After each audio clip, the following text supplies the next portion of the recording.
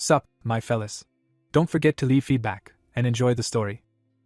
A young man with a sword is running through the forest. The question has long been spinning in his head why the main characters of comics and novels always choose the most difficult path. The guy looks to the right of himself. He thinks that if you want to achieve the goal, then you need to consider all possible ways and methods. There are several fighters in front of us. One of them is cursing. The young man, putting his sword on the ground, asks what the hell is this? A character in a black cloak appears in front of him. Drops of sweat run down the young man's cheeks. Raising his fist, he asks why the fighter is doing this to him, and calls him a crazy bastard. Next to the young man, a jet of violet energy is visible. The guy is holding on to his right side. He looks at his opponent's boot. Looking up, he asks why he is doing this. A soldier, who has a mask on his face, looks at the young man. He grabs him by the arm. A cloak flutters behind this character's back. Blood splatters fly into the air. The fighter stands in front of the enemy sitting on the ground. He states that he does all this because it is much easier and more convenient to take the loot after killing the enemy. Looking at his opponent, the masked fighter asks if he disagrees with him. The guy says that this is some kind of absurdity. Raising his right hand, he declares that if his opponent is that good, he must fight high-ranking players, and he does not understand why he chooses beginners as his target. Taking the opponent by the chin, the fighter declares that everything is extremely obvious to him. The guy replies that, on the contrary, nothing is clear to him. A masked fighter strikes and kills the young man.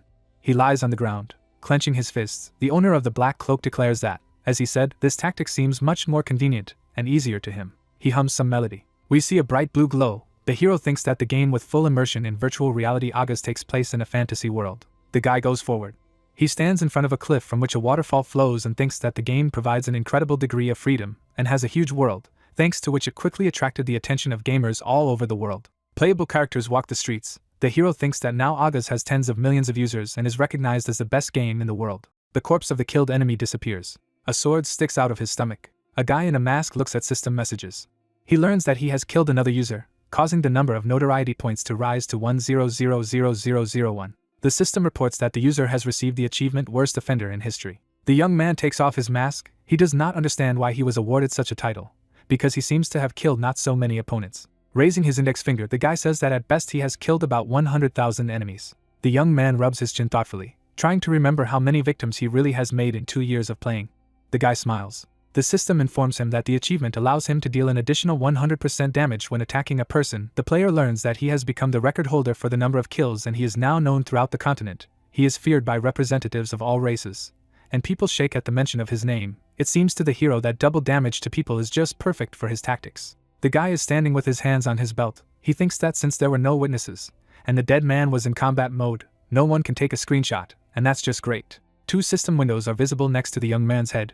He thinks that he only needs to clean up the traces a little. The system informs him about the activation of the presence detection skill, and then the detection of the enemy within a radius of 50 meters. The young man thinks that all this is very untimely, and unlikely to be just a coincidence.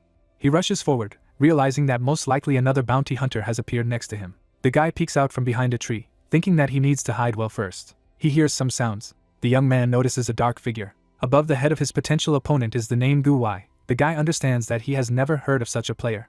The young man frowns to his left. A sword is visible on the side of Gu Wai. The hero tries to understand if this person is in the rating. He sees that his armor is simple fabric, and the weapon also looks cheap. Before us is a sword armed with Gu Wai. A young man looks at the shoes of his potential opponent. It seems to him that his equipment is clearly not the best. Gu Wai stands in front of a tree behind which a young man is hiding, who thinks that the guy smells of poverty.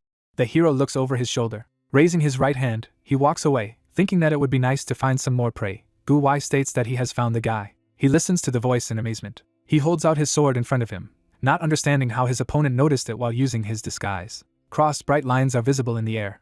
Gu Wai holds his weapon with both hands. The hero's sword breaks exactly in the middle. Blood splashes fly up. The guy simply does not believe that he was attacked. He drops to his knees, thinking that all this is simply ridiculous. He falls face down on the ground. The young man sees his opponent. The image of Gu Wai is clouding. The worst criminal in history cannot believe that he was killed by such a weakling. The system reports that the hero has died and his killer does not receive any penalties due to the victim's high level of notoriety. The hero learns that he, as the worst criminal in history, cannot enter the game for the next 24 hours as punishment, and will be imprisoned in Great Sentinel Prison. There is an armchair next to the round table. A young man who is in the third booth utters a dirty curse. Holding his head, he calls his killer a damned son of a bitch. The guy stands with his arms folded over his chest. He thinks that a killer with such a high level of notoriety receives a lot of penalties after death and is guaranteed a level reduction. A huge hammer hits the young man on the back. Coins and various items are visible above him. The guy understands that he will also lose a lot of items earned in the game. He just can't believe that he was really killed. A young man drinks from a can. He can't believe what happened to him. The guy crushes the jar, seething with anger. He constantly returns to the moment of his murder and over again tries to comprehend what kind of bastard killed him. The can flies into the garbage can. The hero thinks that the fine for the worst criminal in history should be just huge. The guy rubs his chin thoughtfully, thinking about trying to enter the game a little later to try to find a solution. The young man is behind bars. He seems to notice something in front of him. A magical formation is visible above the sharp rock. The young man thinks that this is the Great Sentinel Prison, which is located on top of a rock 100 meters high. The system reports that the hero's sins are countless and cannot fit into any lists, in connection with which Rune Empire deprived the sinner of his rights without trial, investigation, and even the possibility of defense. The young man learns that he has been sentenced to life imprisonment. The hero holds on to the bars of the bars. He laughs like a madman. Closing his eyes, the guy calls his jailers moral freaks and asks if they think that they should at least hold a trial. The guy points at someone with his index finger and shouts that life imprisonment is not funny at all. He puts out his right and then his left hand to the side. The young man raises his right leg, realizing that he is dressed in some poor clothes. The guy opens the inventory window and sees that he has nothing. The system informs him that he has been sentenced to life imprisonment and all his property has been confiscated. In addition, all his abilities have been taken away and his level has been reset to the lowest. The young man screams in despair and rudely calls those who treated him this way. Not far from the guy there is a knight with an axe. The hero, not stopping, shouts that something simply cannot be taken away, as it is no good. The guard, irritably clearing his ear with his finger, asks why this dog barks so much. The hero sits on the floor, cursing everything in the world. He grits his teeth with anger and thinks that there must have been some kind of mistake in this damn game. Guy sitting on the floor with his hand on his knee, he says he'll quit the game because it's totally shitty. A young man reaches for a bone that lies on the floor. He tosses it aside, indignantly asking what it is. The bone hits the mantle-clad figure. The guy gets back on his feet. He sees a skull under the hood and tries to understand what the skeleton is doing here. The young man notices a folded piece of paper in his teeth. He takes it out. System windows tell the hero that he has found traces of Yawang for the first time, as well as his will. The hero is perplexed by the text. The young man, with his mouth half open, reads a message stating that Yawang was deeper and darker than anyone else. It is reported that he was the Lord of the Shadows and ruled the Dark Valley as the king of all bandits. Raising his right hand, the hero declares that it is not necessary to read all this banal nonsense, and gives the command to skip a couple of pages. He learns that those who were called the heroes of the 10 kingdoms considered the author of the message a dangerous opponent, and envied him, since he possessed countless treasures, and in the end, he was declared the worst of evils and began to hunt him. The young man looks at the skeleton. He states that it seems that this dead man was wronged and robbed by the heroes of the 10 kingdoms. The guy does not understand why you need to brag about being robbed. Then he learns that Yawang is going to repay his enemies in the same coin. The guy looks at the note in surprise, trying to understand what the last line is about. He throws away the note, stating that at first everything was interesting, but then some banality began. Rubbing the back of his head, the guy says that he is not at all interested in the will of some Yawang. The paper sheet glows. He hangs over the hero's head. Yawang informs him that one day his heir will appear, who will shake the world, destroy everyone and take everything, leaving nothing to anyone. The young man looks at the note hanging in front of him in surprise, trying to understand what is going on. Jets of purple energy rise around the skeleton. The system informs that Yawang, the ruler of the Dark Valley who was unjustly convicted and died in prison, wants to find an heir who will avenge his pain. The hero learns that in the last moments of Yawang's life, he has invested the remaining strength in his dying will and the hero meets the conditions for obtaining it. The last system window asks the hero whether he would agree to carry out Yawang's will. The young man looks at the dark window hanging in front of him in bewilderment. Covering his mouth with his hand, he happily says that he seems to have stumbled upon a secret quest, and will naturally agree to complete it. He stretches his finger to the yes option, but then decides to wait. A young man looks doubtfully at the system window. Standing behind bars, he says that something is wrong here. The hero falls to his knees, stating that even if he accepts the hidden quest, he will not be able to complete it, as he is sentenced to life imprisonment. The guy is crying. He is very sorry that he will not be able to complete the mission he received. A young man is sitting at a round table. He looks at his smartphone. We can see the screen of his device, where a search for the name Yawang did not return any results. The young man sadly declares that for the first time in this game he has found a secret quest, but cannot pass it, since all the items have been confiscated from him, and his abilities have been taken away. The young man yawns. He realizes that perhaps after what has happened, he just needs to give up this game. The player character looks at the system window, which informs that all levels, parameters and skills will be reset. The hero thinks that if he returns to the first level, he will be able to choose a hidden quest. The hero, who has a very frown on his face, sits with his arms folded on his chest. A smile appears on his face. He realizes that he has actually been offered a pretty good option. People walk along the streets of the settlement. We see someone's legs. A child in a white shirt raises his hands and shouts that he did it. The system reports the initialization of the character. The hero goes down from level 99 to the first level. He thinks that in Agas, when returning to the first level, there are two options: either continue from the place where death overtook him, or move to the starting village. The young man, raising his right hand, declares that he is choosing the starting village. A magical formation is visible under his feet. Rubbing his chin happily, the hero thinks that it is a little offensive for him to start all over again, but this is much better than getting a completely new character. The guy looks frightened at the knights approaching him. Two dark figures come close to him. The hero is afraid that the guards have already realized that he has escaped from prison. The young man covers his face with his hands. He curses everything in the world, realizing that he is very unlucky. The fighters pass by the frightened hero. He looks at their backs, thinking that this must be some kind of game mistake. The guy remembers how he was hunted by the guards and remembers that because of his bad reputation, everyone always tried to kill him. The hero brings up the status window. He sees a personal card for a character named Luke, the most dangerous criminal in history, a thief by profession. The hero draws attention to the fact that his notoriety has been reset. The last two lines of the window indicate that the hero's evil deeds are hidden, but all penalties continue to apply. The young man raises his hands in shock. He thinks that this may be some kind of fraud, then he decides to look at his skills. Happily clenching his fist, the guy calls for the appropriate window. He clicks on the icon. The guy sees three windows in front of him. The first of them informs that his passive skill is the fake identity, which hides the accumulated evil deeds, but does not get rid of the application of penalties. The second rectangle describes the active skill search, which allows you to see the things of the intended victim at a short distance, and the action of which is interrupted if you move away from the target or stop looking at it. The guy also has the active skill steal, which allows him to steal items found when using the search skill. The young man scratches his cheek thoughtfully. He shifts his gaze from one window to another and realizes that he has become just an ordinary thief. Looking up, he states that he can't believe what happened, and that it all needs to be checked right away. The young man's eyes glow. He uses the seek skill. Marks appear above the heads of the game characters. The guy looks at the system window, which asks to determine the target to search. He understands that this skill works with both game characters and NPCs. The young man pays attention to the curly-haired knight. Smiling, he thinks that he has found a suitable victim. Whistling a melody, the hero approaches two young people. There is a system window hanging next to the guy's head. He understands how it all works. The brown rectangle informs the guy about the property that the chosen victim has. The hero thinks that he can look into her inventory. The hero is beaming with happiness. It seems to him that all this is just amazing. He stands with his arms folded on his chest. The system reports that the distance for the search has been exceeded, and it has been stopped. The hero's eyes emit jets of pink energy. He calls himself by name, Yu Suk Woo, and asks not to worry, as there are many other goals around. The hero is standing on an empty street.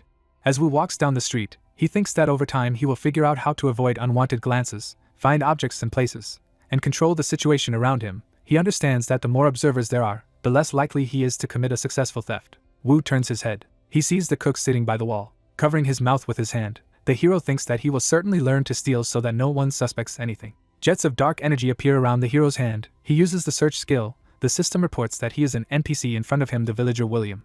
The system informs that this character has a rusty dagger with 100% durability. Putting out his right hand to the side, the hero uses the steal skill. The system informs about the beginning of the process. The young man's hand reaches for the dagger. Luke looks happily at the dagger and realizes that he has succeeded. The hero sees a system message that says that the theft was successful and he received a rusty dagger. Luke learns about gaining experience, increasing the level of skills and notoriety, and thinks that all this is just great. In his opinion, if things continue like this, he will be able to grow easier and faster than before. The young man thinks that he should only choose those as his victims, who look stupid. Luke walks away from the drunken chef, contemplating who he should rob next. The hero hears someone nearby asking if his interlocutor really has a high-level item. The bald monk puts his finger to his lips and asks his companion to speak quietly. The latter replies that it is simply amazing, and he is very jealous of his comrade. The monk declares that he is very lucky to have received this object. Luke smirks happily, realizing that he can get his hands on a very valuable object. We see a lot of different objects. The hero thinks that there is a level system for items in the Aga's game. The most common ones are normal, followed by categories such as rare, unique and heroic. There are also legendary artifacts, but so far only one of them has been found.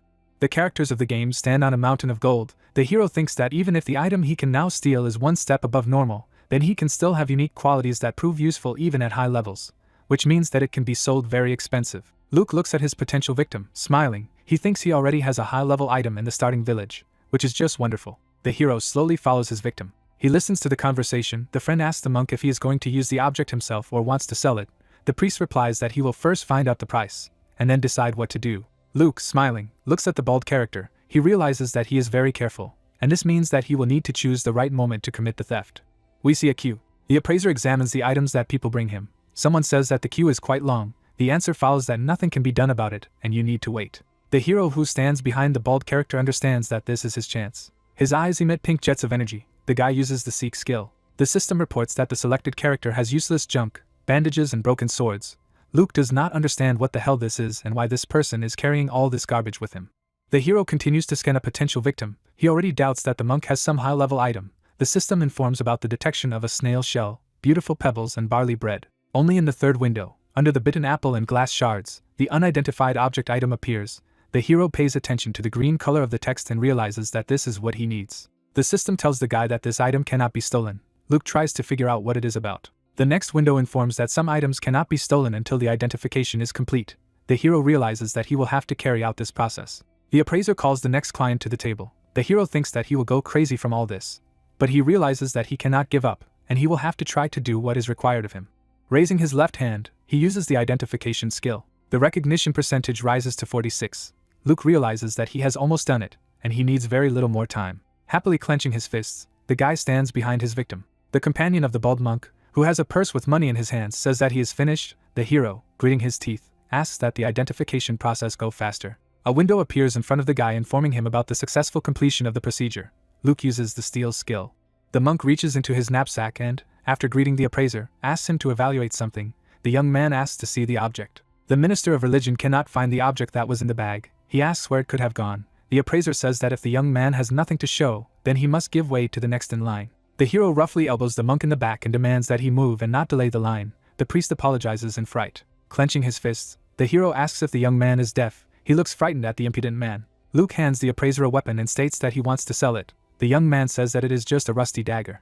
The comrade puts his hand on the monk's shoulder. He suggests that the item may have disappeared due to a bug in the game, and promises to send an official complaint. The robbed character states that it was a valuable item and doubts that it will be returned to him. Luke, looking around, walks down a narrow alley. He clicks on the inventory icon to check what exactly he has received. Surprise appears on the young man's face. Wu opens a can of soda.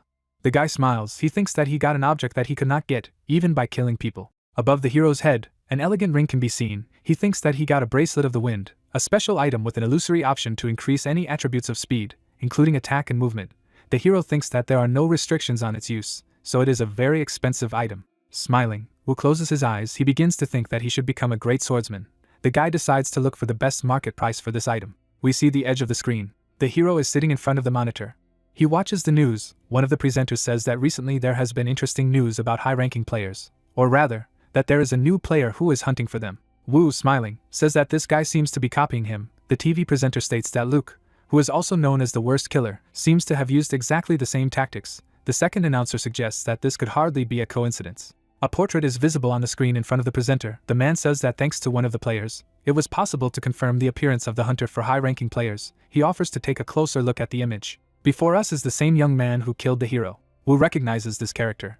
He remembers how he approached him. The hero's killer holds a sword with both hands. Wu hits his knee. He screams that this is definitely the son of a bitch who is the cause of all his misfortunes. People in dark robes are sitting at the round table. It is reported that this is a meeting of 10 guild heads of the game Agas. One of those present says that there are only 6 left. The second states that they have this figure of 8. One of the participants in the meeting taps his finger on the table. He asks where the bastard named Gu Wai came from. The character sitting next to him states that he is trying to find out, but the information has not yet been obtained.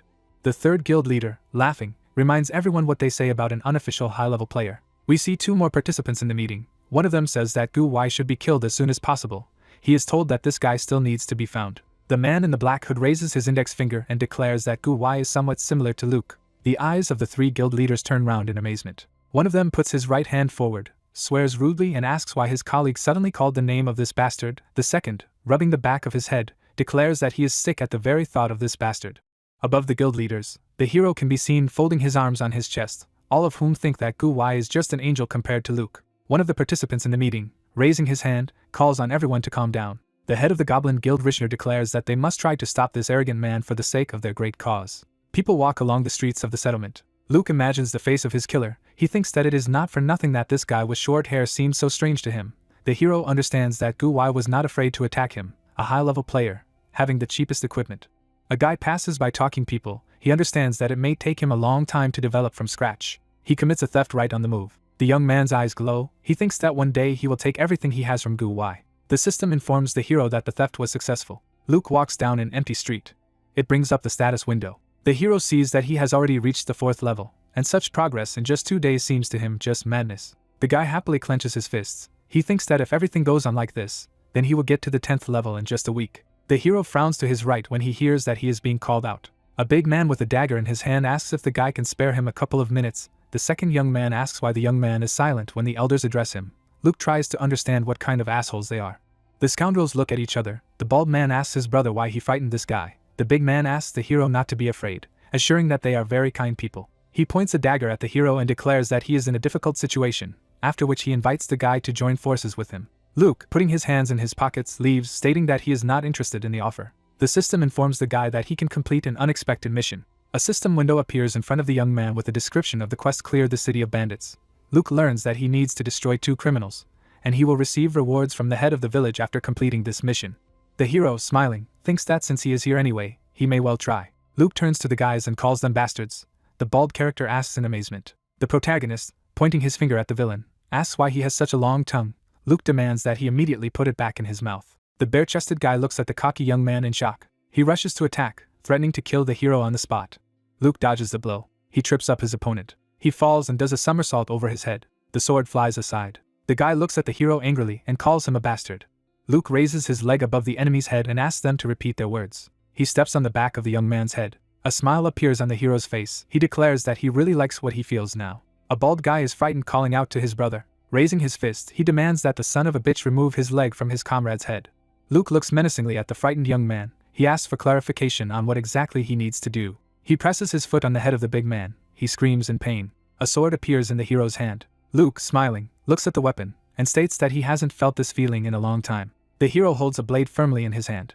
His gaze becomes bloodthirsty. The guy declares that it's time to become the worst criminal in history again. Luke stabs the young man in the neck, thinking that he should not doubt and show mercy. Blood drips from the blade onto his neck. The hero stands with a bloody sword in his hand. The system reports that one of the enemies has been destroyed. A bald scoundrel tries to shout to his brother. Luke, grinning, approaches him and informs him that he is grateful to both for the fight. The guy, who has tears in his eyes, demands that the hero not approach him. Luke is reflected in the eyes of his victim. The system reports that the level has increased and the quest conditions have been met. Luke learns that he must visit the village head, whose name is Hamilton, and collect his reward. In front of us is a pretty mansion. It is reported that Hamilton, the head of the rookie village, lives here. 2 guards are standing at the gate. The hero approaches them. The guards, holding spears in front of them, demand that the guy stop. One of them says that this is the house of the head of the village, and the visitor must leave if he does not have an appointment. Luke points his finger behind his back and reveals that he has taken care of 2 criminals who have been terrorizing the local population. He suggests that the guards go and check on them. One of the fighters asks if the young man is telling the truth. Luke, raising his right hand, states that if he doesn't believe him, he can look into the alley where the villains are still lying. The guards look at the hero standing in front of him. One of them declares that the young man is apparently telling the truth, and he will take his word for it. The second invites the guy to come in and report everything to the chief. Luke, grasping the massive ring, asks for permission to enter. The guy opens the door. A mustachioed man appears in front of him. It is reported that it is Hamilton, the head of the rookie village. He asks what brought the young man to him. Luke looks at the man in bewilderment. It seems to him that this is an ordinary old man, although rumors say something completely different about him. The hero remembers that in the game you cannot enter the mansion of the head of the village without a special reason, so very few players have seen this mysterious NPC before. Luke takes a close look at his new acquaintance. Standing at the door, the guy declares that he has come to report that he has dealt with 2 villains who terrorized the village. The man thanks the guy for making such a journey in person, after which he greets him at his home. Spreading his arms to the sides, Hamilton invites the hero to sit down at the table, promising to treat him to tea. Luke refuses the treat, stating that he only wants to receive a reward. Hamilton grabs the hero by the hands. He declares that the young man seems to like to talk, after which he says that sometimes you need to follow the lead of old people and do what they want. The hero's hand trembles. Luke looks at the old man in bewilderment, trying to understand where he got such great power. He agrees to drink tea. Hamilton pours the drink into a glass. Placing his hand on the table, Luke says that the tea is great, but he's more interested in the reward. Hamilton, looking at the guy, grins. He declares that the tea must be just great, since he put a special brew there. The hero is angry. It seems to him that the old man does not listen to him at all. The young man drinks from his glass. He realizes that the drink is really very good. A chest full of various items appears in front of him. Hamilton, beaming with joy, reports that the young man can take a look at the awards and choose what he needs. Luke, reaching out for the treasure, declares that he cannot believe that the village chief, who seems to be incredibly generous, would offer him such a reward. Hamilton grabs the guy's hand, telling him not to hope too much. Looking sternly at the hero, he says that he is entitled to only 1 award.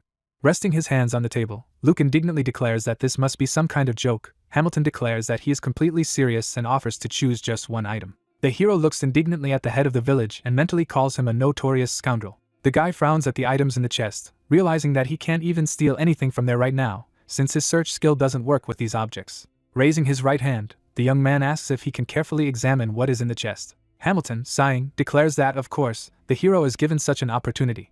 Next to the open chest are items. Luke draws attention to the delicate octagonal artifact. The hero stretches out his hand to him. He stares in amazement at the system window, which reports that an item belonging to the Shadow King has been discovered. Luke tries to figure out what this object is doing here. The hero is shocked. The chest blurs before his eyes. The system informs him that the retrieval of memories stored in this object begins. A human figure is visible next to the barrels.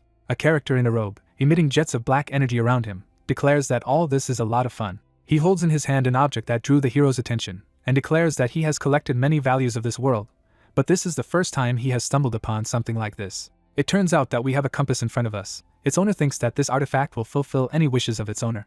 The compass needle rotates rapidly. Shadow King thinks it is pointing in the direction where the compass wearer needs the most. Shadow King, smiling, states that he is going to include this compass in his collection. Hamilton appears in front of the hero again. The old man demands that the hero look at him. Luke looks shocked. The head of the village looks at the guy looking around and asks if he is okay. The hero still does not understand what is happening.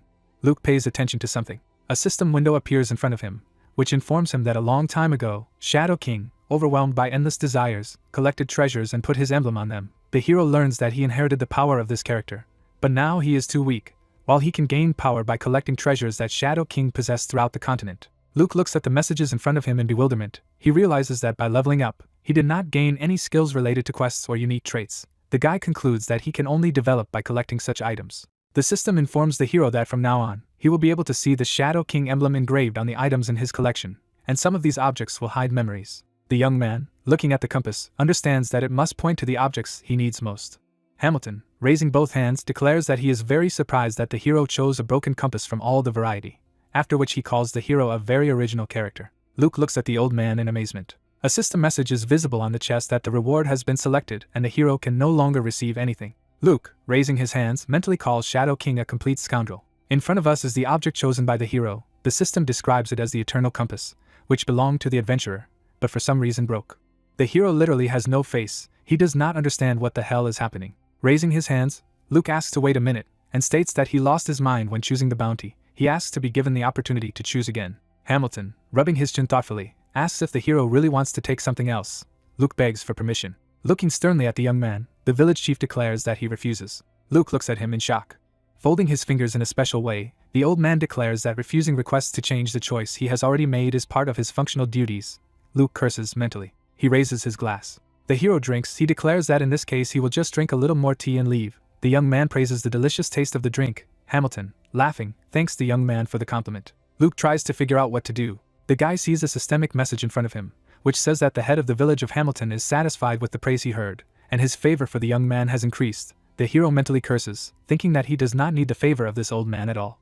Luke frowns at the head of the village, thinking that there is no way he will be satisfied with receiving a broken compass. The hero uses the search skill. The system reports on the detection of a target in the person of the village headman. Above the head of the old man examining some crystal, a search bar is visible. Luke learns about the discovery of the key to the vault. The hero looks thoughtfully at the chest. He realizes that the discovered key, most likely, does not fit him. A sly smile appears on the guy's face. Wu is sitting at a round table. The phone in front of him starts ringing. Looking at the screen, the hero realizes that his sister is calling him. He wonders what the girl could need. Rubbing the back of his head, the hero asks how Yumura is doing, after which he says that he is a little busy now, so he will call back later. His sister asks again in surprise. Cute girl holding phone to her ear, she asks why her brother behaves this way. A polar bear is seen on the bed next to her. She reminds that she is calling for the first time in a long time, and says that she expected a more welcoming response. Squinting her eyes, Wu apologizes. He says he was joking and asks what happened. The girl replies that nothing serious happened, and then asks if her brother is going to come this month. The girl excitedly declares that her mother misses the hero very much, and she herself also wants to see him. Stroking his hair, Luke states that he will try to find time to come. Yumura replies that the hero must appear, and says goodbye to him. Wu puts the phone down on the table. He thinks that now everything is too complicated and confusing, and now he still has to go to his family. Wu imagines the head of the village. It seems to him that all his troubles are because of this damned character. The young man clutches his head. He thinks that it will be easy to steal the key. But the problem is not in him, but in the vault, and also in the fact that the old man never leaves the house. The guy feels that his brain is about to boil. Someone gives the hero a can of carbonated drink and offers him a drink. A pretty brunette stands in front of the guy. She asks what worries him so much. Woo, opening the can, says that even if he tells, the girl still won't understand anything, after which he thanks her for the drink. Folding her arms over her chest, the girl asks again. The guy reports that he is disturbed by a person who does not leave the house. The question is what Woo will do if this character still leaves. Sighing heavily, Woo states that she can't say it. Looking at the guy, the girl states that in this case, he can force the unwanted person to leave. The guy complains that he seems to be listened to inattentively. Touching her chin with her finger, the girl states that Woo should just create a situation where the person will be forced to leave, since he will have no choice. She offers to arrange some cunning dirty tricks. Woo realizes that this is a good idea and reproaches himself for not thinking of it himself. Pointing at her interlocutor, Woo asks her to give him her booth. The girl asks in surprise why the hero needs it right now. Smiling happily, the young man declares that he seems to have found the answer to the riddle, and promises to thank the girl when it is all over. Woo opens the door of the cubicle, and the girl asks him to come out of there and tell what happened in the game mangas. She smiles sadly. Woo sits in front of the control panel. He realizes that he must create a situation in which the head of the village will be forced to leave his estate. He remembers that he can now safely pay visits to this old man. A bright flash occurs. Woo transforms into Luke, thinking that if he is given such freedom of action, he will be provoked to commit a theft. In front of us is the estate of the village headman. It is reported that the case takes place a few hours later. Guards stand at the gate. A hero appears in front of them, whose boots are stained with mud. One of the fighters greets the joyful young man as an old acquaintance. The guards open the gates, stating that Hamilton is already waiting. The hero enters, notifying the headman of his arrival. The old man happily spreads his hands to the sides and greets the guy. Luke sits down at the table and, complaining of dizziness, asks a man to make him tea. He declares that the taste of the drink does not get out of his head. Hamilton promises that the tea will be ready soon. Raising his left hand, the young man declares that the old man should not be in a hurry. Grinning, the young man says that he is not in a hurry. The system reports that the theft was successful, and the hero received the key. There is a glass of hot tea on the table. Luke thinks that now he can proceed. The hero brings the drink to his mouth and thanks the old man. He thinks that now all that remains is to find the vault. He thinks that he has examined all the corners of the first floor, but he has not found anything. Luke looks over the top of his glass. He realizes that he didn't look at one place only. The young man looks up the stairs, thinking that the object he needs is most likely on the second floor. The hero, giving the old man a thumbs up, declares that the taste of this tea warms his heart, and he feels the hand of a real master in it. Hamilton happily thanks the guy. The system reports that the village chief is incredibly happy with the praise he heard, and the old man's favor has increased again. Luke frowns, thinking that this is not what he wants at all. The guy looks to his left, trying to understand where the one he is waiting for is lingering. In front of us are the door handles. Hamilton, raising his left hand, asks the hero to wait a minute until he checks who is there. Luke replies that he will wait as long as he wants. The guy inwardly rejoices. The door opens. Hamilton greets Hutun. The system informs him that he is a local blacksmith. The thug states with concern that there is a problem with the gutter, and it would be desirable if the elder checked it with him. Hamilton, looking at the blacksmith, asks what exactly the problem is, who replies that as far as he understands, the ditch is tightly clogged with mud. The old man, looking at Hutun, asks again in surprise. The hero, smiling, sits at the table. The guy's feet are stained with mud. He asks the old man what happened. Hamilton, judging by the expression on his face, is beginning to suspect something. Standing in the doorway, he tells the hero that, apparently, there is nothing serious, but he has to go somewhere quickly, and Luke can wait for him in the house for now. The guy, smiling, says that the headman can take his time, and he will wait for him. The door closes. The hero stands with his hand raised. Putting his hands on the table, the young man thinks that everything is going according to his plan, and filling the ditch with mud was a very good idea. The young man goes up to the second floor. He thinks that it is about 10 minutes on foot to the place of sabotage, and he must do everything very quickly. The guy smiles. He thinks it's time to start a treasure hunt. Luke walks to the door. He stands in the middle of the room, trying to figure out where the old man could have hidden the hiding place. The young man turns his head, realizing that he does not have much time, and he needs to do everything very quickly. He pays attention to the hatch in the ceiling, and realizes that it may be what he needs. Luke reaches for his stick. He thinks he has to do everything before Hamilton returns. The guy is wary. The guards enter the room. One of them calls for the hero. The other asks in bewilderment why he is not there. Luke peeks out into the hallway. He can't understand why the guards entered the house. The guy hears his name. The guards approach the stairs leading to the second floor. One of them declares that he does not understand why the old man asked them to wait in the house. His comrade says that he does not understand this either, and then asks where Luke went. The soldiers climb the stairs. The hero looks out from behind the wall. He realizes that the fighters are rising and will soon find him. The hero turns his head in fright. The guard asks if the guy is on the second floor. Luke looks over his shoulder. The guards enter the door. One of them calls the guy by name. The soldier stands in the middle of the room in bewilderment. The young man covers his face with his hand. A door is visible next to the soldier. He asks if Luke is hiding there. The hero clams his teeth in fear. The fighter stretches out his hand to the door. The young man closes his eyes in horror. He mentally curses everything in the world and begs all the gods not to be discovered. The guard opens the door. He slams it shut, informing her that there is no one there. In front of us is the lower corner of the door. The room is empty. Luke trembles under a piece of white cloth. The guy gets out from under her and says with relief that if only a little more, and he would have to get rid of the corpse. Luke presses a stick on the hatch. He thinks that the end of his adventure is near, and he just needs to be patient a little longer. A ladder goes down. Luke walks up to her. He would never have thought that he would see such technology in such a dwelling. The hero puts his foot on the first step. He thinks that Hamilton is very smart, but he will not deceive him. The guy's head appears in the hatch. He walks over to the glowing chest. The system reports that the hero has found the secret vault of the village headman. Luke, smiling, looks at the chest, realizing that he has reached his goal. He pulls out a huge key, thinking that this is how to get rid of regrets for the lost reward. The hero inserts the key into the lock. He looks into the chest. The system reports that he has found items of clothing from an ancient hunter and an unknown map. Luke works with the inventory window. He realizes that he has found unique ranked items, and he is not going to give up any of them. The guy looks thoughtfully at the scroll he is holding in his hand. He wonders what kind of card it is, and assumes that it was kept here to be given for completing some quest. The system reports that the hero has found information related to a secret scenario. Wu sits with his feet on the table. He realizes that this whole quest was invented specifically for the sake of the map. The guy has a rather strange expression on his face. He is trying to comprehend the information received about the secret scenario.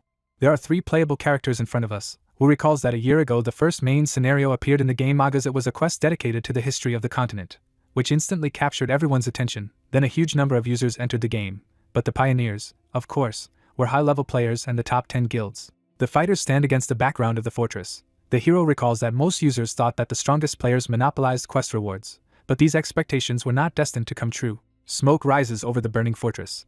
Wu thinks that even better players could not pass the very first stages. The ground is strewn with corpses. A giant monster rises in front of the lone knight. The hero recalls that the complexity of the script was incredible. A fighter stands in the middle of a maze. Wu recalls that the plot was divided into dozens of branches, and many difficult conditions had to be met in order to gain access to the blocked missions.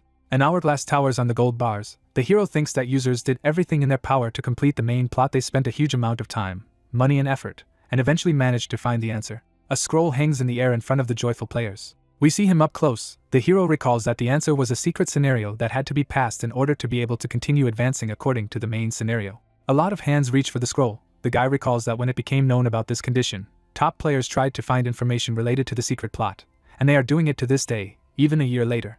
Wu wearily closes his eyes. He assumes that the map he discovered is the starting point for a secret scenario. The young man rubs his chin thoughtfully. He tries to understand whether it is possible to develop and grow quickly, taking up the passage of a secret scenario. The hero is worried that he may bring unnecessary trouble on his head. A chest with a cross can be seen on the map. Wu realizes that it shows the south of the continent, and he can reach this area in a few days if he finds a suitable vehicle. The hero opens the door of the game booth. He thinks that he can always transfer the quest to someone else if it seems too difficult and troublesome to him, and in addition, nothing prevents him from performing other tasks that he may come across additionally. Wu smiles. He decides to take on a secret quest. Game characters approach the huge fortress wall. A bearded man stands by the cart with a capacity of 3 people. Someone calls out to him. In front of him is a pretty girl with the nickname Rabbit. Raising his right hand, the driver asks if the girl is ready to go to the main continent.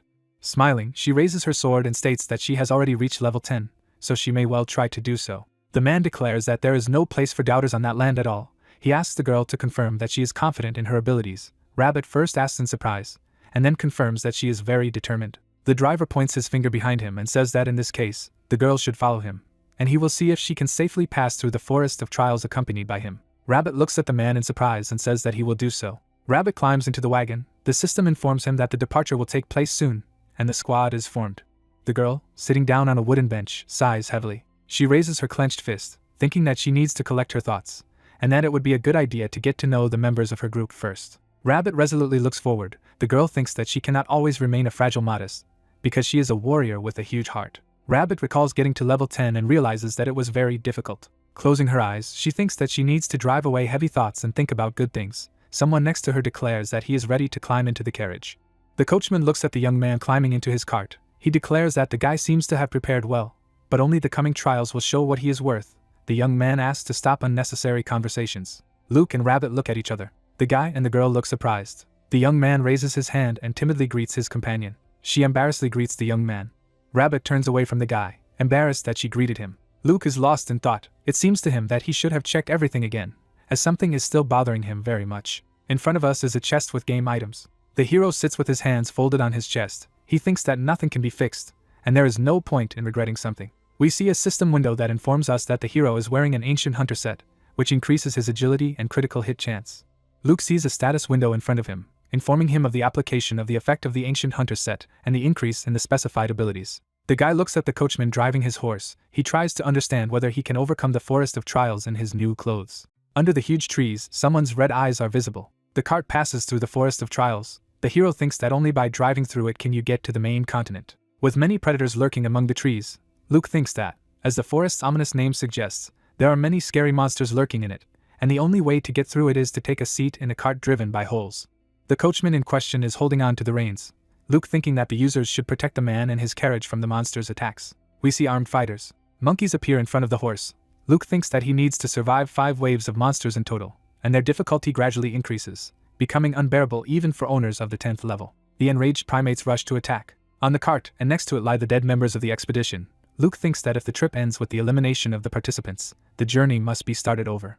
The young man looks at the gold bracelet. He originally did not intend to wear it, but now it seems to him that it is better to do it after all. The hero puts the jewelry on his arm. He thinks that the difficulty of the test is off the charts, and the members of his squad are unlikely to be able to help him in any way, so he must treat this trip as if only he can ensure the overall success. The system reports that all speed indicators have been increased, and the item is bound to its wearer. Luke looks at the bracelet in admiration. It seems to him that it looks simply amazing. Someone's hand falls on the side of the cart. A man in monastic robes, whose name is Gulliver, enters it. He holds a staff in his hand. The hero realizes that he is a magician, and it seems strange to him. Luke looks at Rabbit and Gulliver sitting next to him, thinking that they seem to have switched professions. The hero sits with his arms folded gloomily on his chest. He really hopes that these amateurs will not get in the way of his feat. Holes turns to his passengers and declares that it's time to hit the road. The cart passes along a forest road. Luke silently looks at his companions, thinking about how the whole thing is getting a little boring. His eyes emit a pink glow. The guy thinks that as long as nothing happens, he can start searching. Luke opens his mouth in surprise, and the system informs him that in addition to acorns and glass beads, Rabbit, which has been chosen as a target for study, has an object called Electro. The hero, with a dagger next to his head, covers his mouth with his hand. Luke happily clenches his fist. Although he does not understand where the girl could get a dagger of a unique level, the guy considers it a crazy coincidence and rejoices at incredible luck. Rabbit looks at the guy a little scared. Holding a round shield in front of her, Luke pays attention to the paltry probability of successful theft that the system shows him, and realizes that he will be caught by the hand if he makes even the slightest mistake. The hero summons the skills window. After reading the text, he understands that if he is caught, his behavior will be perceived as a hostile act, he will be considered a criminal, and all this will end in a battle. Luke thinks that he must first increase the probability of his success. The young man looks at his companions. He thinks that it is necessary to establish contact with the members of the squad and establish a suitable atmosphere. Rubbing the back of his head, Luke says that since they will be working together, it would be a good idea to get to know each other. Raising his hand, he suggests starting with a simple introduction and states that his name is Luke. The stern man frowns that he can be called Gulliver. The girl is frightened and reveals that her name is Rabbit. Raising his hands, the hero states that he has watched many training videos, and they say that the most important thing for success is the teamwork of the entire squad. Before us is a visual scheme of the expedition. The hero says that in total they have to repel 5 waves of monster attacks. That is, they will have to repel 1 attack, drive a section of the way, and again face monsters. He says that the wolves will be the first to attack. Their number will be impressive. However, fortunately, they will not attack all at once, but separately. Raising his hand, the guy says that he thinks it would be appropriate for him and Rabbit to be responsible for repelling attacks from the front. The girl asks in amazement. The hero, looking at the big man, declares that Gulliver will cover them from behind, who asks if the young man is in his right mind, because usually the warriors take the brunt of the blow, while the ranged combat classes stay in the middle of the group. Luke, pointing his finger at Holes, says that this tactic won't work here, as they have to protect the wagon on top of that, and the main priority is to prevent a breakthrough from the front. We see what the hero thinks combat tactics should look like. Luke states that it is also necessary for melee players to take turns coming forward and dealing damage. Holding out his hands in front of him, the young man says that he is not very well versed in all the nuances, so if someone is not satisfied with something, he is ready to listen to proposals at any time. Rabbit and Gulliver laugh happily. The man says that if it weren't for the hero, they would have no idea about such tactical subtleties at all. The girl states that she is grateful to the guy for spending his time on such a wonderful explanation. Luke, smiling, thanks his allies for their kind words. He thinks it is easy to deceive these simpletons. The cart is driving along a forest road. In the depths of the forest, the red eyes of monsters are visible. The wolf bares his sharp teeth. 3 of his kin howl at the moon. The horse stops frightened. It rears up. The cart brakes sharply. The hero and his companions look frightened at the monsters. Holes, turning to them, declares that they are wolves. and it will not be possible to drive to the main continent until this threat is eliminated. He asks his passengers to protect the wagon. Luke pushes off the ground. He rushes forward, urging his comrades to do what is necessary. Luke is looking to his right. He stands with a dagger in his hands in front of the wolves approaching him. The predator bares its teeth. The system reports that it is a wild wolf of level 9. Rabbit and Gulliver look on in fright at what is happening. Luke, holding out his weapon in front of him, states that he will try to hold out as long as possible, and then passes the baton. He asks that Rabbit wait right behind him. The girl, looking at the hero in bewilderment, states that it will still be better if she fights first. The guy replies that this is not the case at all, and she has less stamina, so she can last longer if she fights second. Luke turns to the man behind him. He asks if Gulliver can cover their back and provide support, who states that he can easily do so. The wolf's eyes glow menacingly. Luke looks at the monster, grinning angrily. The wolf rushes to attack. He approaches a guy armed with a dagger. Luke leans back, letting the opponent pass him. The gray torso flies past the young man, who immediately notices the opportunity to strike. The hero's leg is visible behind the monster's back. Luke backstabs an opponent. The wolf's tongue falls out of its mouth. Removing a bloody dagger from a defeated enemy, Luke declares that there is one monster less. The wolves look at the hero in fear. He asks why they do not attack, and if they are frightened. Another monster rushes to attack. The hero calls out to Rabbit, who is standing next to him, who shouts that she understands everything. The girl puts a shield in front of her. The monster crashes into him. Rabbit knocks back an opponent with a flick of his hand. The dagger flies out of the hero's hand. He pierces the wolf's forehead. The rest of the monsters are hesitantly marking time. They look around in fright when they hear Gulliver shouting out the name of the mana ball skill. Blue clots of energy fly at monsters. Bright balls hit monsters. Luke approaches one of the opponents with a dagger in his hand. He bares his sharp teeth. The hero's weapon pierces the wolf's head. The guy takes a dagger from a killed enemy. Looking at the smiling allies, Luke states that it's time to end this fight. He thanks Rabbit and Gulliver for their great work. The girl admiringly declares that the hero showed himself just perfectly. The big man notes the final blow, with which the guy finished off one of the wolves. Luke smiles. He realizes that the fighters next to him are quite decent, and he only worried in vain. Gulliver, turning to the hero, says that he needs to return to the wagon. Luke agrees with him. The young man notices something. Raising his right hand, he looks at Rabbit in bewilderment and asks how he can help her. The girl, judging by the look, is shocked by something. Rubbing her chin thoughtfully, she says that everything is fine, after which she asks if the hero accidentally has any weapons. He asks again in bewilderment. Rabbit moves away from the hero, stating that he can forget about her request. Luke tries to understand that it just happened. He remembers the girl's gaze on him and becomes wary. The guy imagines Rabbit with a dagger in his hand. It seems to him that the girl guesses something. Luke is alarmed. He realizes that she seems suspicious of him wanting to steal from her. Rabbit smiles. She thinks that while it's too early and she shouldn't put pressure on the young man, the girl decides that she will have a chance later. Luke looks at her ally in bewilderment. The guy frowns at the girl, trying to understand when she discovered his intentions, and why she doesn't say anything to him. Luke and Rabbit approach the wagon. The hero thinks about what chances he now has to take possession of the dagger. Gulliver, who has an inventory window hanging in front of him, says thoughtfully that it's too bad that they don't have a priest in their party, as he has very few bandages left. Rabbit, looking at the man in fright, says that she only has one bandage, and he asks in amazement. Luke stares at his allies with his mouth open. The system window tells him that he has 285 bandages left, and he realizes that he is not using that number on this expedition. Smiling, the guy looks at the puzzled girl. He thinks that if she has only one bandage left, this is a great chance to get what he needs. The hero looks happily at Rabbit. We see dense thickets. It is reported that this is the third stage of the test. Evil level 10 monkeys rush to attack the hero and his companions. One of the monsters strikes and hits the girl's shield. Rabbit looks at the enemy anxiously. 2 more monkeys are seen in front of the girl. She shouts to the hero that it seems that she is going to die now. The young man, wrapping his arm in a bandage, asks that it hold out a little longer. Rabbit deflects another blow from the monkey with his shield. Luke thinks that in a good way he should already replace him, but she must use her last bandage. The hero smiles. He mentally apologizes to his ally, thinking that she will have to suffer a little. The vicious apes of the 10th level rush to attack. Gulliver holds out his staff in front of him and yells for these creatures to tremble in fear, and then uses his mana ball skill. Blue balls fly at monsters. A monkey with glowing eyes flies up to Rabbit. The girl squints one eye. Gulliver, looking at the hero excitedly, asks how much more time he needs. The young man replies that it is not much. Rabbit, who blocks another blow from the monster with her shield, asks the guy to hurry. He replies that his health has only half recovered. Monkeys, hooting, rush to attack. Several powerful blows fly into the girl's shield. Rabbit once again asks her ally to help her. Gulliver annoyedly asks the smiling hero if he's not done yet. He shouts that their ally may die. Luke states that there is very little left. Holes clutches his head. It seems to him that everything is already over. Luke and Gulliver look at the old man in bewilderment, who declares that they are unlikely to succeed, and sadly states that they have already gone too far. Looking at his passengers, Holes asks them to leave the wagon, survive, and meet up after some time. Luke, his mouth wide open, shouts that it's still not finished, and asks him to wait for a while. Gulliver states that if they stop defending the wagon, they will have to go through the quest again. Rabbit, deflecting another portion of blows with his shield, begs for help to survive.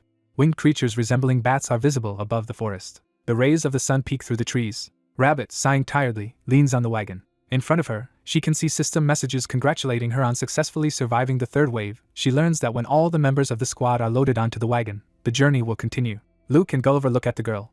The hero, raising his left hand, shouts that it's time to change. Rabbit smiles, while the young man fights the monkey. The girl sits down on the ground. The guy with the sword in his hand runs forward, shouting that now he will take care of the monsters. Luke wipes his forehead with a handkerchief. He thinks he made his ally suffer a little, and she was the only one who was engaged in tanking in this fight. Luke, rubbing his chin thoughtfully, thinks that in order to get his hands on the dagger, it was necessary to do so, albeit at the cost of risk.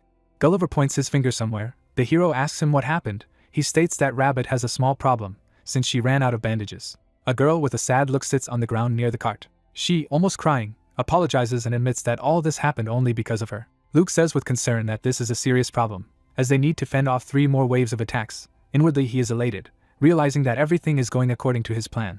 The girl, looking at the fighters standing in front of her, apologizes once again. Luke, raising his hand, says that there is no other way out, and he will share his supplies with his ally. Rabbit looks at the hero in shock. Raising his index finger, the young man declares that the comrades should help each other, and in return, the girl will do him some favors. Rabbit asks what exactly the young man needs. The young man, smiling, states his request. The girl, raising her right hand, embarrassedly calls out to the guy. He makes it clear that he is listening to her.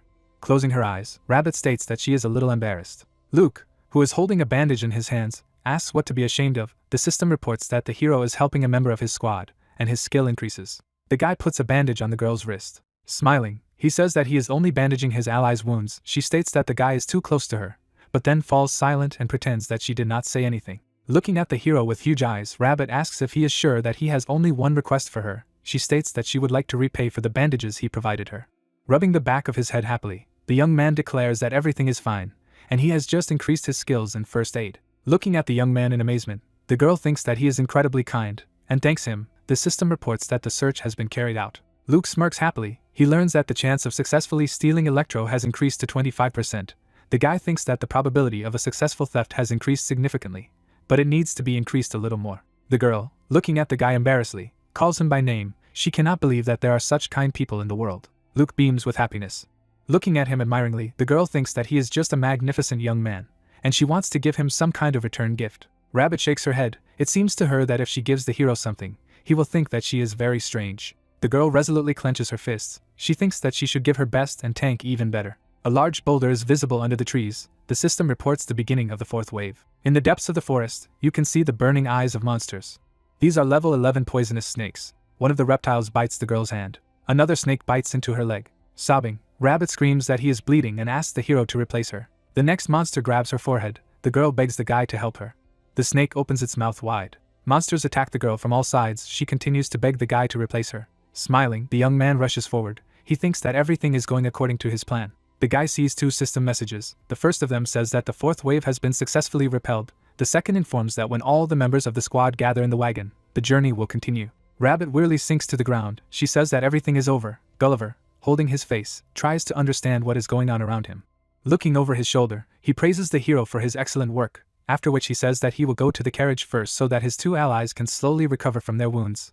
Luke thinks that Gulliver left him alone with the girl at the right time. Rabbit raises his hand and asks if the young man can heal her again. Taking a bandage from his supplies, the hero says that, of course, he will do it. He really hopes that the chance of theft has increased significantly. Beaming with joy, the guy looks into the system window, which reports that this probability is already 50%. Luke bandages the girl's hand, thinking that people win the lottery with less than a 1% chance of success, and he will surely succeed. A gold bracelet is visible on the hero's hand. The guy gives a mental order to steal. His face is bewildered when he learns that the dagger was not stolen and the chances of success have dropped to 45%.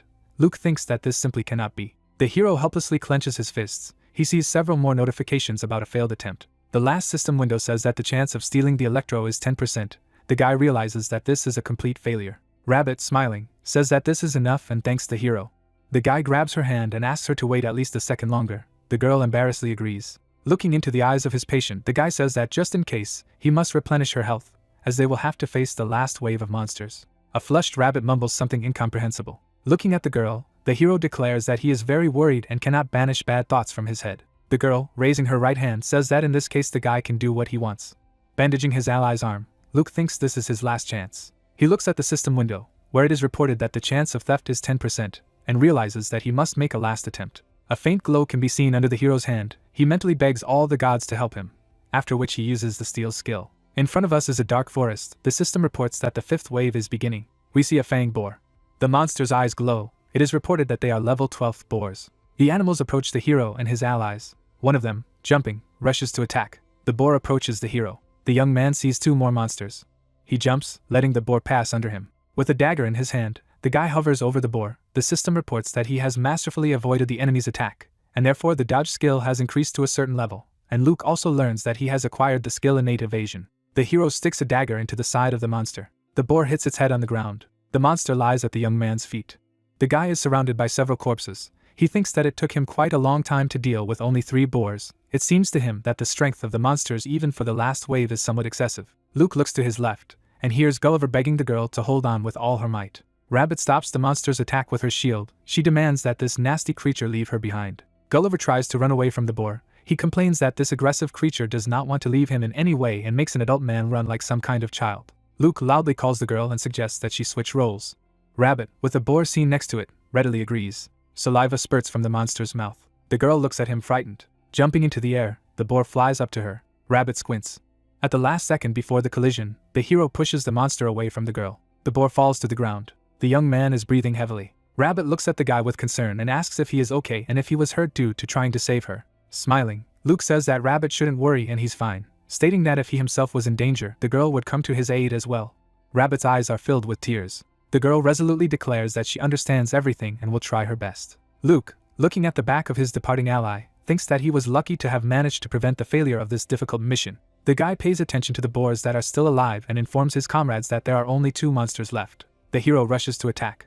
The system reports that the squad managed to cope with the 5th wave. The young man receives congratulations on the successful passage of the Forest of Trials, which is the first stage on the way to the main continent. Clouds float over the forest and mountains. The hero and his allies are sitting in a wagon driven by holes. He learns that he will soon arrive at his destination.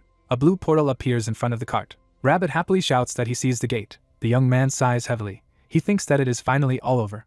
Gulliver, patting the hero on the shoulder, states that thanks to the guy's amazing skills, they all managed to overcome the Forest of Trials. He praises him for a job well done. Rabbit, squinting, states that it was simply unbelievable, and if she and Gulliver were as good fighters as Luke, they would rise to the highest ranks very quickly. The hero smiles. He is pleased to hear the words of his allies. Gulliver, giving a thumbs up, states that the hero is completely different from his psychotic namesake, who is constantly shown on TV. Rabbit asks in surprise if this is the scoundrel who kills users. Gulliver confirms that he is talking about him. He states that this bastard has already killed about 100,000 players. The girl states that this is just disgusting. The magician agrees with her and says that this guy is just a piece of shit. Luke, feigning a smile, rubs the back of his head. He thinks that he has just been insulted very offensively. Gulliver, pointing at the hero, asks the guy not to say that he is the same Luke. Rabbit, clapping his hands, exclaims that their Luke is a real cutie. Gulliver, laughing loudly, says that this is the true truth, and the hero cannot be that bastard. Luke looks at his comrades in exasperation. Holes, with a portal visible right in front of it, states that the adventurers have almost arrived at their destination. Smiling, the man says that he thinks these were the best players he's ever dealt with and compliments them on their excellent work. The protagonist, smiling, looks at his allies. He declares that they have shown their best side, and that he hopes to meet them soon, while he thinks that he does not want to see them again. Rabbit, blushing, looks at the young man. Gulliver frowns at his chin with his fist. Luke, smiling, looks to his left. He realizes that his companions are asking to be added to his friends list. The guy thinks that he could refuse it outright, but he won't. Rabbit and Gulliver disappear. The young man thinks that he should not offend his comrades by refusal. A bright flash occurs. The system reports that the cart has arrived at its destination, and the hero must go to the outskirts of the city of Patron. Pixels are visible next to the guy's face. Luke, smiling, turns his head. He realizes that his companions were scattered in different locations. In front of the guy you can see the city gates. He realizes that he has arrived at his destination. The hero goes forward, thinking that the time has come to start developing the continent. A fountain is visible in the center of the square. Customers stand near the counters with potions. The hero looks around, realizing that nothing has changed in this place. He walks through the market. Shouts are heard around. Someone offers to evaluate items at the best price. The second speaker announces the recruitment of guild members without level restrictions, but over 20 years old. The third invites Goblin Slayer holders to join his squad. The fourth reports that his unit needs a warrior of the 30th level.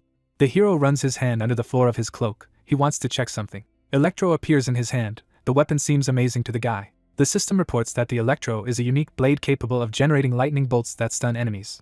The guy remembers how he stole this object. He clenches his fist, seeing a system message in front of him about the successful theft. Luke thinks that if you really want something, then the universe itself will come to your aid. Smiling, the hero sheathes the dagger. The hero passes by the stalls. He thinks that before going to the place that is indicated in the secret scenario, he needs to level up and get the best possible equipment. The guy is looking at the goods on the counter. He thinks that it would also be nice to find the items that Shadow King owned. The hero looks in surprise at the merchant who called out to him. The obnoxious blonde rubs his hands. Luke wonders what he needs. Smiling, he asks if the hero has a little time, after which he states that he can offer him a great item. A merchant named Daeso points to his goods and asks to take a look at them. The hero takes a closer look and realizes that all this is some kind of garbage. Luke frowns at the seller, thinking about how all these bastards are the same and can only fool naive newbies. There are 3 dark figures in front of us. The hero thinks that there are non-combat professions in the Aga's game.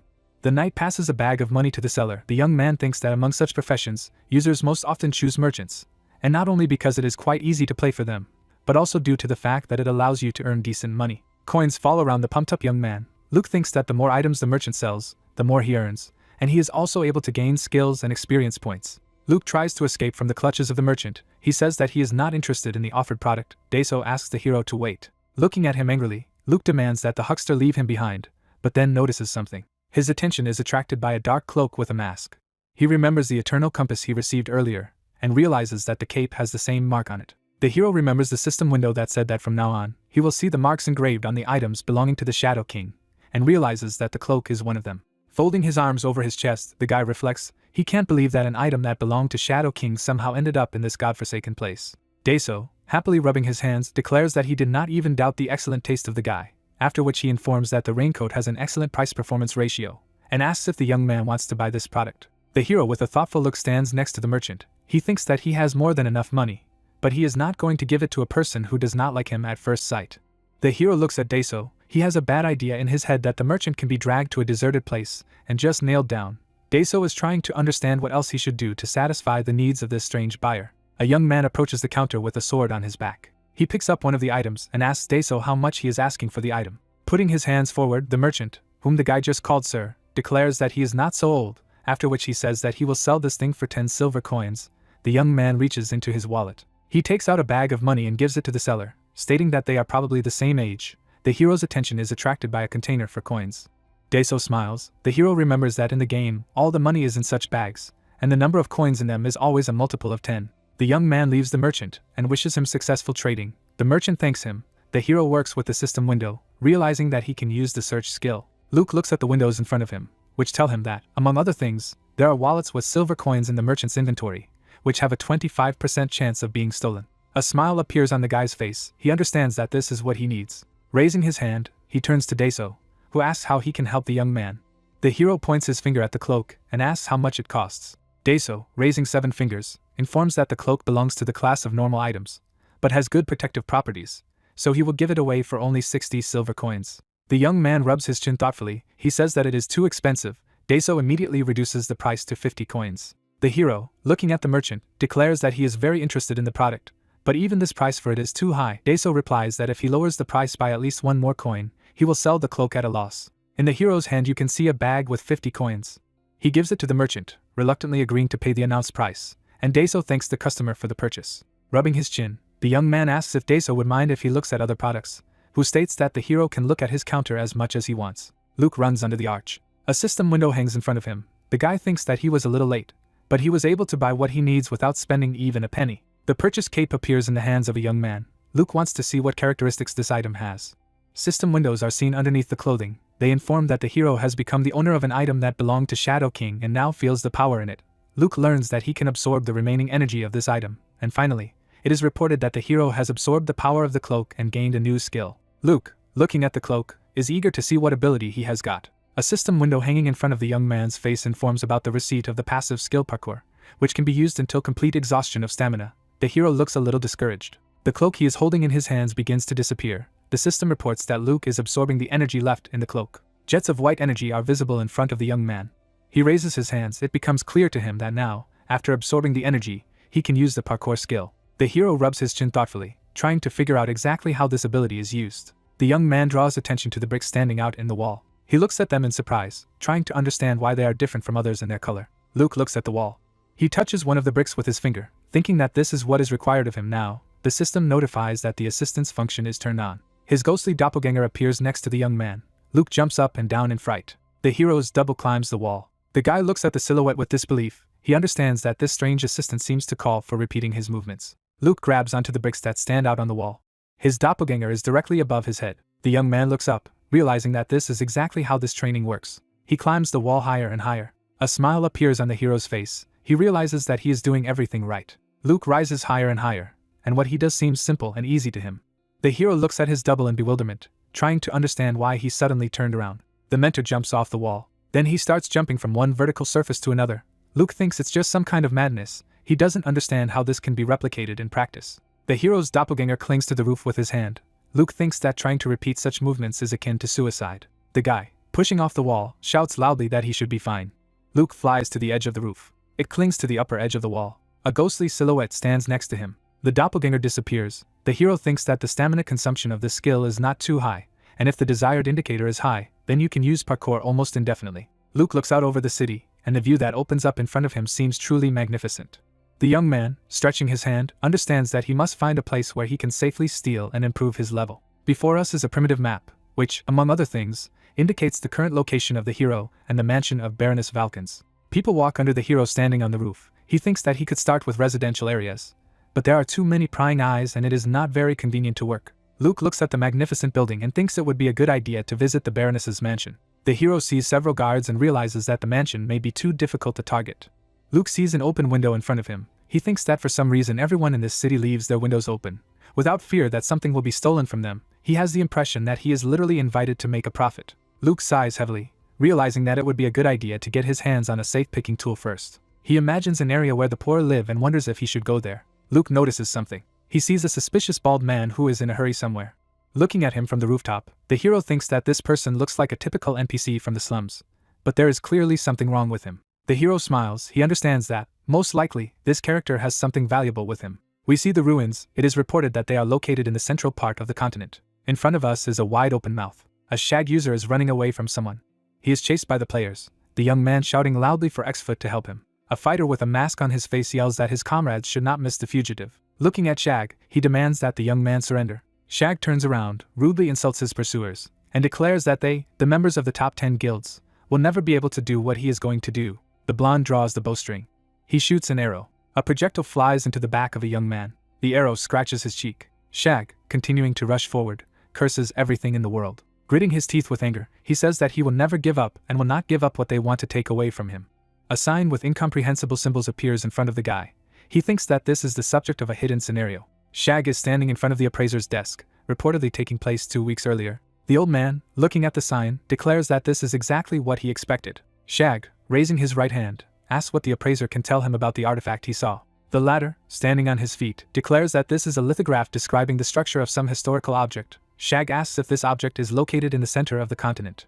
The old man, raising his index finger, says that this is true, but something alarms him. He declares that there is a secret place in this historical place. Shag, happily looking at the sign, asks again in surprise. He states that it will be a very high-profile event. The guy grits his teeth with anger. He realizes that his life hangs by a thread. Shag reminisces about the hardships he went through and asks for someone to help him. There are tears in the eyes of the young man. He understands that he has very little left.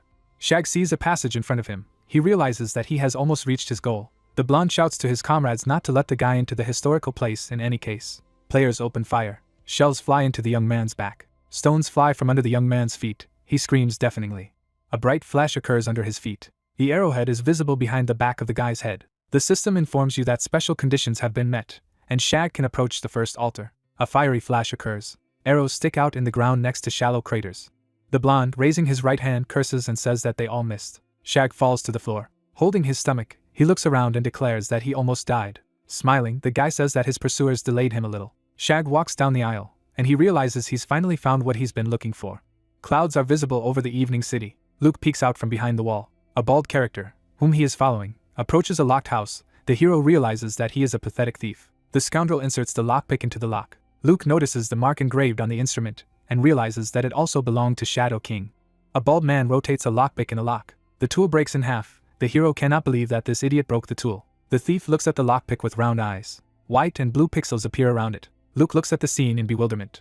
The bald scoundrel inserts the tool into the lock. The hero realizes that the lockpick has miraculously recovered. The scoundrel, laughing happily, opens the lock. The thief opens the door of the dwelling. Luke mentally turns to Shadow King, calls him a moral freak, and thinks that he should have hidden this tool in a place where only he could find it. The guy gets back on his feet. He understands that he must get this lockpick. He remembers an open window he saw a little earlier, and realizes that if he had such a tool, he would be able to open any safes. Luke smiles. He thinks that he will certainly take possession of an instrument that is meant only for him. A bald character hides a lockpick under the hem of his jacket. The hero, raising a clenched fist, declares that he will soon rescue the tool he needs. The door opens. A young man hiding on the roof sees the thief coming out of the house. He watches the scoundrel closely. The bald thief sighs heavily. Luke plans his actions. He thinks he can just kill this bastard and take everything that falls out of him. The young man jumps off the roof, thinking that this plan is too risky and he should steal the lockpick, waiting for an opportune moment. Luke slips. He flies head down. The guy falls to the ground behind the thief, who has a bag of loot in his hands. The bald scoundrel looks around in amazement and asks who frightened him. Luke rubs his bruised head. A bald thief approaches a pile of garbage. Something rushes in front of the robber. He sees a cat holding a rat in its teeth and sighs with relief. Clutching the loot to his chest, the thief goes forward. Inside the garbage heap, someone is moving. From there, the hero's hand rises. Luke gets back on his feet, thinking about how he almost got caught. Looking at the back of the departing thief, the young man thinks that he must be careful, so he will keep an eye on the bald character from afar. The hero smiles. He thinks that even if it takes a long time, it will be the purest and safest way to get what he wants. He assumes that at some point his victim will still let his guard down. It's 7 o'clock. A bald thief opens another door. Midnight is coming. Luke watches the robber from above. It's 7 o'clock again. The sun rises over the city. Smiling, the thief carries a huge knapsack with loot. Peering out from behind the wall, Luke thinks he hasn't slept all night, but he hasn't waited for the robber to let his guard down. The thief enters the tent with his prey. The hero stands next to his home, realizing that his time has come. The young man looks inside and sees a sleeping NPC named Goat. Luke stands over the bald character. He thinks that he is sleeping like a dead man, and does not feel anything around him. The hero's eyes emit jets of pink energy. He uses the Seek skill. The system window informs about the detection of an unidentified object. The young man understands that this is what he needs. He touches the option he needs with his finger, and gives the command steal. Luke looks at the system message that states that the identification progress is only 2%. The guy doesn't understand why it all takes so long. With his arms folded on his chest, the guy sits over the sleeping goat. He realizes that he may wake up if everything continues to go so slowly. The thief tosses and turns in his sleep. The hero raises his left hand in fright. Goat looks at the young man, who curses in his mind, thinking that if he misses this opportunity, he doesn't know when he will have the next one. Luke grabs a dagger. Goat looks at him with a strange look. The hero looks frightened. The thief's eyes roll back. Drops of sweat run down the young man's cheeks. Goat's mouth is dripping with saliva. Luke exhales in relief. Smiling, he looks at the system window, which says that the probability of stealing the infinite lockpick object is 61%. The hero thinks that his chances of stealing are not so bad now. The hero raises his right hand, deciding to try his luck. Goat looks at him in fear. The thief asks who is in front of him. Luke is frightened and pulls away from the slum dweller and curses in his mind. Goat is horrified and asks how the guy got here. The hero puts his left hand forward and demands that the thief not make noise. He covers his mouth with his hand. Picking up a dagger, the hero declares that he is not a bad guy. Goat hums trying to say something.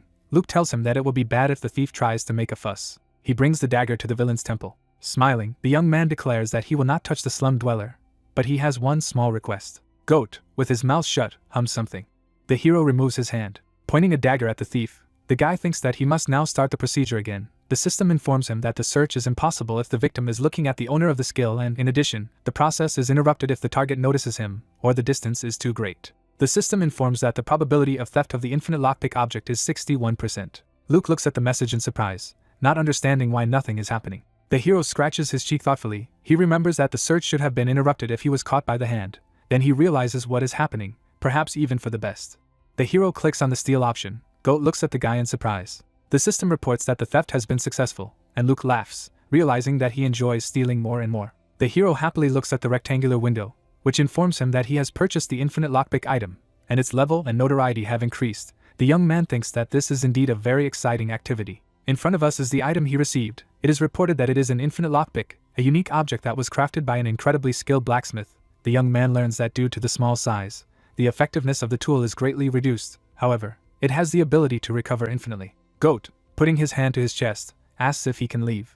Smiling happily, Luke says that the thief is, of course, completely free. Folding his hands in front of his face, Goat thanks the guy for sparing his life. Looking menacingly at his interlocutor, the guy demands that he give him everything he has. The young man puts his hand on the hilt of the dagger. He says that Goat couldn't count on taking anything away from here, and asks if Goat really wants to disappoint him. The thief yells that the guy can take whatever he wants. Luke takes the bag of money from his hand. Goat mentally calls the guy a devil and a bastard. The hero happily says that the good he received will be very useful to him. Luke states that Goat can now leave. He instantly runs away, not forgetting to say words of gratitude. Luke taps his finger on the skill window icon. A system message appears that the active skill search has been increased to the 2nd level, and the hero can now find the necessary items and steal them faster. In addition, even if the search is interrupted, the result window will not disappear immediately. Luke thinks that all this is just fine. The guy puts his hand on his head. He thinks that if you analyze what happened, then he calculated the time almost perfectly. The hero calls the inventory window. He wants to see what he eventually got. An infinite lockpick appears in his hand. The system informs that the guy has found an item that belonged to Shadow King, that he feels the energy of this character and absorbs it. Around the hero who raised his right hand, streams of gray energy are visible. The system reports the retrieval of memories enclosed in infinite lockpick. A chandelier is visible above the bald character. We see an old man with thick eyebrows. Etchin the dwarf, a blacksmith from the Red Anvil tribe, apologizes and says that even if he wanted to do something, he is powerless in this situation. A character in a black robe asks what the blacksmith means. Raising his right hand, Etchin states that the damn lizard took the anvil and hammer he used all his life. His interlocutor declares that this is not a problem at all. The dwarf asks again in surprise. The blacksmith sees the tools in front of him. His interlocutor says that he has only recently destroyed the dragon's nest. Etchin cannot believe what he heard. Looking at the hammer in bewilderment, he says that these are indeed his tools. The dwarf thanks the god of fire Perumian. His interlocutor smiles. Taking the hammer in his hands, Etchin declares that the man is his savior, and if he brings the necessary materials, he will make anything for him. The owner of the black cloak, giggling, asks again. The blacksmith puts his hand to his chest. He says that their tribe does not waste words, and he just needs to say what is required of him. The answer is that everything is happening on time as never before. The interlocutor hands the blacksmith purple material and declares that he has brought everything he needs. Etchin recognizes the magic metal. Looking at the object, the old man says that only his tribe can work with this metal, and then asks what exactly he should make from it. His interlocutor, demonstrating magnificent teeth, says that he wants to get an incredibly important thing for himself. Etchin looks at him in surprise when he hears that he is required to lockpick. The man puts his hands forward and shows what size the tools should be. Etchin, looking at his interlocutor in bewilderment, asks if he is joking, and why it is necessary to spend magic metal on some kind of lockpick. A dazzling smile is visible under the hood. Its owner says that, of course, he is serious. Etchin, taking metal in his hands, says that he can create a magnificent tool from it. The customer declares that if the master pick has the ability to recover, the rest does not bother him at all. Etchin, looking at the man in bewilderment, asks why some lockpick needs to be supplied with such quality. Smiling, he states that he is tired of his tools constantly breaking when he tries to open doors, and he thought it would be convenient to have a lockpick that never breaks for long. The blacksmith says irritably that this is not a serious reason. The black cloak wielder states that the Red Anvil tribe seems to be trying to find a cheap excuse, reminding him that the old man has stated that he never takes back his words. The dwarf takes a hammer in his hands. He puts metal on an anvil. Etchin, with tears in his eyes, calls his interlocutor a scoundrel and shouts that he will do what he wants. The man laughs loudly. The system reports that the replay of memories has been completed, and the hero has acquired a new skill. Luke, raising his right hand, says that it seems like this guy was completely crazy if he ravaged the dragon's nest just to make one lockpick. Bird feathers are visible above the head of the owner of the black robe. The hero does not understand how such a character could turn into the one who became known as the Shadow King.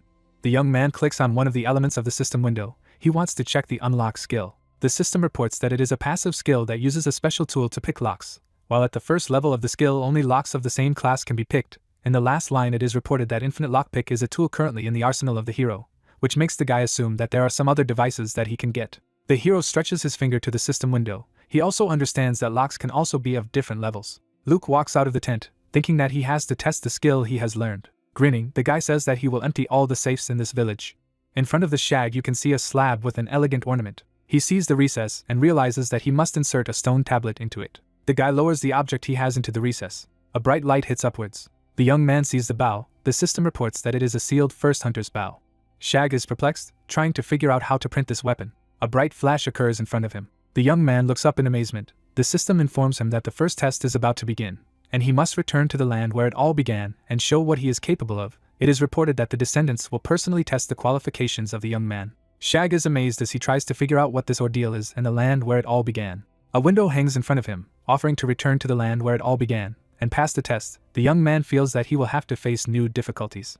Shag grabs his head. He asks how long he will need to run laps. Clouds are floating over the buildings. It is reported that the case takes place at the same time in the village of Patron. Luke bouncing in the direction of the window. It pushes off the cornice and flies up. The hero lands. He sees a safe in front of him. The system warns the guy that he has entered the dwelling without permission, and his notoriety has increased in real time. Luke shakes his head. He believes that he is using a fake identity anyway, so it doesn't matter how much his notoriety increases. The young man thinks that he has checked everything and no one should be around. The hero, smiling, takes out a lockpick. He decides to open the safe. Luke pulls the tool towards the tampering object. He is amazed to notice the projection of the lockpick in front of him. She points to the lock of the safe. The hero understands that he is being taught how to work with this tool. The guy inserts a real master key into the slot of the lock. He turns it counterclockwise. Luke sees a message in front of him stating that the locked crate of the first level has been successfully opened.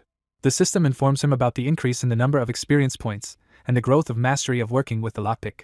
The young man opens the door of the safe, thinking that it is just amazing that for this they also give experience points. There is a blue rectangular object in the safe. It turns out that this is a cloak. The hero understands that it is needed in order to hide his appearance. The system reports that the hero has stolen a valuable item that belonged to someone else. The second window informs about the activation of the characteristics of the profession. The guy learns that the number of experience points increases in proportion to the number of stolen items, and in addition, the skills related to theft improve. Luke stares at the window in front of him in bewilderment, trying to understand why opening a safe is also considered an act of theft. Looking over the cloak, the young man notices something else. He takes a sheet of paper out of the safe. In front of him is a note in which it is reported that the object of the tests demonstrates rejection. The experiment is considered impossible, and it is necessary to get rid of the object. The hero tries to understand what it is all about. Luke looks at the paper. He thinks it all looks like an experiment report, but it's very difficult to understand what exactly it's about. The young man is standing next to the bed. He plans to go to rob another safe. A system message appears next to the guy's face. The hero learns that the sender is his sister, and he can answer her now or later. The guy reaches for the system window, trying to understand why Mira is bothering him again. A keyboard is visible in front of the guy. He asks his sister what she needs. She replies that tomorrow she will be in the area where the young man lives, and wants to meet. Luke asks why this is necessary. The girl says that she is dating her friend, and since she will be in the area where her brother lives, it would be nice to meet him. The hero thinks that this is an acceptable proposal. Before us is the further correspondence of two relatives. The hero asks if his sister is dating a friend only because of him. Mira replies that this is just a coincidence. Luke asks if this is really so, to which the girl writes that the guy can trust his sister like no one else. The hero thinks that he can believe that everything is exactly like this. Luke, smiling, continues to type. He asks what time he needs to arrive. Mira informs that the guy should come to the bus station around 2 o'clock in the afternoon. He writes that he understands everything. With a wave of his hand, the young man closes the correspondence window, thinking that he still has a lot of time until 2 o'clock tomorrow. Luke smiles happily. He thinks that all the time left until the meeting, he will be robbing safes, and he has a huge amount of work ahead of him. The guy is visible in the window of the room. He opens another safe. The system reports that he entered someone's home without permission, as well as the information we are already used to. In the safe there is some money and a notebook. The system reports that the guy received 2 silver coins and a confidential report. The hero takes a sheet of paper in his hand. It is reported that several healthy men are needed for the 4th experiment. The guy climbs onto the roof. He runs forward under the bright moon. Luke runs to the edge of the roof. There is a smile on his face. The system reports that his notoriety rating has once again increased. A young man flies against the background of the moon. Clouds are floating in the sky. It is reported that the case takes place the next day. In front of us is the waiting room. The hero stands at the column. He looks at his phone, wondering where his sister is. The girl greets her brother with a wave of her hand. An embarrassed friend is seen next to her, who clearly did not expect that his sister would bring someone else with her. The hero, smiling, looks at the girls. Mira asks how long he had to wait. The guy replies that he has just come here. Looking at his sister, he asks if Mira mentioned this friend in the correspondence. She confirms this assumption. The girl, smiling, declares that they met a long time ago, but did not want to separate, so she decided to introduce her friend to her brother. The hero, raising his left hand, asks again in surprise. Mira happily states that her friend, who also plays Agas, needs help, and since Wu is a real expert in this game, she thinks he will be able to help. The hero states that his help is quite expensive. Mira shows the package she brought and says that the food is delicious, so the guy doesn't have to worry about paying. She turns to her friend and asks her to say hello to her brother. The girl, blushing, greets her, after which she says that her name is Hanul, who seems to recognize her. Thoughtfully rubbing his chin with his finger, he thinks that he saw this face somewhere. The guy tries to remember exactly where it was. Armor pops up in the young man's memory, as well as a deep neckline. The hero realizes that Rabbit is in front of him. The guy looks at the girl in amazement, realizing that it was her who was stolen by Electro. Wu looks at the puzzled beauty in fright and remembers that in the game her name was Rabbit. The guy is trying to figure out what she is doing here. The young man recalls his behavior in the game, thinking that Hanul must have already realized that he stole the Electro from her. The hero urges himself to calm down. Holding out his hand, He states that he is very happy to meet him. Then he reveals that his name is Yusuk-woo, and Mira is his younger sister. The hero thinks that the girl will not recognize him, and he will hide that he knows her for as long as possible. Mira, looking happily at her friend, states that, as she said, her brother is very good at agas. Hanul asks in surprise and wonders how good the hero is as a player. Woo panics and mentally asks his sister to stop. The hero looks frightened at the girls. He understands that all this is very dangerous, and he can be brought to light. Rubbing the back of his head, the guy tells his sister that something unexpected has happened, and he must run urgently. Mira asks again in amazement. Hanul, looking at the young man in amazement, says that it seems to be Luke in front of her. A crooked smile appears on the guy's face. Happily clenching her fists, Hanul shouts that she was not mistaken, and it is definitely Luke in front of her. Mira turns her head. She asks if her friend really knows her brother. Woo hesitantly says that he doesn't seem to remember the girl. Hanul looks at the young man with resentment. Gloomy, she apologizes. There are tears in the girl's eyes. She says that she met the hero in the game only once, and then by accident, she apologizes for addressing him as a good acquaintance. Woo looks at the girl in surprise. Mira looks at her brother angrily. She demands that he tell her everything from beginning to end. A threat appears in her eyes. She demands that the guy do it right away. Woo looks at the girl in fright and curses to herself. Woo, Mira, and Hanul are seated at a table. The hero's sister is surprised to say that this world is small, and she can't believe that her brother and best friend met in the game.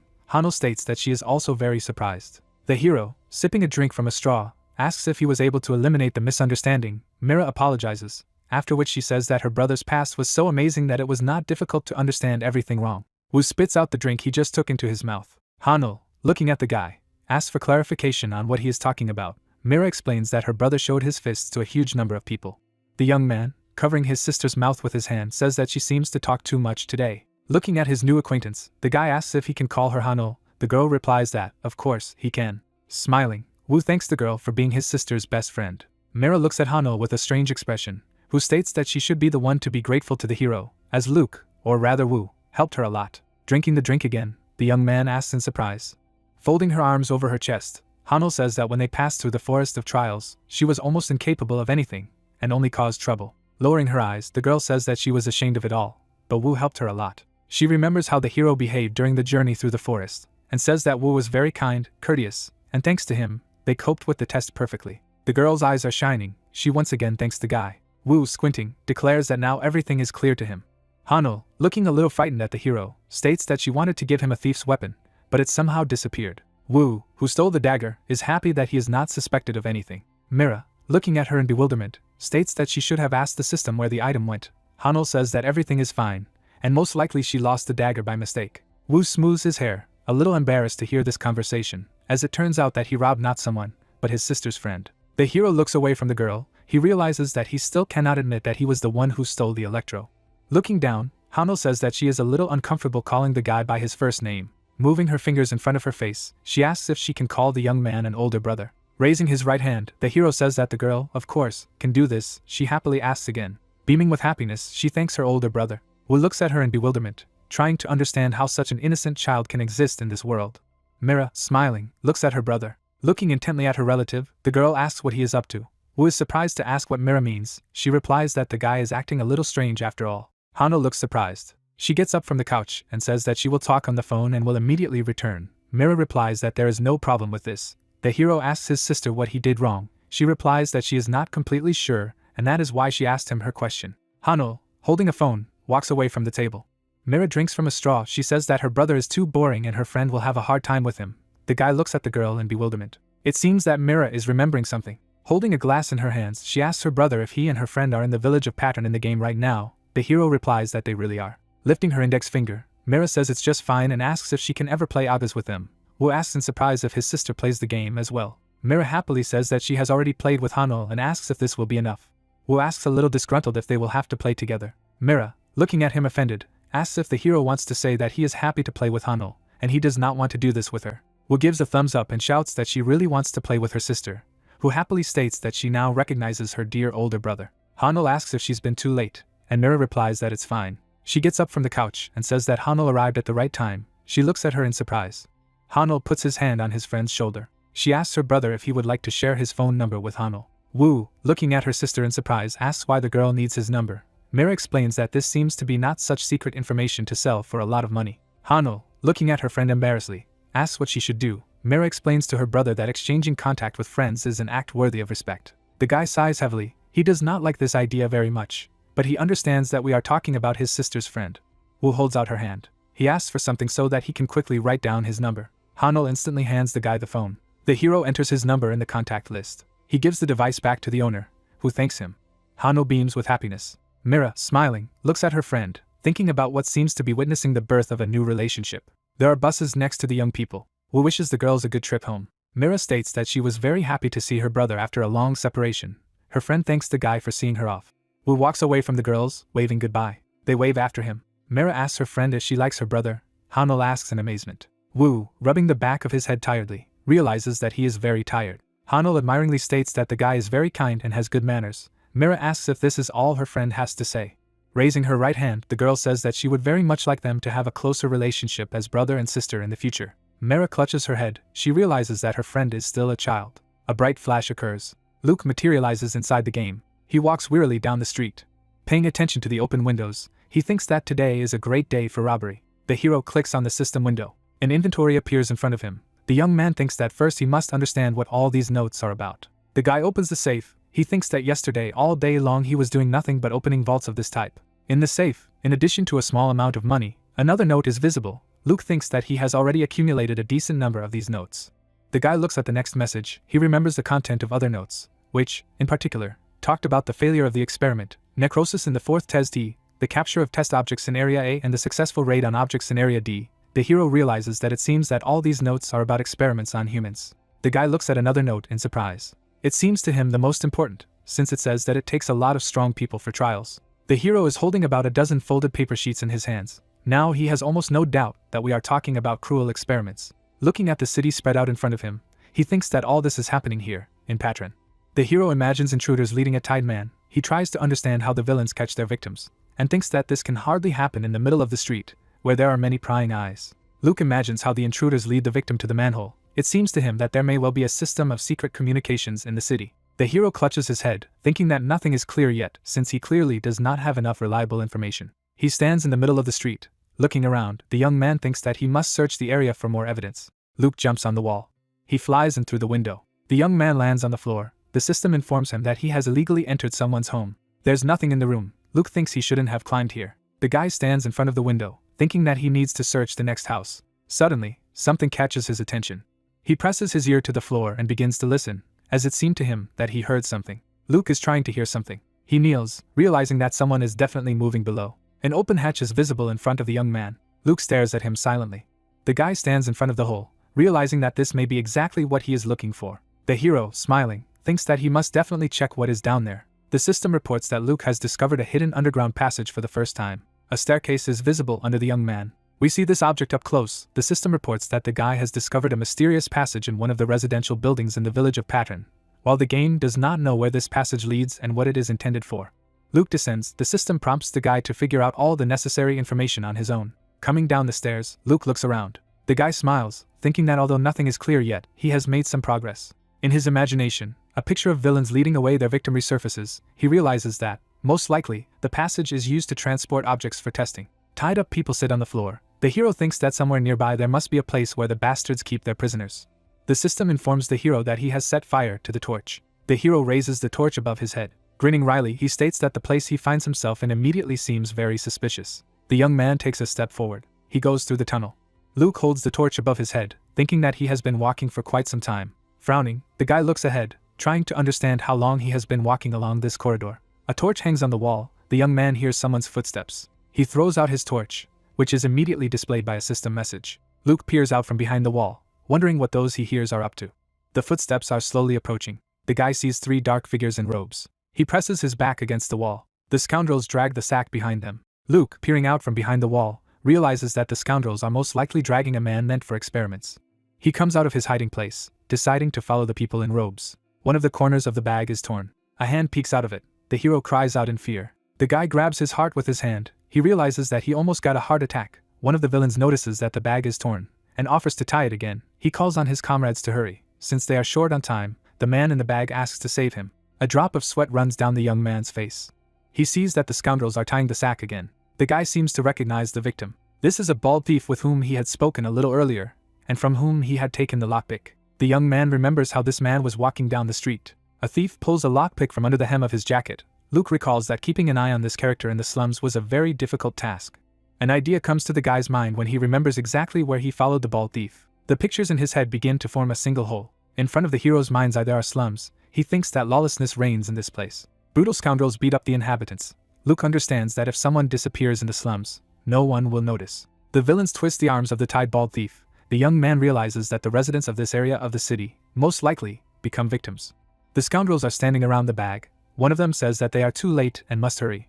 His comrade reports that he tied the bag properly. The scoundrels set off again. The hero looks out from behind the wall. He smiles, realizing that he will soon get to his goal. The guy is very interested in what he will see there. People walk along the streets of the village.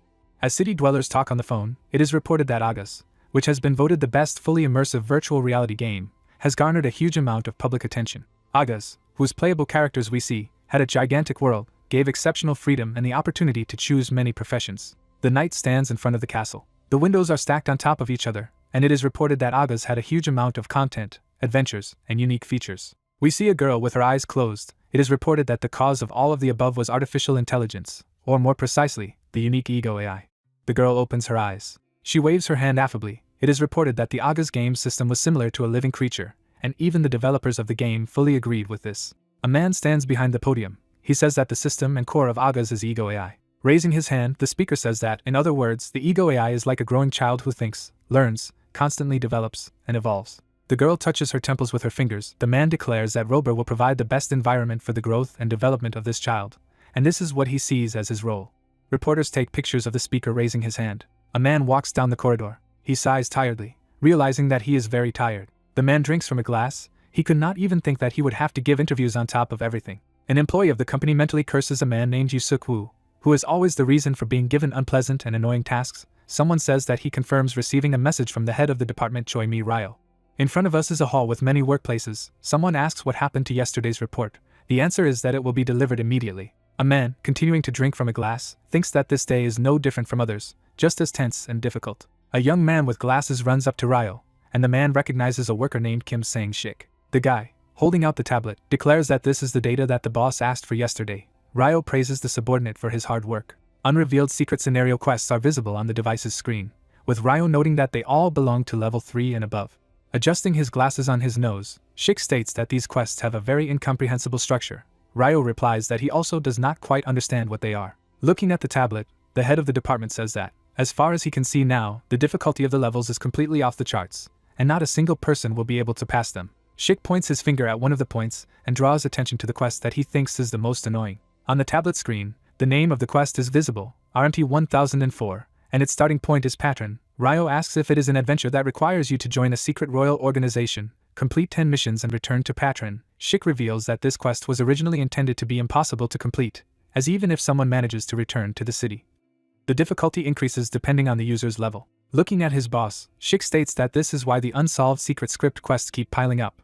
The man replies that they are very lucky, because if someone could complete these missions, they would have to work after hours and gather for emergency meetings every morning. The interlocutors look at the people gathered in front of the monitor. One of them shouts that one of the quests has unexpectedly activated. Ryo walks up to the team and asks what's going on. The operator points his finger at the screen. The man disgruntledly declares that if it is a false alarm, the one who raised it will be in big trouble. The man sees a system window informing him that secret scenario quest RMT 1004 has been activated. Shik, raising his right hand, states that if this is really the same quest, then they are in big trouble. Sweat is flowing down Ryo's face. The man cannot understand why this is happening to him. Standing behind the operator, he asks when this alert appeared. He replies that it was exactly 1 minute and 40 seconds ago. Looking into the eyes of his subordinate, Ryo asks what the user code is. The operator replies that it has not yet been possible to establish it. With his left arm outstretched, Ryo demands that the information he needs be found immediately. Standing with a glass in his hand, he tries to understand what the hell is going on here. The man knows perfectly well that the quest of the secret script is impossible to complete. Ryo grits his teeth in anger, thinking that he already doesn't have enough time for anything, and now he will have to work even harder. Luke peeks out from behind the wall. He looks after the scoundrels who are dragging the bag. The young man thinks that the surveillance has dragged on. The guy understands that just following a group of people is very boring. Luke raises his hand. It seems to him that when there is so much free time, the best entertainment is stealing. Jets of purple energy rise above the guy's hand. The hero makes several jumps and finds himself behind the villains. Smiling, he tries to imagine what exactly he can take away from them. The hero looks in amazement at the system windows, which report that the NPC Lemon has a laptop, the probability of successful theft of which is 50%. The young man finds it strange that every time he uses the skills search on NPCs, he is given complete information about the identity, but in this particular case, this did not happen. People in robes drag the sack behind them. The hero, whose eyes are shining, decides to commit a theft and see what happens. He sees a system window that informs him that the theft has been carried out successfully, and the hero is beginning to get used to his profession, and the guy also learns that he has reached the second level of mastery. Standing behind the villains, the hero clicks on the skill menu shortcut. A message appears stating that at the second level of the active skill steal, the hero can receive loot from a greater distance, and that some parameters affect the probability of successfully committing a theft, and it is also reported that the dexterity and luck parameters are currently being applied, all of which seems incredible to the guy. Luke happily clenches his fist. The information he receives inspires him, and he thinks that stealing will now become much easier. People in robes approach the gate. The villain who goes first declares that they have arrived at the place. Luke jumps onto the wall at a run. It seems to him that they came to the goal at the wrong time. Clinging to the ceiling, the hero hangs over those whom he pursued. The scoundrels look around in unison. One of them asks in surprise what happened. The leader, who is already entering the gate, replies that he most likely just imagined something. In front of the hero is a dark doorway. Jumping to the floor, he is relieved to say that he was almost caught. The young man presses his back against the wall. He peeks out from behind it, mentally asking the scoundrels what they are up to. The guy sees carts in front of him. People in robes are pulling white bags. They stack them at the carriages. The hero, looking at all this, understands that a large-scale operation is being carried out here. The underground hideout is filled with carriages and crates. Luke wonders what it all means. People in robes load bags into carts. Luke realizes that this is a place to collect and transport kidnapped people. Also, wooden boxes are loaded into the carts. The guy sees that the attackers act very thoughtfully and confidently. Loading continues. Eventually, the white bags are hidden by wooden crates. Luke realizes that it all looks like normal cargo now, and no one will find fault with it. The villains put the bald thief in a bag. The young man thinks that after kidnapping the slum dwellers, they will be led through secret passages and transported to a place where secret experiments are carried out. People in robes are pulling a sack behind them. They load their victims into wagons. The vehicle is removed. Luke recalls the view of Pattern from the roof on which he recently stood, trying to figure out where in this locality there might be a destination for carts leaving the dungeon. The young man hears loud screams. Someone declares that the master has appeared. Luke sees the backs of criminals. He happily rushes forward, realizing that if someone has arrived, then he has the opportunity to act. The hero jumps behind the back of people dressed in robes. He peeks out from behind a rock, hoping to see the face of the said gentleman. The guy is seen behind the mage, holding a staff in his hands. He addresses his henchman named Mandark. The magician towers over the trembling villain. He asks why he was late. The young man admits that he committed a mortal sin, and reports that the bag in which the object for testing was torn. He wants to add something more, but the magician, calling his subordinate a pathetic worm, orders him to shut up. He puts forward his hand with his fingers outstretched. In horror, Mandark covers his face with his hands and begs his master to spare him. Purple jets rise around the magician's hand. He shouts that he does not want to hear any excuses. Luke looks on in horror and can't believe his eyes. A bright flash occurs. A dark cloud creeps over Mandark. Green energy streams from his eyes. The young man loses his flesh, turning into a skeleton. The corpse falls under the mage's feet. He raises his hands to the rest of his subordinates and shouts that if they dare to harm the experiment aimed at obtaining an ideal creature, they will die in unimaginable agony. People in robes make it clear to the mage that they understand him. The hero leans back on a rock. He curses mentally and thinks that he had a bad feeling about all this. The guy remembers how the magician killed his subordinate, and now he has absolutely no doubt that these scoundrels conduct cruel experiments on people. Chains and people screaming in terror can be seen next to the mage. Luke realizes that he is dealing with dark wizards. The guy pays attention to the passage located near him. He thinks that there must be a lot of valuable items behind it, but he somehow does not want to mess with dark wizards. A system message appears in front of the young man. The magician, hearing a suspicious sound, turns around and says that he feels something suspicious. Luke knows he's heard. The magician goes forward, informing his subordinates that he must check everything. He orders them to follow him. The young man peeks out from behind a rock. He really does not like the fact that he got involved with. As it turned out, a very smart character, the young man understands that he needs to get out of here as soon as possible. He reaches for the system message, thinking that he must first get rid of the pursuit. The guy opens his mouth, not understanding what is in front of him. Luke clicks on the inventory icon. He realizes that he has to solve the problem for now, and he can deal with the rest later. The hero examines the objects he has, trying to understand which of them can help him escape. People in dark robes drag a sack behind them. Luke smirks. He comes up with an idea of how to fool his pursuers. The system gives several messages about the use of the torch. Luke, smiling, holds 6 objects of this type in his hands at once. One of the scoundrels turns around. The criminals notice that everything around them is on fire. Holding out his hand in front of him, one of the scoundrels shouts that it is a fire. The magician, turning around, asks in surprise what is happening. He orders the fire to be extinguished immediately. His subordinates shout that the wagons are on fire, and the order is given to immediately evacuate the test facilities. The magician, shaking his head, looks at what is happening. His eyes burn under his hood. He heads somewhere to the side. The servants call out to their master in surprise. The magician's hand emits a glow again. He thinks that the one who did all this will regret his act very much. A purple vortex swirls around the scoundrel's limb. He shouts loudly that he will torment the pyro for a long time. Spreading his hands to the sides, he calls his offender a royal bastard. The magician tries to understand what is happening. There is nothing behind the stone in front of which he stands. The villain begins to think that he was just dreaming. Suddenly, he notices something. The magician sits down on one knee and is asked if he needs help.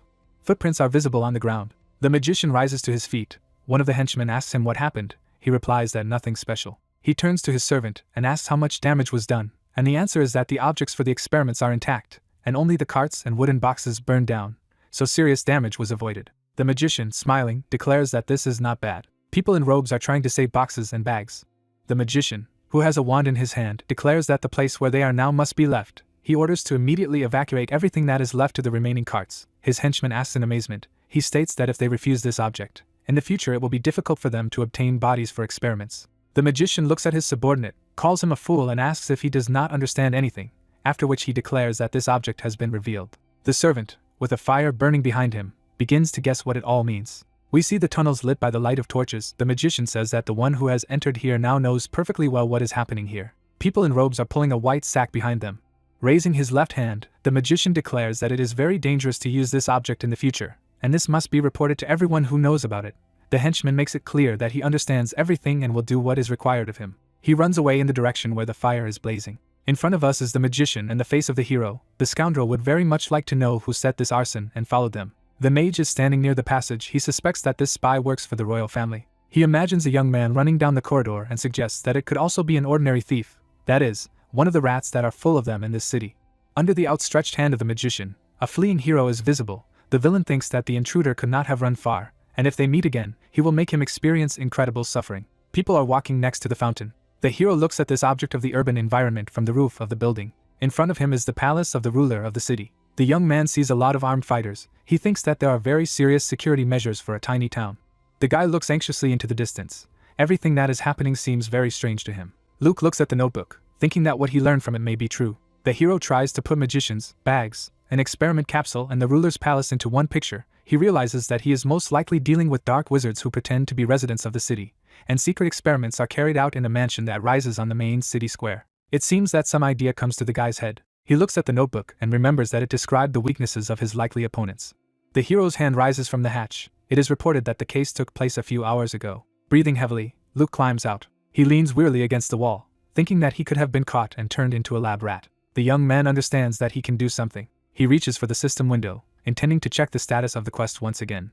The guy sees two system windows in front of him. They report that as part of the hidden quest, the mystery surrounding Patron, the hero has witnessed the secret experiments of dark wizards. The game assumes that the only thing a young man can do is to inform the royal family about what is happening, and for this you need to go to the capital of the kingdom and provide a report. Then the hero will find out the conditions for completing the quest, according to the last of which the guy must prove his accusations and convince the audience by making a speech. The hero draws attention to the fact that the level of difficulty is not specified and suggests that this can only mean that it is outrageous. Luke looks at the mountains in the distance. He realizes that he can easily block the road to the capital. He looks at the system window describing the conditions of the quest, and he does not like them very much, as he realizes that they are trying to use him as some kind of brainless messenger. Luke touches the system window with his finger, knowing that sooner or later he will have to go to the capital anyway. The hero approaches the window with the feeling that he just wasted his time. The guy understands that in order to prove at least something to someone, he needs evidence and evidence. Luke stops. An idea comes to his mind. We see a notebook that the guy remembered about. Smiling, the young man looks at the inventory window, realizing that he completely forgot about this object when he escaped from the dungeon. It seems to him that the notebook may contain all the necessary evidence. The system window informs him that the third condition of the quest has been met. Luke is amazed. Another window appears, which informs you that the user met the last condition first, and therefore the existing scenario has undergone significant changes. Luke, who is tormented by the worst suspicions, clicks on the quest icon again. The system shows him a description of the secret quest, the mystery surrounding Patron. It says that the dark wizards are posing as the inhabitants of Patron, that the hero has learned of the fact that they are conducting a terrible experiment on the slum dwellers, and that the experiments are being carried out in the mansion of the Baroness Valkens. The game claims that this is a great opportunity to defeat the insidious dark wizards, and the hero must go to the capital of the kingdom to communicate everything. Luke can't believe that the system so quickly corrected all the errors in a quest that didn't go according to script. He looks at the changed elements of the quest description. Luke is visibly shocked. He realizes that he has just been informed that the experiments are being conducted in the Pattern Lord's mansion. The hero slams his notebook shut. Closing his eyes, he curses in his mind. In front of us is the mansion of the ruler of the city. Luke stands in front of a high fence, realizing that behind it is a place where secret experiments are carried out. The young man thinks that he can use the parkour skill to sneak into the mansion and check what is happening there. The hero looks up. Behind the fence are fighters armed with axes. Luke realizes that the mansion is well guarded, that he can't do anything during the day, so he must try to get inside at night. Luke hears someone nearby demanding that Lord Valkans leave the mansion. There is bewilderment on the guy's face. He is trying to understand what exactly people are demanding. The fighters stand in front of an indignant crowd. People shout that they do not need a gentleman who cannot solve his own territorial problems. One of the protesters demands that the Baron immediately appear in front of them. The crowd protests in front of the fighters, holding it back. Luke tries to understand what this unrest is about. The guy takes a closer look at what is happening. He realizes that he sees NPCs who are the inhabitants of Pattern, who have gathered in front of the mansion of their ruler and staged a protest. All this seems strange to the guy, since he has not seen anything like this in this game before. We see the fountain standing in the town square again. Luke smiles. He realizes that all of this can only mean one thing, and that is that the events that are happening are related to the quest he is performing. The young man remembers the system window of the hidden quest, the mystery surrounding Pattern. The protesters throw up their hands. They demand that the guards call the Baron. One of them shouts that Valkans must answer for his actions. People are really outraged. They are shouting that they will take what rightfully belongs to them, and they have their own rights on this land. The stone hits the shield of one of the fighters. The officer, looking at this, anxiously declares that the situation is heating up. He looks at the blonde man standing behind him, calls him Captain Kyle, and warns him that the whole thing is becoming dangerous. He asks for the necessary orders. The latter, closing his eyes, declares that he has a headache from all this, and he proposes to simply let people inside. His subordinate declares that this is complete absurdity, and in this case, an order to disperse the demonstrators is required. Raising his right hand, Kyle declares that he will not disperse anyone. The second officer asks what this means. Kyle, who appears to be a bit absent-minded, states that their job is to protect Pattern, which includes his citizens. The fighters talk angrily, one of them declaring that the captain is talking nonsense again, another complaining that he hasn't had time to eat anything today, and a third is making plans for the evening. The captain, looking at the lieutenant, suggests that he be honest with himself. The officers frown at the crowd. Kyle asks if his subordinate understands the current situation, namely how Baron Valkans is behaving. The lieutenant states that they must follow the orders of the higher command anyway. Looking at him, Kyle declares that the Baron does not care at all about what is happening in the city. The officers remember the robed men carrying the bag. Kyle states that their master is only concerned about the delivery of supplies to the mansion at night. The lieutenant asks if the commander is referring to suspicious people who cover their faces with hoods. He says that he is not even aware of what is being delivered to the castle. The man recalls his meeting with one of these people. He reports that even if he wanted to check what was happening in the mansion, no one would let him inside. Looking at the fighters in front of him, Kyle states that the situation is simply desperate. It continues to deteriorate, and there is no way out in sight. According to him, if everything is not solved here and now, it will eventually end in riots and real chaos in Pattern. Kyle imagines a city on fire and her fighters fighting the townspeople.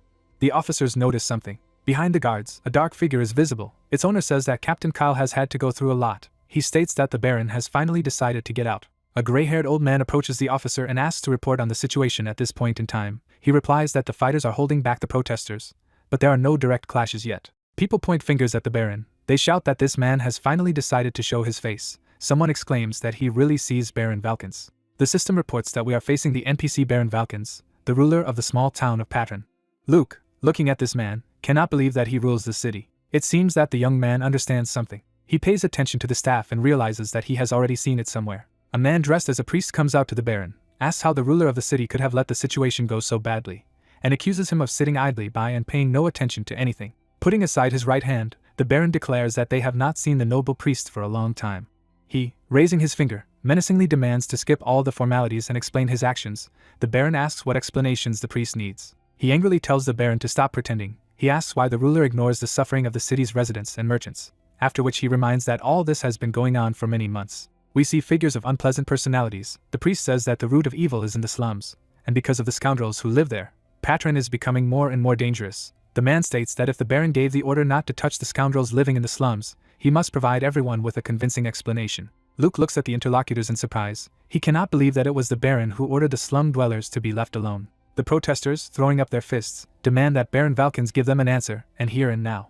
The man sighs heavily when he hears these chants. Looking at the crowd, he asks if there is any special reason needed to show empathy for his countrymen. The Baron looks out the window. He declares that every time he sees this impoverished area, he feels guilty. The man explains that the unfortunate slum dwellers spend all their days on the street, in hunger and cold, and cannot get out of the life situation in which they find themselves. We see a drunkard sitting against the wall. The Baron states that it is the responsibility of the head of Pattern to help these people, and reveals that he has prepared supplies that will help improve the lives of the inhabitants of this impoverished area.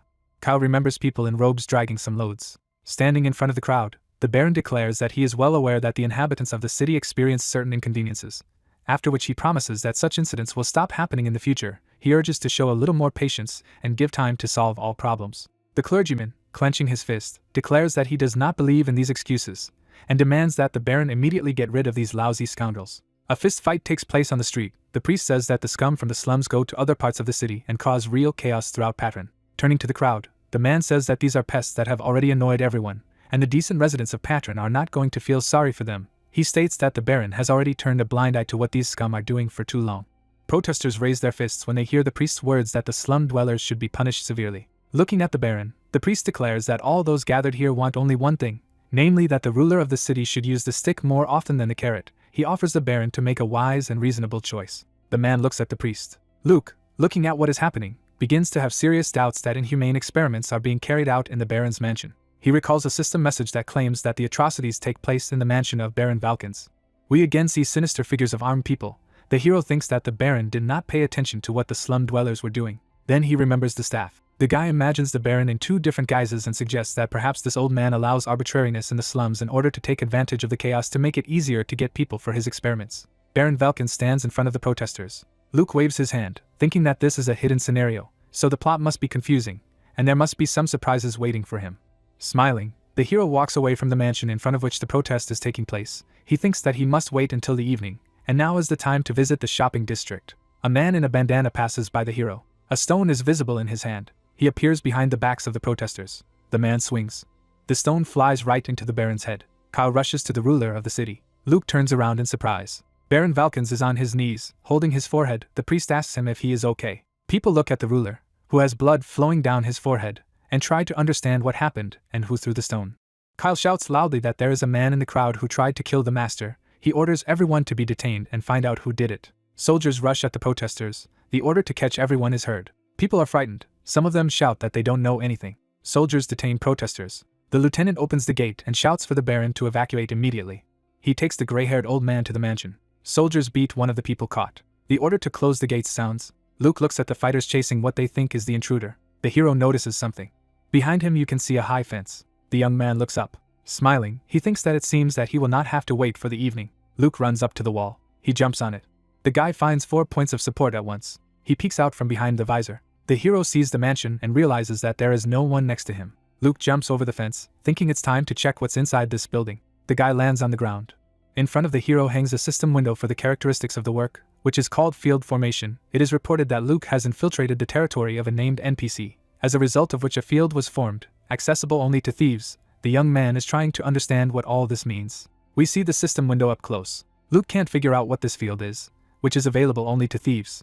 Another window informs that the level of suspicion is 0%, and no one sees the hero now. The system informs that the value will increase if the user gets into someone's field of view. A minimap appears in front of the guy. Luke pays attention to the blue arrow and realizes that it most likely represents himself. The arrow changes to a portrait of a guy. He realizes that the red dots indicate NPCs. The young man decides to test his assumption. The guards close the gate. Luke, hiding behind a tree, watches the owner of the manor, who is being taken away by the officers. The Baron holds his face. The hero, looking at the minimap, understands that the disposition of the icons exactly corresponds to what he sees in front of him now. 4 red dots are visible on the minimap. Luke realizes that they indicate the location of the NPCs closest to him. Smiling, the young man rushes forward. He thinks that if the information he received is to be believed, there is no one around except for the Baron and his entourage, which means that it is possible to enter the mansion. Kyle walks up to the Baron on half-bent legs. He asks if he is okay. The man, covering his eye with his hand, declares that everything is fine with him, and he received only a small scratch.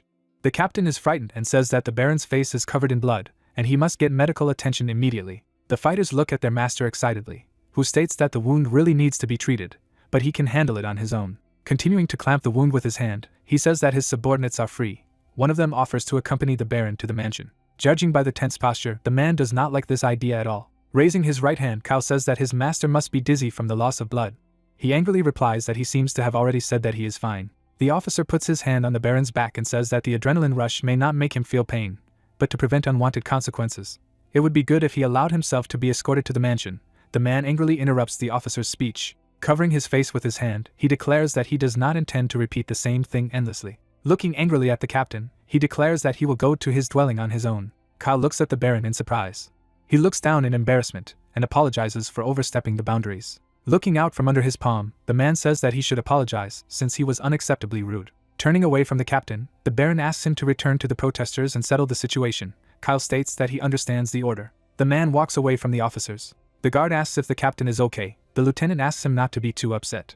Folding his arms over his chest, Kyle looks after the departing Baron. He realizes that he did not let him into the mansion. Although it was the perfect excuse to get there, the captain realizes that, most likely, the ruler of the city is hiding something inside that needs to be hidden even from the guards. Kyle looks out over the stately mansion. The hero walks forward on half-bent legs. He looks around, thinking that even if the Baron is connected to dark magicians and terrible experiments are being carried out in the mansion, now he just needs to steal valuables. The guy runs down the corridor.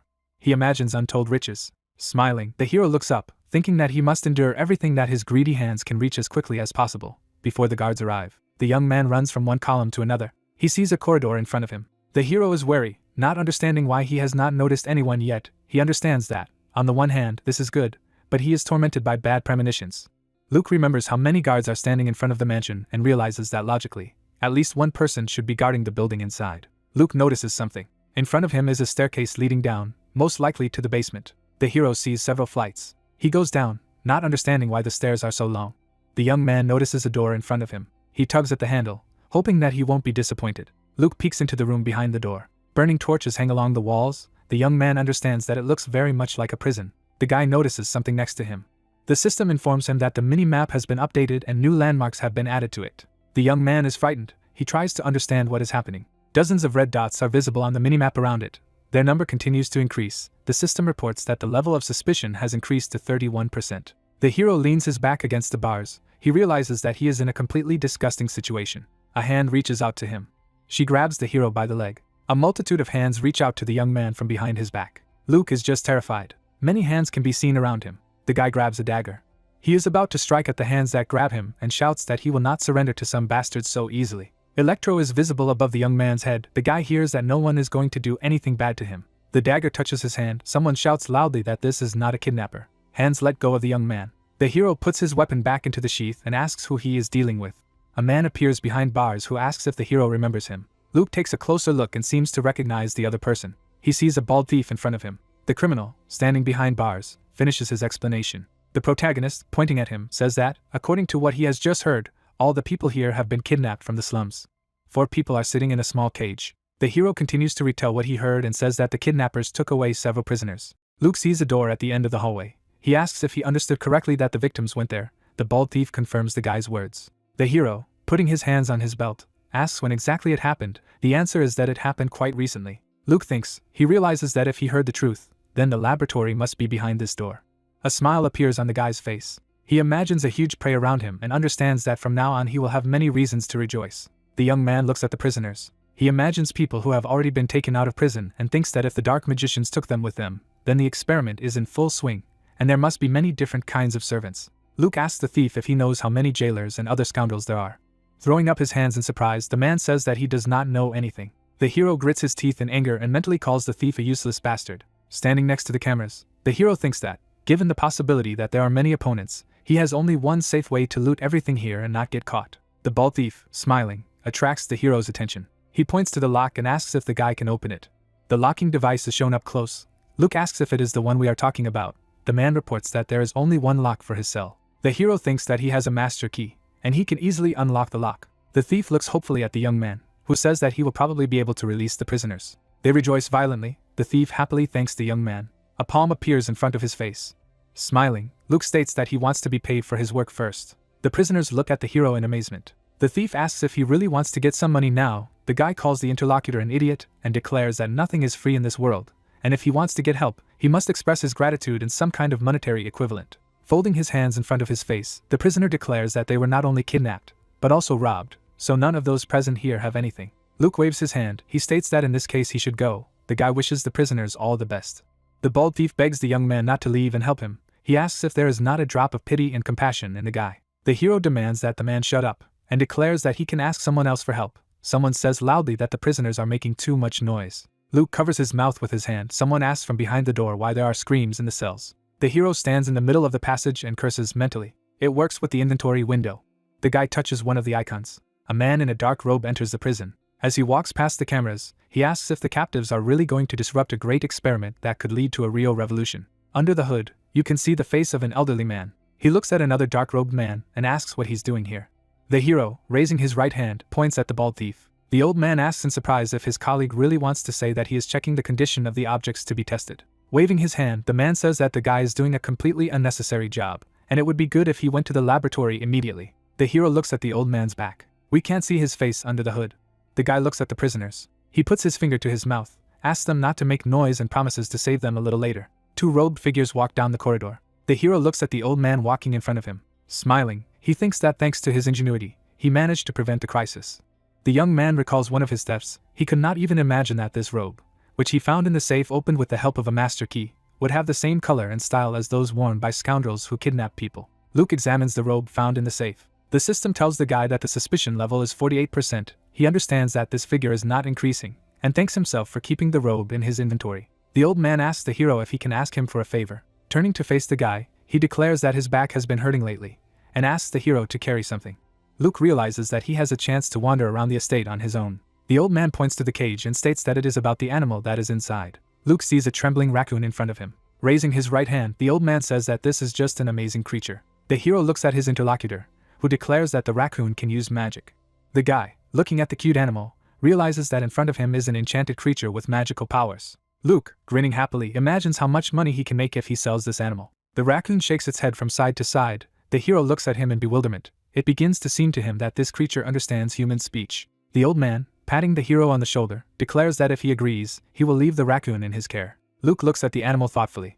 He looks up, thinking that the old man is behaving completely irresponsibly, and now he will teach him a quality lesson. The guy raises his right hand. The system informs him that the NPC Rachef has 5 silver coins, after which a notification appears that the theft has been successfully committed. The young man stands behind the old man. He successively steals the lowest level magic scroll, fairy pollen, dark crystal and mermaid tears from him. The guy thinks that all these items are worth at least 30 silver coins each, which means that he has a real treasure chest in front of him. Surprise appears on the young man's face. Luke looks at the system window and tries to figure out why the text color isn't as green as it used to be. It seems to the guy that this may mean that he has a higher level object in front of him. Grinning happily, the young man thinks that he simply must take possession of this object. In front of the hero hangs one identification, which reports that the progress is 10%, then this figure reaches 59. People in robes stand in front of the prisoner. The progress of identification reaches 79%. The hero is happy to notice that the identification was successful. The magician standing next to Rachef looks at the hero and asks why the guy has such a grin on his face. We see a mouth wide open. In front of the people in robes stands a mage with a staff in his hand. The hero is surprised. He cannot understand when they manage to get to the laboratory.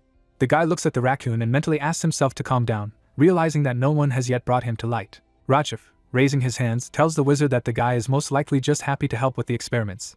The wizard replies that perhaps this is indeed the case. Rachef, handing him a green sphere, says that this is the very item he was supposed to deliver. The mage thanks the old man for his excellent work. Luke simply does not believe in what is happening. The system tells him that this is some kind of mysterious source of a unique level. The guy mentally calls the magician a thief who stole his priceless item. The sphere glows brightly in the wizard's hands. The system informs him that, apparently, the hero will be able to find out exactly what it is only when he takes possession of the object. The raccoon trembles in the cage. The hero is incredibly annoyed by the fact that the missed object has a unique level. He tries to imagine how much something like this can cost. Luke looks in surprise at the system window, which informs him that the condition for exploring the inside of the mansion has been met, and he also learns that the script and content of the current quest have been changed. The system window dedicated to the hidden quest, the mystery surrounding pattern, reports that the guy has gone on the trail of the head of the Dark Wizards, whose name is Regal, who is conducting secret experiments. The game indicates to the hero that he cannot waste time and must bring justice to the vile evil wizards, as well as neutralize their leader, while Luke thinks that this is not important at all. Rachef, smiling, asks his master to continue the experiment. The latter, examining the green sphere, says that he will postpone the continuation of work until tomorrow. The old man asks again in surprise. Regal holds his face with his hand. He states that he is now dizzy and cannot continue working. The head of the wizards reports that everyone can go home. Rachef, smiling, asks if they can stay to analyze the results of today's research. Regal gives permission to do so. One of the wizards, raising his hands, offers to rest for a while, and then return to the laboratory. His friend declares that he likes this plan. The third villain says that he does not need to rest and will stay. People in dark robes pass by cells with prisoners. Luke, who is being looked at with displeasure by Rachef, says that in this case, he will also leave. The old man asks where the young man is going. The hero looks at him from under his hood. Rachef, smiling, states that the guy should take the raccoon to where he took it. Luke walks away from an old man talking to another wizard. The young man thinks he can deal with Regal a little later. He remembers the wizard leader holding his face and realizes that he must retrieve the green orb, which he believes is rightfully his. Grinning happily, Luke thinks it's time to wreak a little havoc. Wizards walk through the door. She closes behind them. One of the prisoners asks if all these bastards really left. The second assumes that the guy who could have saved them shamefully escaped. The prisoners remember the grinning hero. One of them says that he did not like this scoundrel from the very beginning. His comrade declares that this disgusting face still does not leave his head. The bald thief, raising his left hand, asks everyone to listen to him. Looking at his comrades in misfortune, he declares that they have no idea what kind of guy he is. He declares that he is the most disgusting scoundrel in this world. The thief, clenching his fists angrily, shouts that this moral freak threatens sleeping people with a knife, steals everything that belongs to them, and takes away their homes. Someone is standing next to the camera. Luke frowns at the bald thief, who claims to have suffered from a disgusting bastard, and does not expect him to keep his promise to someone. The hero asks the bald prisoner what he says. The thief throws up his hands in fright. Luke asks why the man was so surprised. Squatting, the guy asks if some of his words seemed offensive to the thief. He declares that the young man misunderstood everything. The hero, pointing his finger at himself, asks who in this case is the most disgusting person on earth. He declares that if the prisoner meant him, then with these words he discouraged any desire to free the slanderer. The captives look at the hero with pleading eyes. The bald thief apologizes and admits that he deserves to die. The others ask the young man not to leave them in trouble. A master key appears in the hero's hands. He declares that he was joking and will still release the prisoners to freedom. The guy picks the lock, fulfilling one of the conditions of the quest. The raccoon looks at the young man in fright. Luke, looking at the puzzled animal, states that he will let it go, despite the fact that he would surely get a good price for it. He explains that there was simply no place for the raccoon in the inventory. I smile. Luke declares that now it's the turn of the people to go free. The prisoners thank the young man.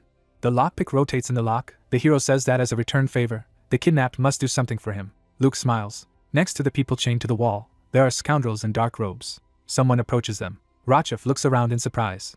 The freed captives approach their tormentors with a menacing look. The bald thief puts his hand forward and gives the order to attack. He shouts that the kidnappers must be beaten to a pulp. The slum dwellers rush forward. One of the wizards says that the objects for the experiments should be driven back into the cages.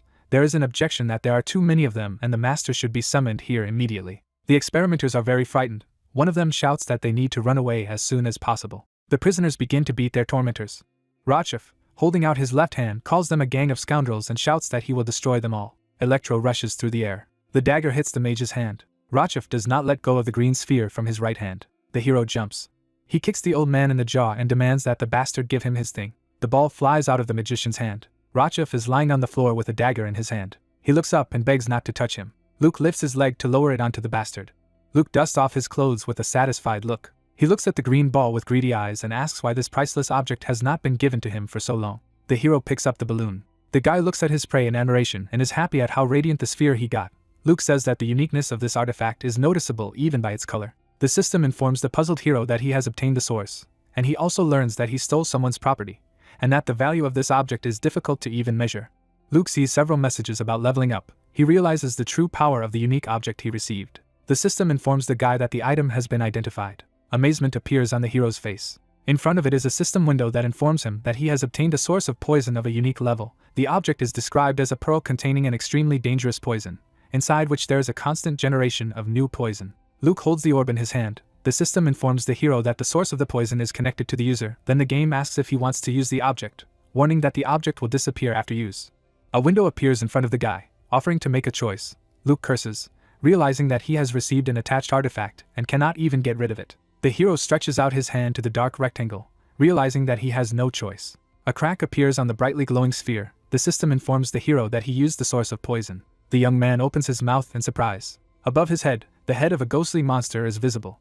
Luke puts his right hand forward. Systemic messages appear in front of him, thanks to which he learns that the poison has entered his body, and the essence of this poison takes place in the body, and it is also reported that the hero has acquired the hidden skill essence of poison.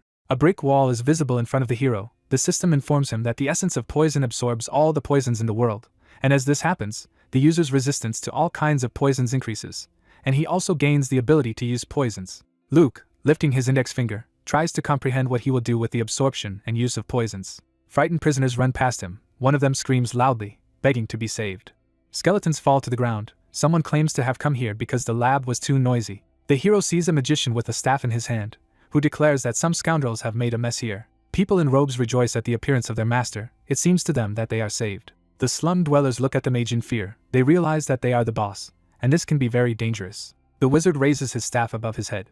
Jets of energy spread from under his feet. The system reports that the NPC Regal has activated a dark aura. Violet waves fly in all directions. Luke is hiding behind a wall, watching the mage. He didn't expect this bastard to return. Regal, smiling, raises his right hand. He puts it forward, declaring that everyone is going to die now.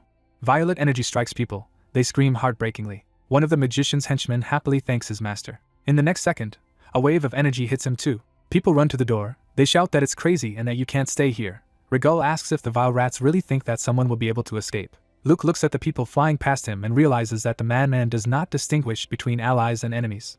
The slum dwellers running up to the door. Luke thinking that as long as the mage's attention is drawn to the others, he should try to escape. The hero remembers the condition of the quest, according to which he must defeat the head of the dark magician's Regal. The young man thinks that the offered reward is very tempting, and it is incredibly difficult to refuse. The hero peeks out from behind his hiding place. Corpses lie on the floor. The young man pays attention to the mage's shoes.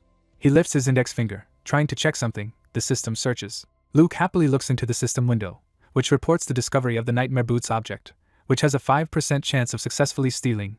The hero thinks that he is incredibly lucky. He then identifies the Nightmare Staff and Nightmare Ring outfits. Smiling, the guy thinks that he just can't give it up. Regal, looking at the corpses lying in front of him, says that he seems to have dealt with everyone. The hero calls out to him. The mage turns around in surprise. Behind his back you can see the leg of a young man. Raising his hand, Luke demands that the scoundrel hand over all his possessions. Regal asks who is in front of him. The hero, smiling, replies that he is just a thief. An eye is visible under the hood. Regal states that there really is a rat here. He asks who sent the guy here, and says that he could not have entered here without help, and that he would never believe that the villain entered such a place just to satisfy his pathetic desires. Luke closes his eyes and realizes that he really did come here to satisfy his desires. A purple vortex swirls under the mage's feet. Regal screams that he can't believe that everything has gone to pieces because of one young idiot. Raising his left hand, Regal states that the hero will not get out of this place alive. Sharp projectiles are visible in the air.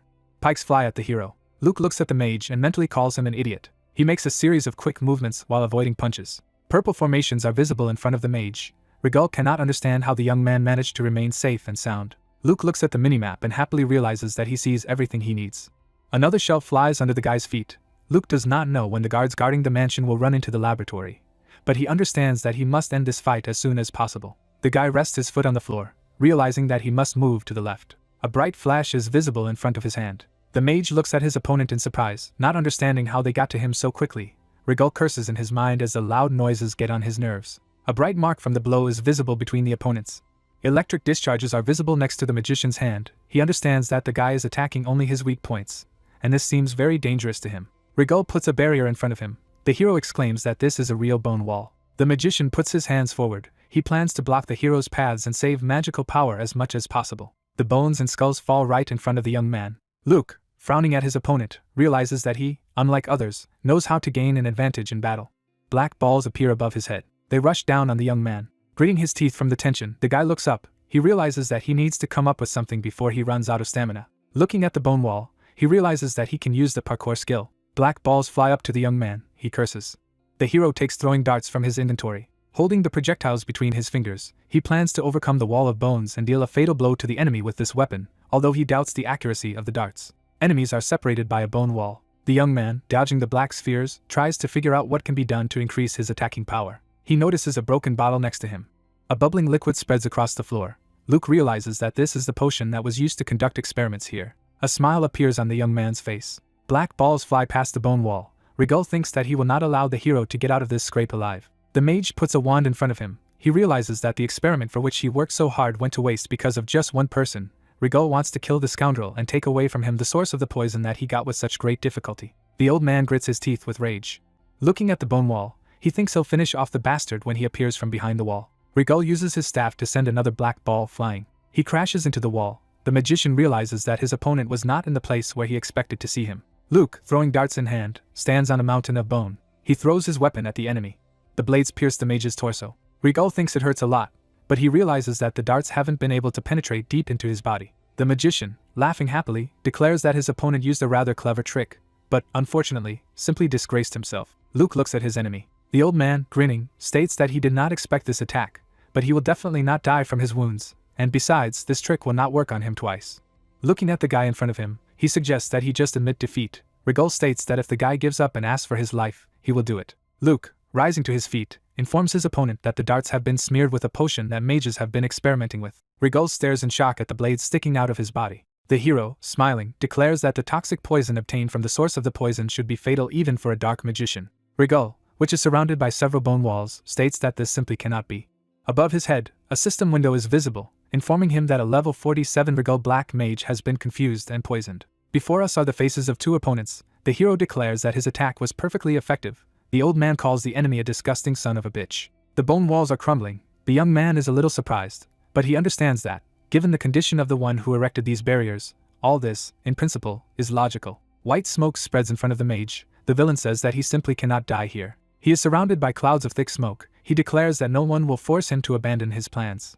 Luke, looking at the enemy, realizes that they are using the smokescreen escape technique. White footprints are visible next to the mage. He admits that the hero is very strong. Looking at the guy, he declares that, nevertheless, he could not kill him, and now he will definitely lose. Luke, showing a blue bottle, asks if the old fool is confident in his words. He throws the container at the mage.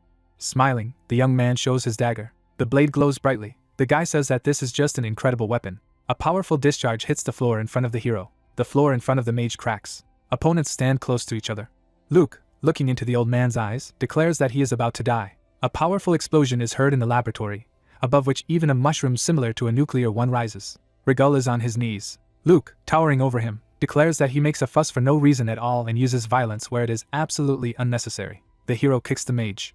The old man flies out of his boots, and the hero gets the opportunity to take nightmare boots. Luke happily leans towards his prey. Rigol is lying unconscious on the ground. The hero declares that he has 2 more items that he probably needs to familiarize himself with. The guy looks at the defeated old man in surprise. He remembers the head of the city, and realizes that the magician is very similar to that person. Looking at the mage lying at his feet, the young man understands that this is definitely Baron Valkens. Above the boy's head, a system message can be seen, which says that the head of the dark magicians who carried out secret experiments in the dungeon was Lord Rigol Valkens, the ruler of the city of Patron. Several more messages hang above the young man's head, from which he learns that he killed Rigol and stopped the atrocities of the dark magicians, and the whole world will soon know about the terrible experiments. They will show great interest, as well as in the unknown hero who dealt with the dark magicians. And finally, the game informs that soon a squad of investigators will be sent from the royal palace to Patron. The hero clutches his head. Messages pour in on him one after another. He learns that he killed an NPC who committed atrocities, due to which his notoriety did not increase, but on the contrary, decreased. The guy becomes aware that the loot will be added to his inventory, and he must get out of the mansion before he is captured by the guards. Luke hears footsteps not far from him. He looks at the mini-map, but does not notice anything on it. Clouds of white smoke are visible around the young man. The guy assumes that Thief Field turned off after the death of the named NPC, and it seems to him that this happened at the wrong time, since he still has to get out of the mansion. The hero runs to the door. He realizes that he can only get out through the back door that Rigol used. The guy runs down a long corridor. He looks at something in surprise. In front of him are 3 passages in the body of the cave. The young man looks anxiously at the possible ways of retreat, trying to understand which one he should choose. He realizes that if he makes a mistake with the choice, then he may come to an end. Someone pulls at the hero's robe. The guy turns around in fright, assuming that one of his opponents is still alive. He sees a raccoon in front of him.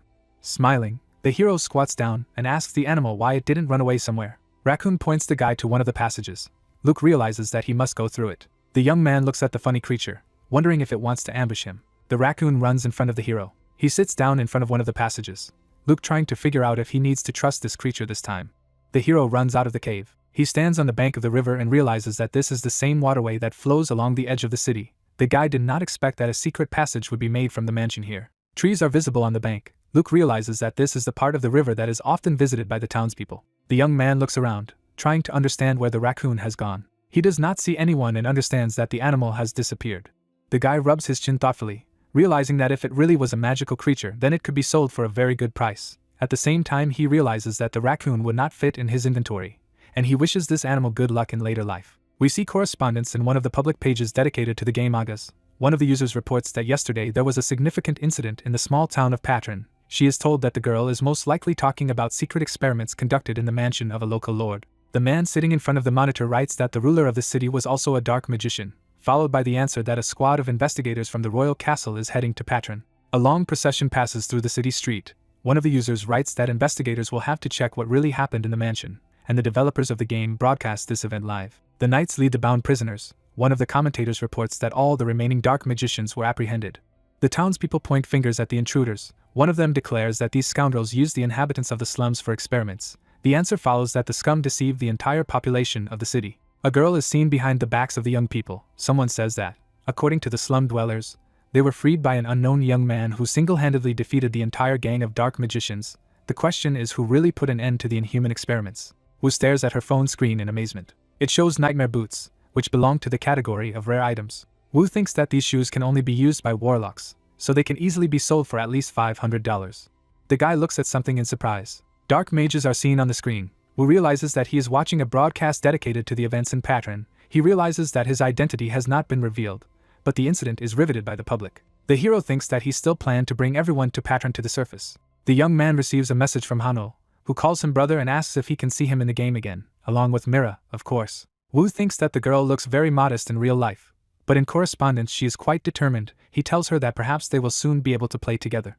Hanul asks if in this case it is possible to add him as a friend, which she failed to do last time. The guy agrees to this. The girl sends him a cute picture of an embarrassed bear. Wu gets up from his seat. He thinks that Hanul is his sister's friend, so such a request can be granted. The guy notices a girl sleeping on the table and asks her what she is doing. The sleepy brunette tells the guy that she is glad to see him. He replies that she looks like a zombie and wonders where she could have exhausted herself so much. Wu holds a bottle in his hands. He asks the girl not to worry and offers her a drink. She says that she is just very thirsty. The hero asks to quickly accept the payment, as he needs to enter the game as soon as possible.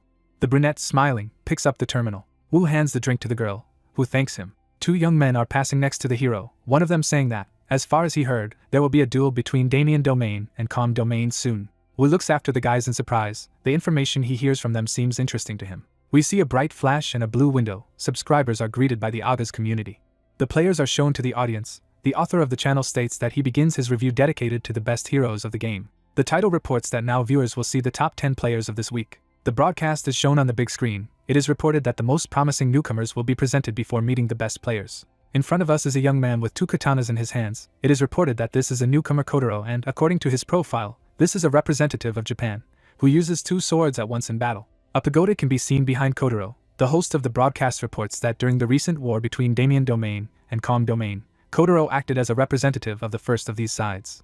In front of us is a long-haired blonde. He stands next to Kotaro. The host states that, to everyone's surprise, the partner of the presented fighter was another newcomer, the Poison Master Kenny. We see correspondence in the public dedicated to the game Agas. One of the users asks if Kenny has a hidden profession. He is told that this player is a master of poisons. The third commentator admits that he is new to the game and asks who has the highest score according to the Ability Assessment Simulator. The fourth user reports that even the best players are far from this result, and it was 97 points. When asked who this player was, the answer is that it was Luke. The hero looks at the system window, wondering if this war began at the right time for him. A horse-drawn cart passes in front of the guy. Luke thinks that this event will not end in a day or two, and tries to figure out if he should participate in it. The guy hears one of the porters declare that the rewards offered by both lords are no joke at all. The information heard makes the guy think. Frowning at the loaders, he listens to their conversation. One of the hard workers says that if the participant gets into the top 10, he is guaranteed an excellent item. His interlocutor reports that the 3 best participants will receive rare items. The answer is that it will be very difficult to get into the top 3. Luke, rubbing his chin thoughtfully, remembers that before such events begin, the game always announces a list of possible rewards. The hero imagines mountains of treasure and tries to understand whether he can steal all these awards with the help of his profession as a thief. While he understands that even if the theft fails, it will not be so difficult for him to get into the top 10. Sparkles appear in the guy's eyes. He understands that by participating in the war, he can increase his level and earn a decent amount of money by stealing from other participants. The guy climbs into the cart, having decided to participate in the war after all. Behind the trees you can see someone's eyes. A lot of people gathered in front of the white screen. Luke, who is standing in the middle of the crowd, realizes that it is too crowded around him, even though it is the procedure for announcing rewards from the Damien territory. Rubbing his chin thoughtfully, Luke thinks that Calm territory doesn't have that many supporters. One of those present says that the guy on the left is Kotaro and wonders who is standing next to him, followed by the answer that the second guy appeared on TV some time ago as the owner of a secret profession, and as they said, he is a master of poisons, who is personally very close to Kotaro. Luke, looking at the two fighters, digests the information in his head about the owner of the profession of a master of poisons. Luke recalls the description of the essence of poison active skill, and realizes that he can use his ability to absorb the poison used by the poison masters. The warrior holding the scroll loudly declares that he will announce the rewards for participating in the war. Blue system windows appear next to him. The hero understands that all the rewards are very worthy. It seems to him that it will be safer to join the Damien Territory team, which will surely win, and calmly receive a couple of these prizes, while he realizes that, judging by the excellent security that is located around the commander of the knights, it will be almost impossible to steal these awards. Luke walks out of the crowd. It is very clear to him that Calm Territory is in a much worse situation, but he decides to check out what this side of the upcoming conflict offers just in case. A young man who sees desperate people begins to think that he is in a semi-deserted art gallery. A knight with a scroll in his hand announces the rewards offered for participating in the war on the side of Calm Territory. Above the hero's head, you can see system windows with images of prizes. The guy understands that for the most part these are items that are sold at high prices in auction houses. Amazement appears on the young man's face. He draws attention to one of the objects that he has never seen before. It turns out that gloves are offered for the first place, and next to them you can see the image of a mask. Luke takes a closer look at the familiar symbol and realizes that it is one of the items that belong to the Shadow King. The guy cannot understand why this object is offered as a reward for participating in the war. The situation ceases to please the young man. Kenny and Kotaro look at the crowd gathered below. The brunette, smiling, declares that they managed to recruit a sufficient number of people. The blonde states that the two of them can gain quite a lot by participating in a small territorial war, and besides, they do not risk dying here, since there is no death sentence in the event. Kotaro states that it will be a rather boring war. His comrade replies that nothing else should have been expected from such a backwater. He says that nevertheless they have to do the work they have been assigned, as they would not even have been here if the boss had not offered them decent compensation. Outside the settlement, high mountains are visible. Kotaro states that he fully agrees with his comrade. Standing on the top floor of the pagoda, Kenny suggests just getting your job done as quickly as possible and getting out of here. Looking down, the blonde says that he did not notice anything interesting for himself in this town. The door of the game pod opens. Wu is looking at the phone screen. He's going to check out the community of the game mangas, and more specifically, the videos uploaded this week. The guy finds a video dedicated to Kotaro and Kenny. These players are presented as newcomers worthy of attention. Wu looks closely at the phone screen. He realizes that this war is the official debut of two players, although their position in the ranking is quite high, and they come close to the best Aga's users. Kenny is surrounded by jets of green energy. Wu thinks that this guy has only 70 points, but the profession of a master of poisons makes up for all his shortcomings. The hero is sitting on a chair with his legs apart. It seems to him that everything will be more difficult than he thought, and he does not understand at all why an item belonging to Shadow King is put up as a reward for participating in the war on the side of Calm Territory. The guy decides to concentrate on watching videos dedicated to newcomers. Wu listens to what the author of the video says, who describes how Kenny, using an AoE poison attack, deals with 5 opponents. Wu frowns at the screen. He realizes that he may still be able to deal with the opponents, although it will take some time. We see a desert area over which the sun is shining brightly. The system reports that the war is about to begin, and it will take place on the plateau. Kotaro and Kenny go ahead at the head of an entire army. The system informs that the mode of war is occupation. Blue cubes are visible on the plateau. The hero learns that in order to win, you need to occupy all enemy bases in the amount of 7 units. The system then reports that the war between Damien Territory and Calm Territory has officially begun. Clouds float over the plateau. A large crowd comes out on it. The hero, standing behind the backs of his squad members, thinks that he must do everything stealthily. It seems to him that his team now has a better chance, as the power of high-level players will be reduced to reduce the gap between users. His personal card appears in front of the guy, which indicates that he is level 32, and he is considered the worst criminal in the world. The hero is holding a black sphere and electro in his hands. He thinks that the current roster of his team has some chance of success, especially since he himself has been preparing for this event for 6 days. The two squads are close to each other. Luke is more worried about how he can steal items belonging to his allies. The guy runs a black stone along the blade of electro. The knight blows his horn. Hearing the order to attack, the fighters rush forward. The battle begins. Luke, hiding behind a rock, thinks he has to steal from everyone while they're busy. The guy notices a raccoon he met in a secret laboratory. A pillar of green energy can be seen above Kenny. Under the feet of the members of the opposing team, puddles of unpleasant colors appear. In front of us is a whole lake emitting poisonous fumes. The knight lies on the ground. The system reports that he was poisoned by the fumes. Young people open their mouths when they learn that they will be damaged by poison. The fighter, who has a sword in his hand, declares that it is just some kind of madness if you can die from poisonous fumes. Kenny laughs. Drops of green liquid fall from the sky. Members of the Calm Territory squad are outraged. The system reports that poisonous rain is pouring down on them, and they will take additional damage. The fighters rush forward. One of them shouts that since they are all going to die anyway, they need to run to the enemy fortress and capture the flag. He states that the opponents are just using a cheap trick to avoid losing their base. A dark figure is visible in front of the attacking players. This is a Kotaro that is ready to use 2 of its katanas. Closing his eyes, the fighter declares that he will not miss the enemies. A big man with a huge sword flies up to Kotaro. assuring his allies that they should not be afraid of a lone enemy. The guy shouts that even a high-level fighter will not be able to cope if they attack him all at once. Furiously twirling his swords, Kotaro puts an impassable wall in front of him. One of the fighters looks at his opponent in shock. He cannot believe that Kotaro single-handedly stopped the onslaught of so many enemies. Stretching out his right arm, the young man thinks that he himself has a 43rd level, which cannot be much lower than Kotaro's. And at the same time, the reaction speed of the opponent defies any explanation. The young man thinks that all this is simply absurd. The fighter strikes. He looks at the enemy in amazement, not understanding what is happening. A huge number of arrows fly down. Projectiles fall into the ground near Kotaro and his opponent. The Japanese cut the arrows with his swords. The young man, who is apparently the commander, curses, orders his allies not to stop and attack to the last.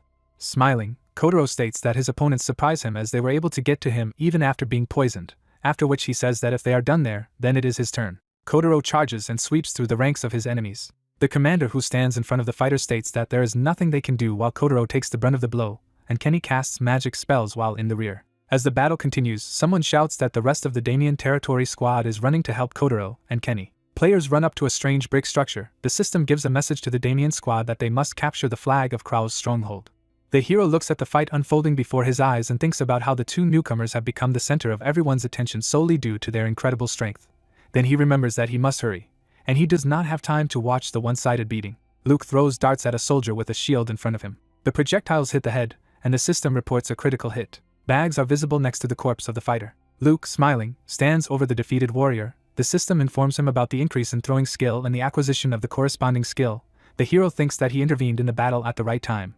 Luke picks up a bag from the ground. He thinks that the throw skill has a 1% critical hit chance, and he thinks that hunting NPCs is an incredibly rewarding activity. The young man, smiling, holds a bag in his hands. He thinks that NPCs also drop trophies, and with their help he can get rich. Luke looks to his right in surprise. There is a raccoon in front of him. The guy did not even imagine that he would see this creature again. The raccoon looks at the hero with pleading eyes. He begins to think that the animal is really chasing him.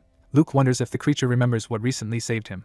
A guy breaks a bun. He tosses one half of it to the raccoon, asking if the creature is hungry. There are tears in the raccoon's eyes. Luke looks out over the corpse-strewn plateau. The items that he can take are clearly visible next to the bodies of the dead. The hero declares that he will do a good deed and clear the polluted area of useful objects, especially since there are some that can be equipped among them. Rubbing the back of his head, the guy says that he will take responsibility for ownerless items that have lost their owners. The raccoon notices something. Dead soldiers lie on the ground. A raccoon with a sword in its teeth rushes between them. The animal runs behind a stone. There are many valuable items in front of the raccoon. He places the sword on the rest of the objects. The cute creature sighs heavily. The squad goes forward. The system shows the profession and names of several fighters. The hero looks at the knight in armor and thinks that after the third day began, not only reinforcements, but also military leaders began to enter the battlefield. The hero looks thoughtful. He understands that commanders not only have a higher level and quality of equipment than other fighters, but their combat abilities must also be very serious. The guy thinks that before he gets to the enemy commanders, it would be nice to earn experience on the commanders of his own army. One of those whom the young man wants to rob so much puts his sword forward and gives the order to attack. The fighters run forward. The commander declares that today they must capture at least one fortress belonging to the Damien territory. Another battle begins. Luke looks at what is happening and realizes that he will have more than enough trophies today. He uses the Seek skill. The system reports that the object of research is Infantry Captain Kumin. Above the commander's head, there is an indicator indicating that the Marshika helmet object has a 16% chance of being stolen. Luke smiles, surprised that the helmet is shown in green. He looks at the back of the officer he wants to steal. The success rate rises to 49%. The helmet ends up in the hands of a young man. He learns from the system about the successful completion of the theft and the acquisition of the Marshika helmet object. A battle unfolds behind the guy's back. He learns that his level has increased and thinks that it's time to retreat. The young man mentally wishes the members of his squad good luck in battle. The soldiers are resting next to the tents. The hero sighs heavily. They throw him a bag with a day's allowance and payment. Luke opens it and sees a loaf of bread inside. The guy turns his head, trying to find the raccoon. Not finding it, he assumes that the animal has run away somewhere again. Luke brings a bun to his mouth. He thinks that there is nothing strange about this behavior of the raccoon, since the Calm Territory team is obviously defeated, and even the last line of defense will soon be broken. The guy hears some strange noises. The raccoon looks into his eyes. The guy asks why the animal has not yet run away. The cute creature points to the shield lying next to it. The young man asks in amazement if the raccoon really brought him this object. The animal has a smile on his face. The hero cannot believe that the raccoon has just become his sponsor. Luke stands in front of the prey that the animal has collected on the battlefield. He curses in shock. The hero points his finger behind his back and asks if the raccoon collected all this wealth there. To a young man, all this seems simply unbelievable.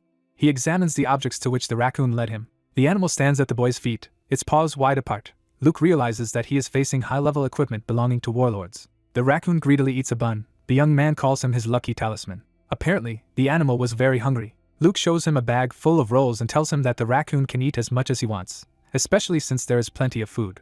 The animal looks greedily at food. Luke says that while the raccoon is filling his stomach, he will leave for a while. The guy thinks that the Damien Territory team has already occupied 5 fortresses, and he doesn't care what happens to the Calm Territory squad, but it still doesn't hurt to experience something. The guy frowns at something. An exclamation is heard that the poisoner has appeared again. Luke realizes that now is the perfect time to test his ability. Poisonous rain pours down on the fighters. They shout loudly that they need an antidote, while the young man, meanwhile, wonders if he can absorb the poison with the help of essence of poison. The hero approaches the soldiers lying on the ground. He seems not to pay attention to the poisonous rain. The system informs the boyfriend that the essence of poison has been activated, and the user is absorbing the poison contained in the rain. A green sphere emits jets of energy. The game informs the hero that the effect of the poison is neutralized and the user's resistance to poisons increases. An indicator of the absorbed poison appears. A small ball glows at the level of the young man's abdomen. The system reports that the guy has absorbed 200 units of poison out of 200 possible, and therefore the process stopped. Luke runs away. He thinks he has achieved what he wanted, and now it's time to return. Above the plateau, you can see the personal card of the worst criminal in history, which is now level 40. The hero examines the dark rectangle. He thinks that essence of poison has allowed him to increase his resistance to poisons, and this should be more than enough to deal with the current opponents. Luke smiles. A mask appears in his hand. The guy thinks that hiding his identity only with a hood is a little rash in the presence of so many users, and that by wearing an iron mask on his face, he does not have to worry about being recognized. Luke puts the mask on his face. He thinks it's time to teach a lesson to the cheeky newcomers. We see the leg of a man standing above the squad. Smiling, the young man greets the ladies and gentlemen and expresses the hope that they are looking forward to the report, since Timothy is one of the few who covers all the interesting things related to the game August, and he has arrived at the scene of the exciting action. The guy promises to start his live report with a loud sensation. A young man stretches out his hand to the system window. He thinks that he has only 58 spectators, and this is very little. Timothy looks down, smiling. He thinks his audience is usually in the double digits, but reporting from the battlefield should definitely add to his subscribers. The young man looks at the screen. The audience joins the broadcast one by one. The guy realizes that everyone wants to see the famous newcomers in action, and that's just great. Comments are visible under the guy's hand. Someone is surprised that the Calm Territory squad still hasn't lost. He is told that today is the 6th day of the war, and only the Damien Territory squad has captured fortresses so far. The audience asks the guy to show them the newcomers. He understands that the chat is slowly coming to life. Raising his hands, the young man declares that if his audience wants to see newcomers in action, he will head to them right now. The young man says that he once played Agas as a knight and made a pretty good name for himself, and today he is going to show his viewers promising young people in action without dying. Jets of white smoke are visible above the fighters. Timothy drops to the ground. He thinks he'll try to be as inconspicuous as possible so as not to get caught up in the thick of the battle. He tries to figure out where the rookies are now. He sees Kotaro and Kenny in front of him. Timothy, crouching to the ground, watches them. One of the viewers writes that it seems that these two went for a walk. The blogger really likes the incoming reactions. Timothy looks at the screen hanging in front of him. He sees that Roxy has appeared among the spectators. The guy cries out in bewilderment. Viewers recognize a very popular streamer. One of them writes that it seems that Timothy works for this girl. The second asks her if she will arrange a stream today. The third invites the girl for a cup of coffee. Timothy realizes that he is losing an exclusive. The guy reaches out to the screen. He realizes that the girl is using the personal broadcast option. The guy thinks it will cost her a lot of money. One of the viewers asks Roxy if she is also going to look at the newcomers. The girl responds with emoticons. The audience exchanges meaningless comments. Timothy looks at the screen excitedly. He thinks that despite the fact that everything was going well before, Roxy's sudden visit will still benefit him, as people will hear that she has come to his broadcast and will subscribe to him more actively. While the guy understands that he must not be careful on the battlefield, otherwise he will be killed. Kenny states that he thinks they are almost done with their task. Kotaro suggests that he complete it to the end. Timothy is lying on the ground. One of the spectators asks Roxy who will win if she fights Kotaro. Timothy thinks that this is a very stupid question, since undoubtedly the victory will remain with the girl. Roxy, in turn, replies that she will lose. Kotaro fights an opponent. The viewer asks the current #1 newcomer, which is Roxy, if she really thinks so. He assumes that she is pretending. Roxy replies that she is quite serious, and in case anyone has forgotten, Kotaro has 81 ability points, and during this mission he has already reached 88 points, and this is more than herself. The enemy Kotaro is fighting puts his sword forward. The promising rookie calmly blocks the blow with his katanas. Roxy writes that it is also very important that the guy uses blood parrying. Kotaro knocks the sword out of his opponent's hands. Roxy reports that blood parrying is a difficult skill that causes a lot of damage when repelling an attack. Kotaro hits the enemy with 2 hits. The girl is typing on the keyboard. She reports that blood parrying is impossible to avoid if you make even the slightest mistake in battle, and Kotaro performs the most difficult parrying blows almost non-stop, which requires incredible skill.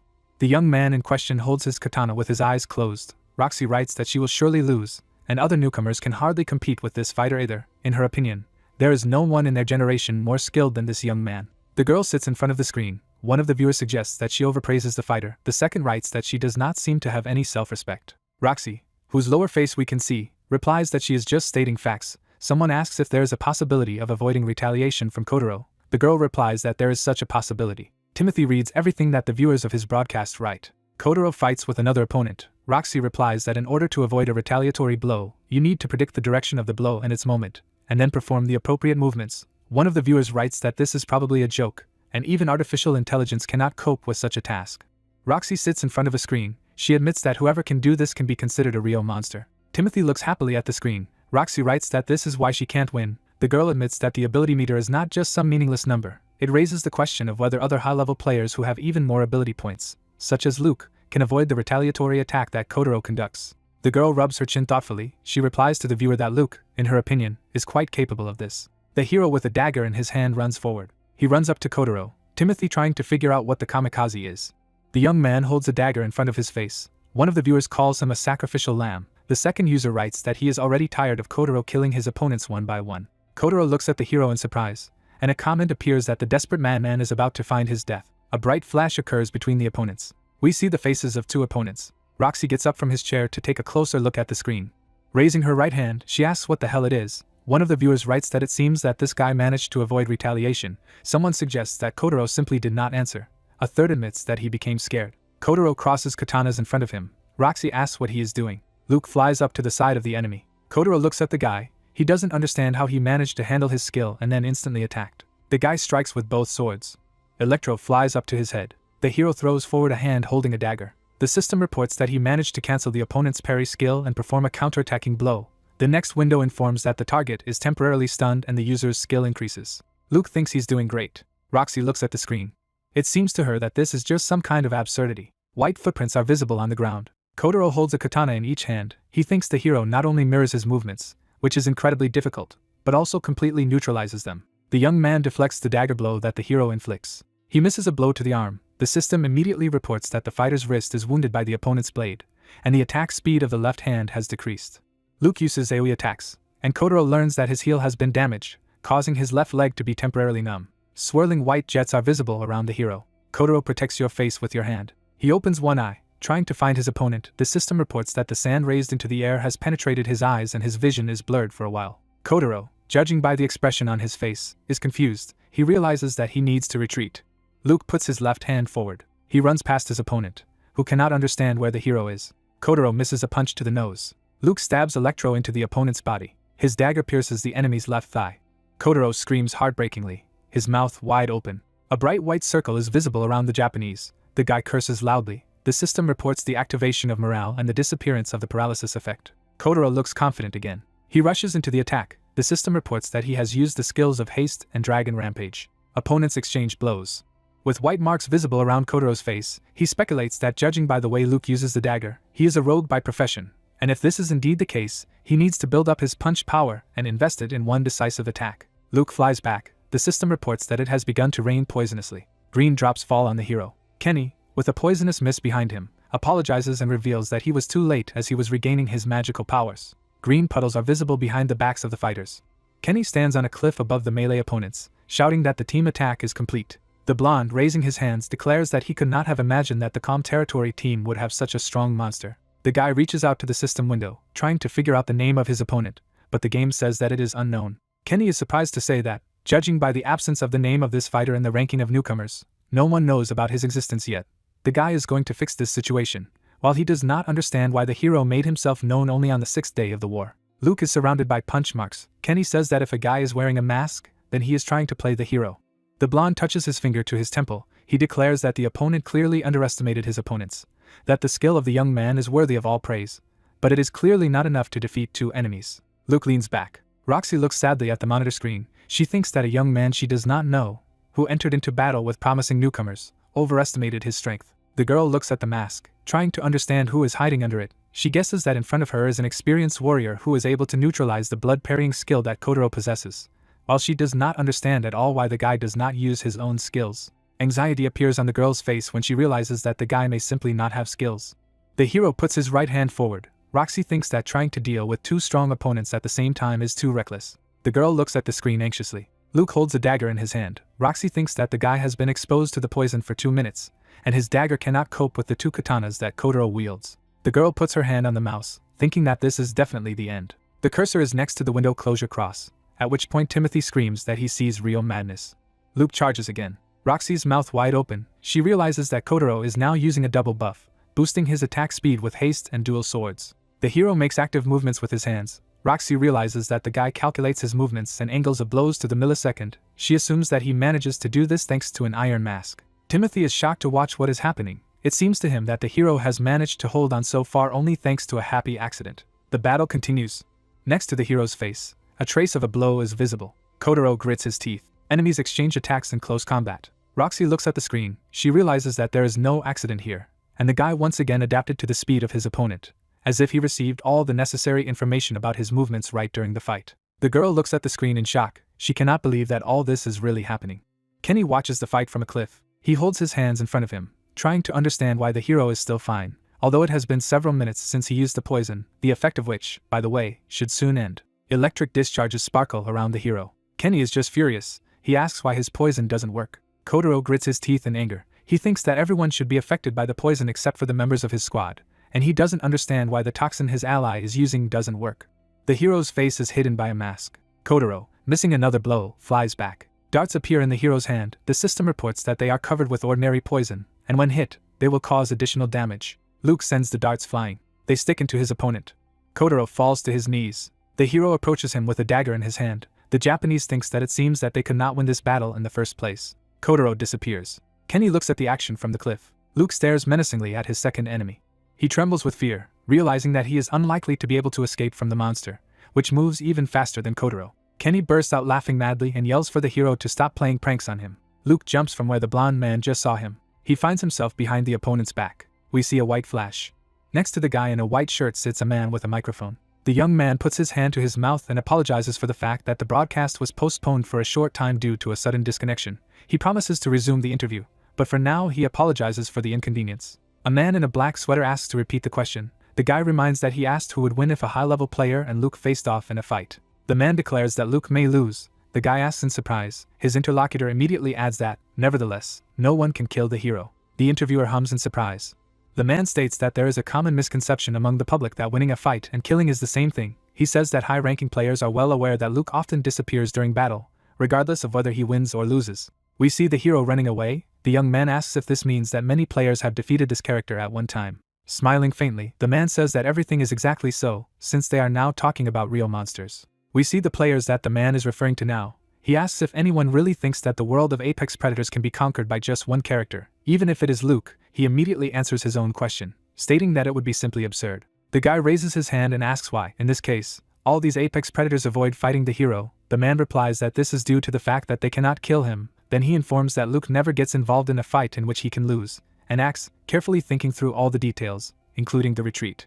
Luke fights Kotaro again. The man says that the main goal of the hero is to get information from opponents, since by acquiring new data, he evolves in real time as a deadly weapon. The young man continues to fight Kotaro. Bright traces of blows are visible between the opponents. The man who gives the interview states that nothing should be shown in front of this guy, because the second he notices something new, he remembers the information and puts it together in his head.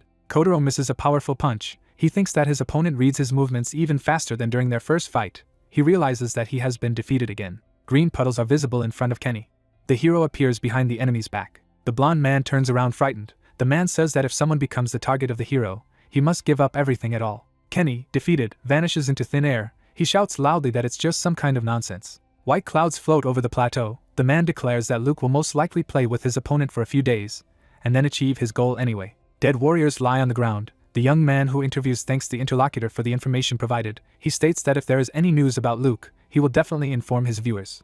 Timothy stares in amazement at the screen hanging in front of his face. He can't believe that Kotaro and Kenny were easily defeated by the Iron Masked fighter. Kenny vanishes into thin air again. The system reports that he has died, and his squad has been disbanded. Timothy stares at the screen. He realizes that the one-sided beating is repeated over and over again, and the promising newcomers must have taken a heavy psychological hit. The guy doesn't see how they can defeat their opponent. Kotaro is on his knees, wondering how many days have passed. The hero approaches him with a dagger in his hand. Kotaro has a doomed expression on his face. The young man thinks that the hero is becoming more skilled every day, and he is not affected by the poison that Kenny uses, nor the fast and very precise movements that he uses himself. Luke brings in Electro for a punch. Blood splatters upwards. Kotaro thinks that this is not a defeat at all, but just a hunt where he and his comrade are helpless prey. Kotaro vanishes into thin air. He realizes that his team is now losing this war. The guy is only reassured that the hero will finally leave him behind. Luke, who has a mask on his face, looks at his opponent. Clouds float above the jubilant fighters. The system reports that the Army of Calm Territory has successfully captured the 7th fortress, and the victory conditions of the occupation regime have been met, and therefore the war ends. White footprints are visible on the ground. The game announces the victory of the Calm Territory team. There is a screen in front of Timothy that informs Timothy that his side has lost the war. To a young man lying on the ground, all this seems just madness. Roxy looks at the screen, thinking that no one could have predicted such an outcome of this conflict. The girl is simply shocked. She understands that some newcomer has dealt with all the opponents that he did not even know before. Luke hits the two enemies in turn. Roxy thinks that whenever the two respawned, he would destroy them and seem to remember everything they did in battle. The girl's hand is on the mouse. She thinks that crushing 2 elite rookies in such a short time and single-handedly bringing victory to her team in the war is quite a feat. Roxy closes the window. She is glad that she watched the broadcast to the end. The screen goes dark. The members of the Calm Territory squad, standing in front of the magnificent castle, rejoice. They cannot believe that they have won, as they believe they were doomed to defeat. The fighters happily talk to each other. One of them declares that it would be great to have such a master in his guild. He offers to send a friend request at the award ceremony. Another young man says that his interlocutor may not even dream of it, since the Iron Mask can already be considered to have joined his guild. Luke thinks that if these guys are talking about awards now, then he has already received them. In front of us is a gray-haired old man. The hero thinks that the Lord's son understood that the guy would receive great attention, so he prudently took care of everything. Luke looks out over the city at his feet. Putting his hands on his belt, he realizes that it's time to say goodbye to this place as well. The young man is relieved to take off his mask. He looks at the Shadow King gloves with a joyful expression, realizing that he has finally received them. We see this artifact up close. Luke looks at his trophy, and the system reports absorbing the Shadow King energy stored in the item. The guy closes his eyes. The game evokes memories in the gloves. One day, a shadow came to giants who wanted to take away the treasures stolen from them by humans. The giants asked the shadow to bring their possessions back, and in exchange promised her a lifetime reward. A purple glow can be seen around the dark figure. The shadow happily agreed to the proposal that the giants should protect her and her descendants. The shadow is rapidly moving down the street. It ventured into the human world and, of course, everything did not go quite smoothly, and it took years to overcome many obstacles. A tiny shadow stands in front of the giants. She was able to return the treasure to them. Her body was torn to shreds after the arduous journey. However, she rejoiced as she believed that the giants would protect her and her offspring would be safe. The giants turn away from the shadow, telling her that they never made any promise to her. The shadow looks gloomy. It seems to it that it has been betrayed, and it does not understand why it went through the most severe trials. The shadows turned out to be weak, and in the end, their world was invaded by people who destroyed everyone who was close to the heroine of the story. She arrived in her homeland when it was all over, and could only mourn the dead. Then she came across the surviving shadow, distraught and wandering in the desert. Two dark figures are talking. The shadow learned that the giants betrayed when they decided to unite with humans, and her patience ended there. She stood up to the giants who had come to finish what humans had failed to do, and one of them said that their clan could only survive if they destroyed all the remaining shadows. It became clear that the giants lied from the very beginning. The shadow realized that in this world you can either use someone or be used yourself. A shadow smiled in the abyss. She laughed wildly as she watched the fire consume the world, illuminating everything around her with an unbearable light. A purple glow can be seen around the shadow again. She realized at that moment that where there is light, there is always darkness, so it cannot disappear anywhere and will exist forever. A dark stream pierces the giants. The shadow realized that it was not helpless at all. As the heroine wanders through the desert, Luke learns that the black waves of darkness that have always been part of the universe have become subject to shadows. Lightning flashes over the horizon. The hero is informed that this is how the primordial darkness was born. The guy stands with his eyes closed. The system reports that the memory retrieval is complete, and he has received the shadow's grudge item. A system window hangs in front of the young man, which informs him that the gloves are endowed with the shadow's grudge property, as a result of which the user has a chance to perform 2 consecutive attacks. Luke, looking at the description, realizes that the number of his attacks could actually double. Rubbing his chin thoughtfully, he thinks that the description says about some kind of probability, but he will be able to understand what it really is only if he tries a new skill in action. We see the gloves that the young man received again. He holds them in his hands, not understanding why his new skill does not make itself felt in the same way as, for example, the parkour skill he received last time. Luke stands with his mouth open. The system informs him that he has enough energy to absorb an item belonging to Shadow King. He learns that the hidden ability has been unlocked, and he gains an initial awakening. Luke is surprised, and the game prompts him to complete the initial awakening of the listed organs and body parts. The young man repeats the information he has just received in shock. In the desert area, sharp rocks stick out. It is reported that they are located somewhere on the continent of the game Agas, and the action takes place at the same time. The fighter brandishes his sword. It is surrounded by streams of pink energy. The young man stabs with his sword. His opponent's weapons are still in their scabbards. Two blades collide. The guy, gritting his teeth, says that it seems that his opponent used reverse parrying, after which he declares that it simply cannot be. The young man puts his foot on his toes. Looking at his opponent with wide eyes, he declares that this is simply impossible, and he does not believe that this is happening to him. His opponent, looking the guy straight in the face, declares that he is right and it should not work like this. He strikes and cuts the young man in half. The dismembered body disappears. The fighter, yawning, covers his mouth. He says that this is already beginning to irritate. Here is Gu Wai. He asks if his opponent can't concentrate better. Looking up, he states that he was very tired and was forced to do so. He calls out to Gyo Yeohu and admits that he was wrong. The defeated fighter stares down with lifeless eyes. Gu Wai asks if he can get someone stronger. The young man, who is apparently Gyo Yeohu, states that the defeated fighter claimed that he represented some kind of strong guild. Gu Wai has his hand on his sword. Going deep into the desert, he asks not to be found fault with. The hero approaches Horn Mountain. He thinks that this is the key to the secret scenario that he managed to steal from the house of the village elder. The hero looks up thoughtfully. In front of him is a system window with a picture of a map, which informs him that he is completing the quest traces of a great legend. Luke realizes that he has gone about halfway through, and he still has about half a day to go up. A raccoon appears behind him. The hero looks around in surprise. He asks if the animal is going to continue to follow him. The cute creature looks at the hero questioningly. He declares that he does not mind such a company at all. He understands that the raccoon has helped him before, and he can continue to at least collect useful items for him.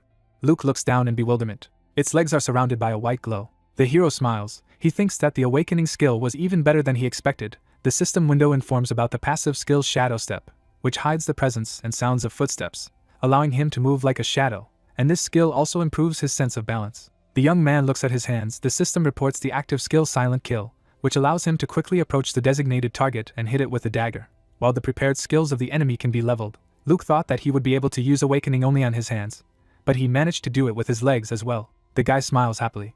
Luke, looking at the raccoon, mentally praises him for keeping up with him. The hero pours some water into the lid and offers the animal a drink. He tells it not to be afraid and comes up to him. The raccoon quenches his thirst. The hero does not understand why this creature always appears next to him. The young man strokes the raccoon and says that he, probably, also had a very difficult time in life. The striped animal trembles. The guy understands that it is not trying to move away from his hand.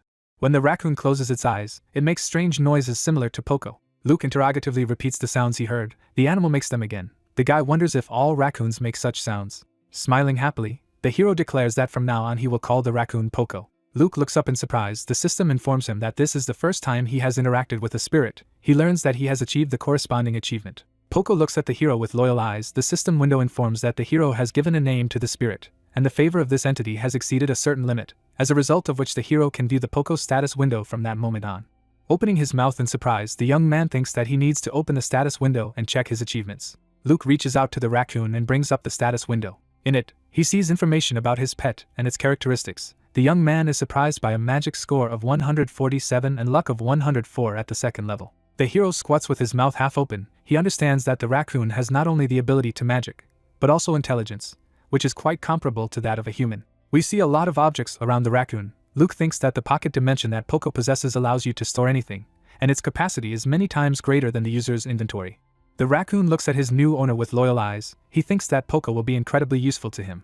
The guy pats the cute creature on the head. He realizes that he, despite his excellent parameters, does not have very many skills, but they will begin to appear as the level increases. Luke opens the system window, wanting to check the achievement he has earned. The guy smiles broadly when he sees the information that his luck has increased by 5 points at once. A sharp mountain peak is visible behind the trees.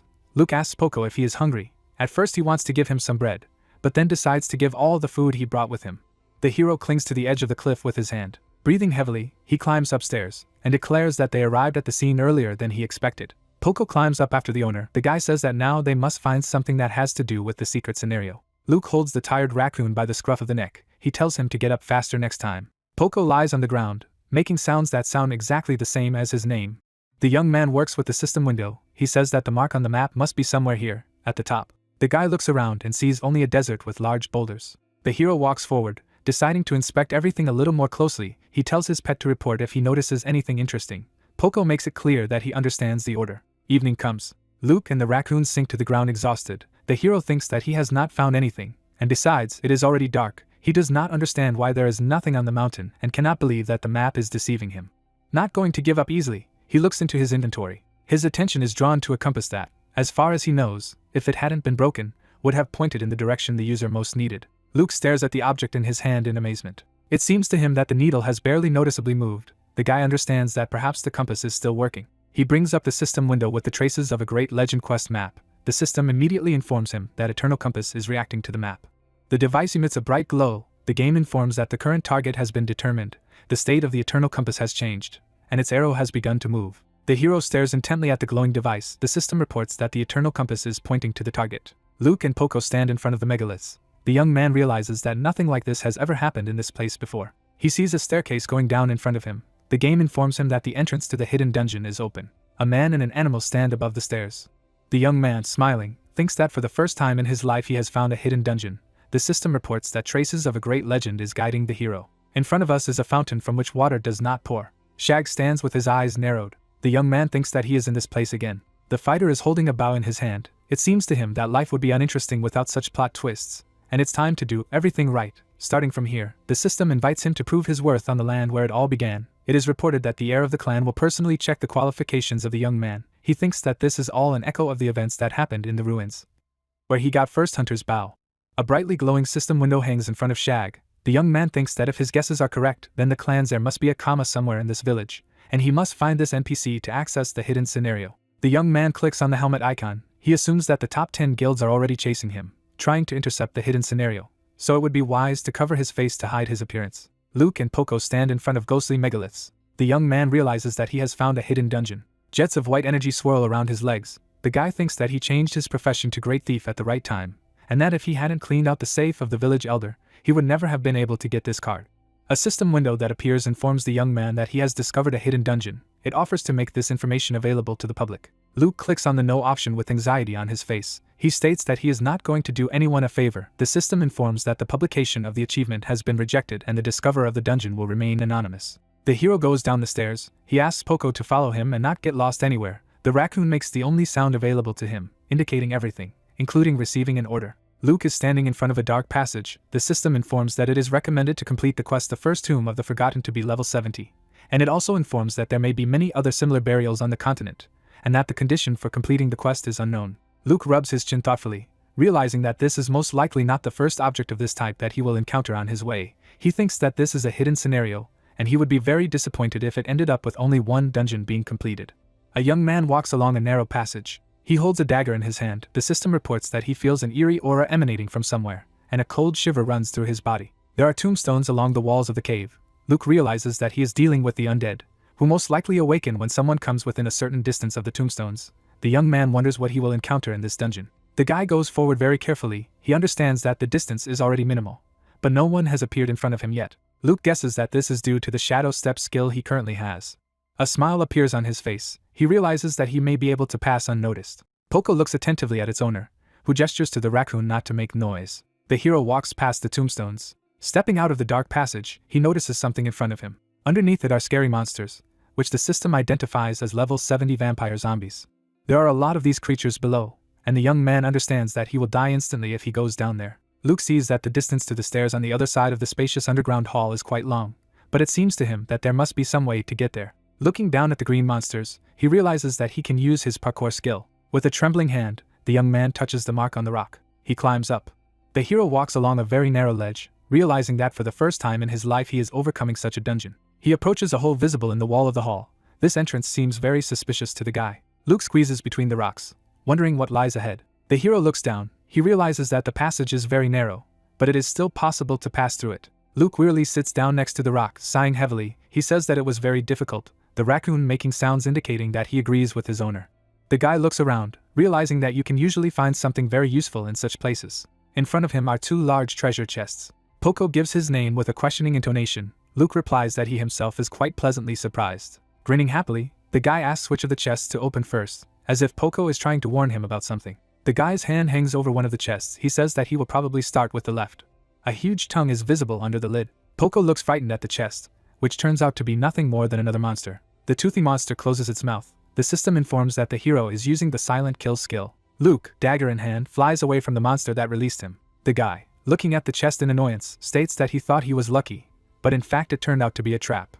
The second chest also swings wide open. It is reported that the hero has a level 62 dungeon mimic in front of him. The hero delivers powerful blows. He declares that these creatures completely ruined his mood. The electro in the guy's hand glows. The system reports that the level of the young man has increased. He has gained ability points and increased the skill of wielding the dagger, as a result of which the level of the corresponding skill has increased to the second. Luke and Poco stand in front of a chest from which a giant tongue has fallen out. The hero is disappointed that both boxes turned out to be monsters and did not contain anything useful. Sighing heavily, the young man thinks that the only consolation is to increase his skill with the dagger. He tells the raccoon to stop staring at monsters and quickly follow him. Poco looks at his owner in bewilderment. The hero realizes that this may mean something. He notices cave paintings, trying and wondering who could have thought of doing such art in such a place. Then the hero realizes that he sees human figures as well. Luke looks at the images. The system reports that the guy has found ancient cave paintings, and his skill has increased. Luke thinks that the skill related to archaeology is not really necessary for him. He pays attention to one of the elements of the image and realizes that it is a huge tidal wave. The guy remembers that he has already seen something similar somewhere. A huge shadow pops up in the guy's imagination.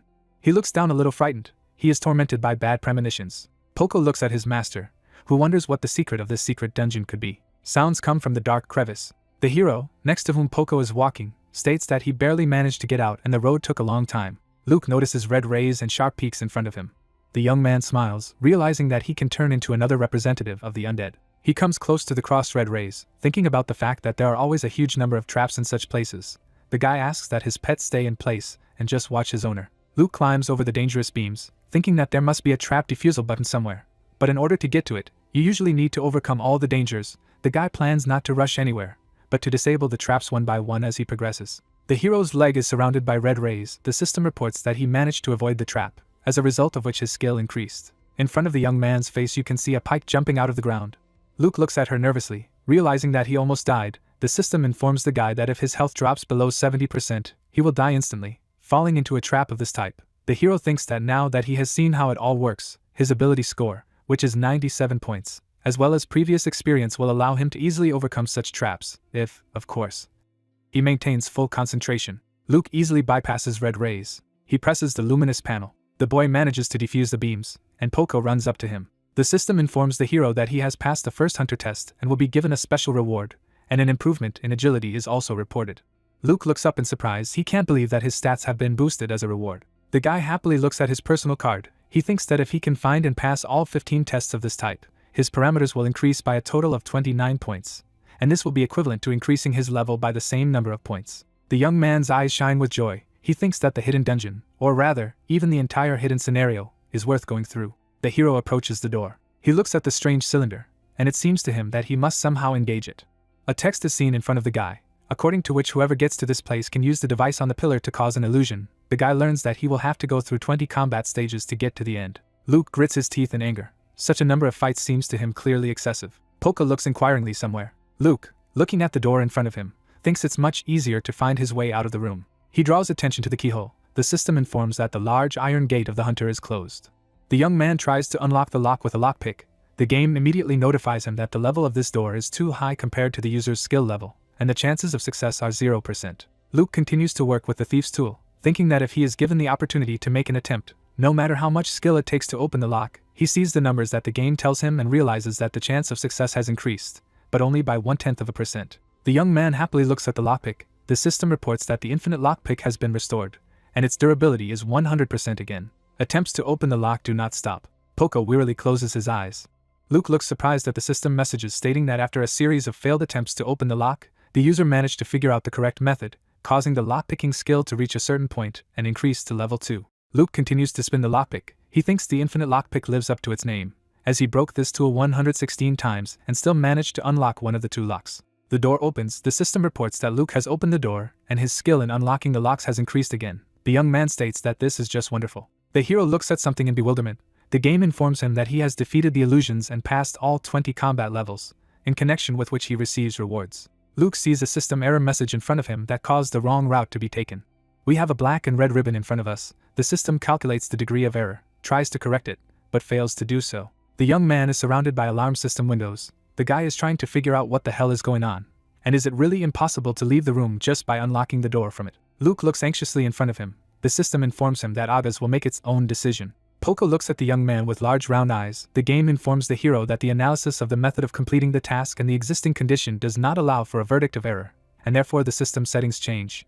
Luke thinks that he seems to have avoided the worst-case scenario. A white glow appears around the hero. He sees several messages about leveling up. Luke realizes that his rank has jumped by a total of 5 points, and he also sees a notification that he has received a special reward, which is a key. A strange cylinder behind the guy's back is glowing. A scroll and a key hang above it. The system gives a description of the scroll of enlightenment object, which increases the value of skills of the 3rd level and below. Luke looks at the scroll he is holding in his hand. He realizes that he hit the jackpot, and such an item will cost a lot of money on the market, so he will not have to worry about his budget for a while. The hero is surprised by something. He looks over his shoulder, wondering why the doors open on their own. The guy realizes that he is as if he is invited in. He thinks that just in case, he must be ready for anything. Luke takes the key. He sees a splash of white energy. Poco's eyes light up. The hero looks at something in shock. A ring hangs in the air in front of him. The guy assumes that this is the main reward of this dungeon. The jewelry glows brightly. Luke understands that by taking it, he will be able to increase the progress of the hidden scenario. And even if he does not need the ring, he can sell it for decent money. The system reports that the hero has reached the last room of the dungeon, in connection with which the conditions for passing the last stage became known. It turns out that this condition is proof of his eligibility. Luke reaches for the ring. The guy thinks that he needs to fulfill the last condition and complete the passage of the hidden dungeon. A bright light flashes in front of him. Behind the ring, a mask already familiar to the young man appears. The system reports that he has discovered an object belonging to King Ya, and now he will see the memories contained in this object. We see a burning city. An old man lies on the ground, pierced by many thorns. Fighters are standing around him, one of whom says that this should be enough to keep the old man in place. The second offers to take possession of the treasure. The third states that he will choose first. The ring is removed from the old man's hand. The fighter, who is wearing a lion's skin, declares that he will take this jewelry. His comrade irritably says that the royal armor should be divided equally. An old man lying on the ground asks to wait, and asks if the fighters really think that they can cope with his property. Smiling happily, he declares that they will regret it. A pink glow appears around the warrior who took the ring. He tries to kill an old man lying on the ground. One of his comrades asks him what happened. The old man has a crazy smile on his face. Giggling, he asks the soldier if he is afraid. The looter, his eyes ready to pop out of their sockets, shouts for the old man to shut up. He declares that this warrior is doing everything right and must allow fear to consume him. He promises that the villain will experience this horror for eternity. Luke stands with his right hand outstretched. The system informs him that the memory playback is complete. The hero realizes that the 13th protector has just been in front of him. The young man is surprised to see the ground cracking in front of him. The system calls him the heir of the Great Hunter and asks if he is ready to confirm this title. It informs him that if the user agrees, he must prove his eligibility by passing the test that the 13th protector has prepared. Under the skin of a lion, a human skull opens its mouth wide. Trees are visible next to the 2-story house. Shag, who has a weapon in his hand, asks if it is indeed a bow that belonged to a hunter of the 8th or 9th order. Hamilton, resting his head on his hands, declares that the order was the 10th. Shag asks if it is a great hero who once saved an entire continent. The old man replies that it is about him. The young man says that one of the heroes, namely the first hunter, as far as he knows, was an ancestor of the old man. He confirms this information. Shag rubs his chin thoughtfully. He thinks he played Agas for 2 years and has never heard of the 10th order. The interlocutors are sitting at the table. The old man declares that the guy must have heard about the great deeds of this man. He asks in surprise. Hamilton says that it was the first hunter who started their lineage, and his name was Gehrman. Here is a warrior with a lion's head instead of a helmet. Hamilton claims that this man united the hunters of the Great Forest and was a skilled archer, capable of striking enemies at a distance of hundreds of meters, and in addition, he was excellent with a dagger. Shag sits with his mouth wide open. He realizes that this exceeds all his expectations. Shag remembers the hero giving a thumbs up. He recalls that he doubted when he had such a great opportunity, and thinks he was a real fool then. Hamilton, placing his hands on the table, reveals that Gehrman ultimately defeated the Shadow King, who is also known as the Demon King, at the head of a squad of other heroes. Shag asks in surprise. A lot of red eyes are visible in front of Gehrman. The old man reports that some also call the defeated enemy of their ancestor the Night King. He states that this character can indeed be considered the source of all evil on Earth. Hamilton says that the 10th Order could not tolerate the abomination that was happening on the continent and decided to strike. Shag asks what happened to the Night King. The answer is that this man has spent the rest of his life in prison and thus it can be considered that justice has been served. Gehrman holds a sword in his hand. Shag clenches his fist. He gets up from the table and asks the village elder to teach him. The young man asks if it is possible to remove the seal from this bow and inherit the will of its creator. Shag falls to his knees. The old man giggles. Hamilton, smiling, states that he will be very interested to see if the guy can inherit the will as he wants. The elder informs that as the heir of the ancient hunters, he will personally check if Shag is worthy of this honor. He begs the old man to do so. Hamilton praises the guy for his unwavering spirit and states that in this case he will give him the first task. Shag throws up his hands. He thinks it's just a starting village, so the quest he'll get shouldn't be difficult anyway. Hamilton informs him that the guy has to catch 1,000 squirrels. The creatures in question sit on tree branches. Shag asks in amazement. Streams of pink energy flow from the eyes of Gehrman, the first hunter. The system reports that the ancient hero has awakened to test the user who has overcome all obstacles. Luke learns that this is a spirit who was once considered the hero of the entire continent, and is now just an ordinary skeleton, as a result of which his fighting qualities are greatly reduced. The game advises the guy not to relax, since during his lifetime, Gehrman was a hero of heroes and defeated the Demon King. Luke looks at the grinning opponent and realizes that he is approximately level 85. In the hand of the hero Electro, he cannot believe that the secret script is related to the 10th Order. Someone praises the guy for his calmness.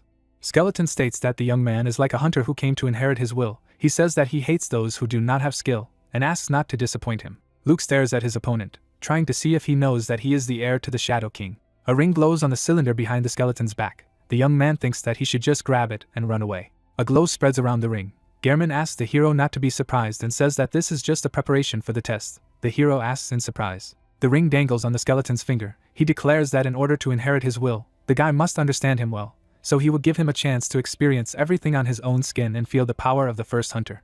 The skeleton opens its mouth wide. It shouts that the ordeal is beginning. Gehrman stands with an arrow in his hand. He angrily asks where his bow went. The skeleton has a surprised expression on his face. He once again asks where his bow is, which he immured in the ruins of Ariandel and reported to his descendants. Luke stands with his head bowed. Gehrman asks if the guy has met his descendants, if he came here to remove the seal, and if he knows where the bow is. Luke, smirking mockingly, asks what kind of bow we are talking about. The guy understands that without the main weapon, the strength of his opponent will decrease by more than 50%. The skeleton stands with its mouth wide open. Luke, beaming with joy, states that he really likes the ring. He jumps into the air. Opponents converge in close combat. The guy jumps far back and lands on his feet. He thinks that the skeleton behaves like a typical ranged warrior. The guy realizes that he must close the distance to use his dagger. Luke and Gehrman exchange blows. Electric discharges sparkle around the hero's head. He realizes that the real problem is that the enemy can also use Shadow's grudge. Luke deflects electric shocks flying at him with a dagger. The system reports the use of the Thunderfang skill and the activation of the Shadow's grudge skill. Discharges of energy are approaching the hero. Gehrman asks where the guy got this ability from. Enemies are facing each other. Luke states that Gehrman is muttering something incomprehensible. He demands an answer. The hero states that the skeleton is standing still and takes damage, despite the fact that he has the skill activated. The guy looks at his opponent appraisingly. He realizes that he is not using Vengeance of Shadows, and this is completely incomprehensible to him, since everything else seems to be already involved. The skeleton says that he senses the ability of the Shadow, which can only be used by representatives of the Night Clan. Luke, smiling, thinks that Gehrman has seen through the ability of his gloves after all. The hero, grinning, says that it is a sin not to use what is at hand. Gehrman, whose back we see, states that this is simply impossible, since he destroyed all shadows a long time ago. The skeleton emits a pink glow. It demands that the hero stop joking. Luke, his eyes bulging, stares at the enemy. Next to the guy you can see the traces of many blows. He understands that an advanced hunter skill is being used against him. Gehrman puts his hands in front of him. He shouts that he is just a ghost from his past, and he sees nothing more than an illusion. The skeleton promises to chop the young man to pieces and prove once again that the Night Clan has been completely exterminated from Earth. In front of us are the limbs of the hero. The system reports that he is wounded in the right wrist, as well as in the leg, as a result of which the sense of balance weakens. Gritting his teeth in anger, he learns that his health has dropped to 50%.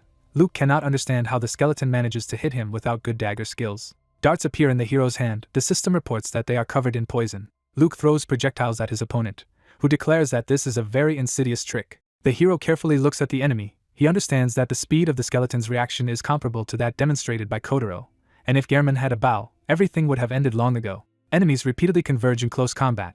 The hero understands that he needs to somehow change the course of the battle.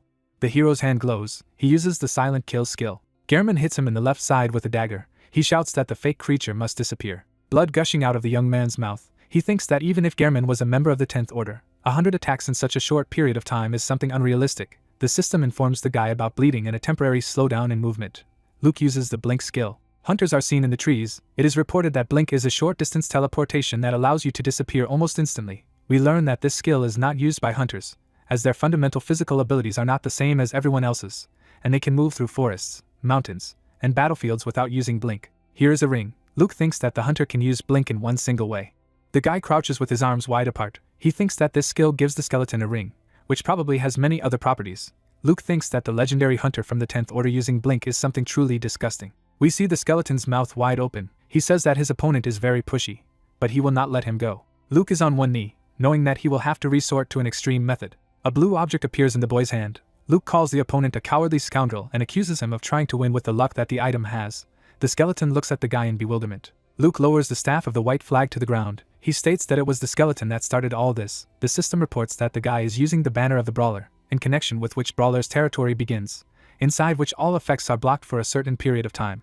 Luke, smirking, calls his opponent a son of a bitch, and says that their fight will be much fairer now. This is banner of the brawler, which blocks all effects within a certain radius for a certain period of time, and can only be used once. Various objects are visible above the young man's head. It is reported that items, passive and active skills, and all kinds of effects cease to work, so the consequences can be very serious not only for the enemy, but also for the one who uses banner of the brawler. Two fists collide. It is reported that the only method of confrontation after using this item is fist fighting, while the range of banner of the brawler is not very long, and if the target is outside of it, it is not affected. Concentric circles are visible in front of the hero. He thinks that usually at a difference of 30 levels or more, this item does not work. Luke learns that his health has dropped below 20% and the bleeding has not stopped.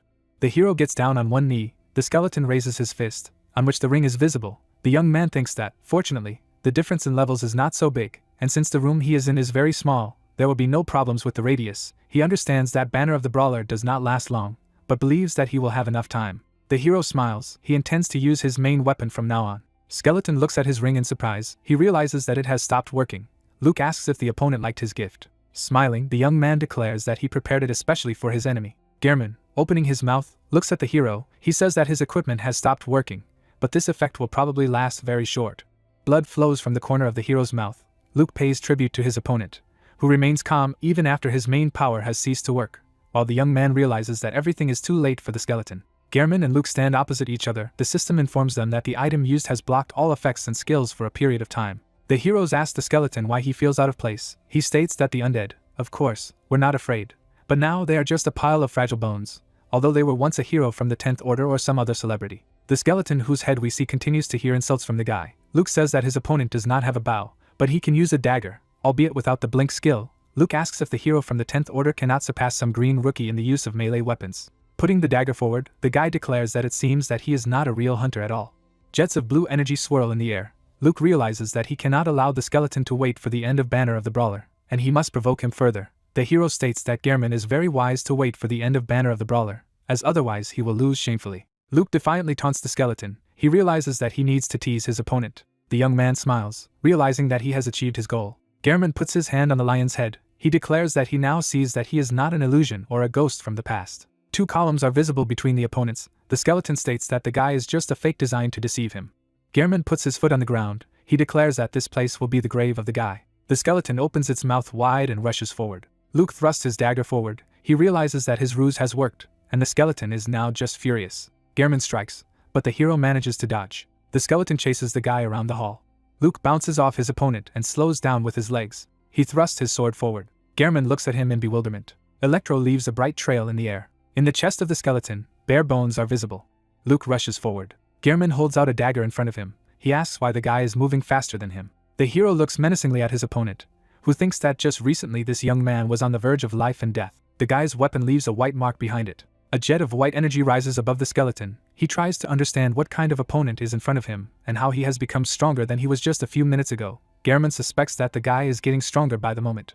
The skeleton looks at the enemy with empty eye sockets. He imagines a snake strangling a rat, and realizes that if things go on like this, they will simply be swallowed alive. Gehrman jumps into the air. He thinks he can't let the guy continue to read his attacks. Luke rushes after the enemy, wondering where the fake hero is going. The young man's hand is visible inside the eye socket of the skull. The skeleton understands that each of the young man's blows is unpredictable.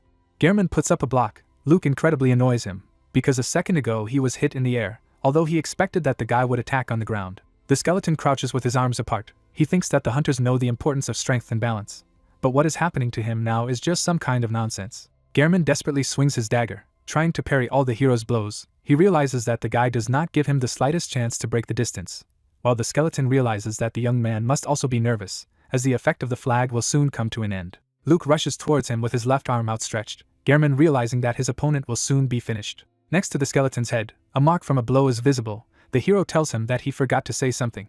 A cloak flutters behind the young man's back. He asks the skeleton if he is sure that he can do it. Gehrman, his mouth wide open, recognizes a phrase he has heard before. He remembers himself still alive. There is a grate in front of him, and someone asks if he is sure he can do it. Gehrman demands to stop talking nonsense. Mocking laughter sounds in response.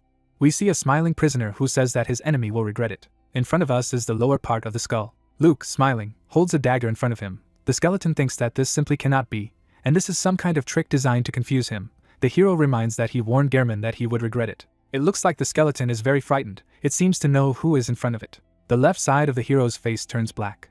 His legs are shaking. A purple crystal is visible in the eye socket of the skull. There is a flash of light. Luke stabs the daggers and the skeleton's head flies upwards. The young man lands behind the decapitated enemy. The head rolls on the ground. The system reports that the hero's blade has cut the neck of the enemy and the user managed to decapitate the hero of the 10th order by dealing a critical hit. The guy also learns that he continues to bleed, and his health has dropped below 5%. He is offered to restore health by applying a bandage or some other method until the penalty in the form of death comes. Electro glows in the young man's hand. He thinks that if he had hesitated just a little, he would have bled to death. Gehrman falls to his knees. Luke, looking up, thinks he brought the flag just in case, and is very glad he did, as otherwise the result would have been terrible. The system informs the discouraged guy that his levels are rising. The guy laughs happily. He says that it's time to pay back the debt. Luke approaches the decapitated opponent. He is very happy that he has increased his level by 3 points, but wants to get something much more important, namely Blink. The hero squats in front of a defeated skeleton. He says that he needs Blink so badly that he would refuse to even go through the secret script. The guy reaches for the ring. Gehrman shouts deafeningly, demanding that the young man not touch his property with his dirty hands. Luke silently stares at the enemy's head raging nearby. The skeleton has eyeballs that are ready to pop out of their sockets. Gehrman yells that scoundrels like the hero shouldn't touch this ring. He complains that it was incredibly difficult for him to cleanse even half of his body of Shadow King's energy. Bright white marks are visible next to the skull. The Poco makes a characteristic sound. The raccoon looks at the skull with greedy eyes. The animal jumps up. Gehrman screams in horror for Poco to stop. He complains about not being able to move and calls the raccoon a real demon. Luke, sitting in front of the enemy's torso, declares that he is completely incapable of begging for mercy. There is loot in front of the guy. He says that in addition to Blink, there should be some other very good trophies. The hero sees a systematic description of a secret scenario, which reports that the legendary hero has performed incredible feats, and forcing him to submit to someone else's will is a huge achievement. The card informs the conditions for passing the test and informs about the reward, which is the recognition of an ancient hero. Luke thinks that if he fails to fulfill the condition, he will not complete the hidden scenario, and the 10th order will continue to pursue him. The guy clutches his head. He says that because of this damned bag of bones, everything went to waste and asks Poco to continue to play with him, preferably as hard as possible. Luke picks up the ring, and Gehrman shouts indignantly that it is the conduit that allows his soul to exist in this world. A bright glow can be seen around the hero's right hand. The system informs that the enemy is reacting to the cleansing of the ring. The named object hangs above the hand of the young man. The game informs him that thousands of years ago the Shadow King ring was stolen by the heroes of the Order, and now it has returned to its rightful owner in the person of the heir of the original owner. The young man is asked to answer the question if he wants to combine the ring with the aura of the Shadow King. Poco continues to roll the skull across the floor. Luke, smirking, says that Gehrman seems to have just mentioned that he can only exist in this world thanks to the ring. The heroes sit on the skull. He asks what will happen if the owner of the ring is changed to the state in which Gehrman is now. The skeleton declares that he will not be afraid of such threats. The guy, laughing, says that he is just joking. He says that if the ring is an intermediary for the transfer of the soul, then he has already made a decision. Gehrman, cursing loudly, asks who is in front of him and says that the king he had known a long time ago was not like that at all. Luke holds the ring in his hands with a thoughtful look. Gehrman states that he finds it hard to believe that the terrifying creature that is the Shadow King is still alive, so he assumes that his opponent is someone from the Night Clan. He states that he thought that he destroyed all these bastards with his own hands. However, someone, apparently, still managed to survive.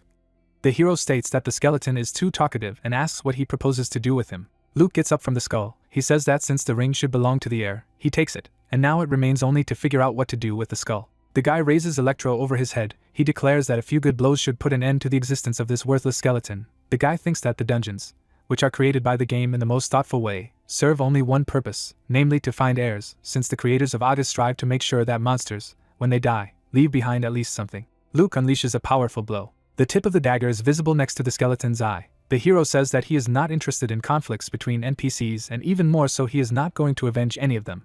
Putting his hands on his belt, the guy states that he only came here to take the ring and other trophies. Then he says that while Gehrman called this place the first tomb, which means that there must be others, Gehrman indignantly states that he will never reveal this information to the servant of Shadow King. The hero, putting out his index finger, declares that he can talk to even the most stubborn characters.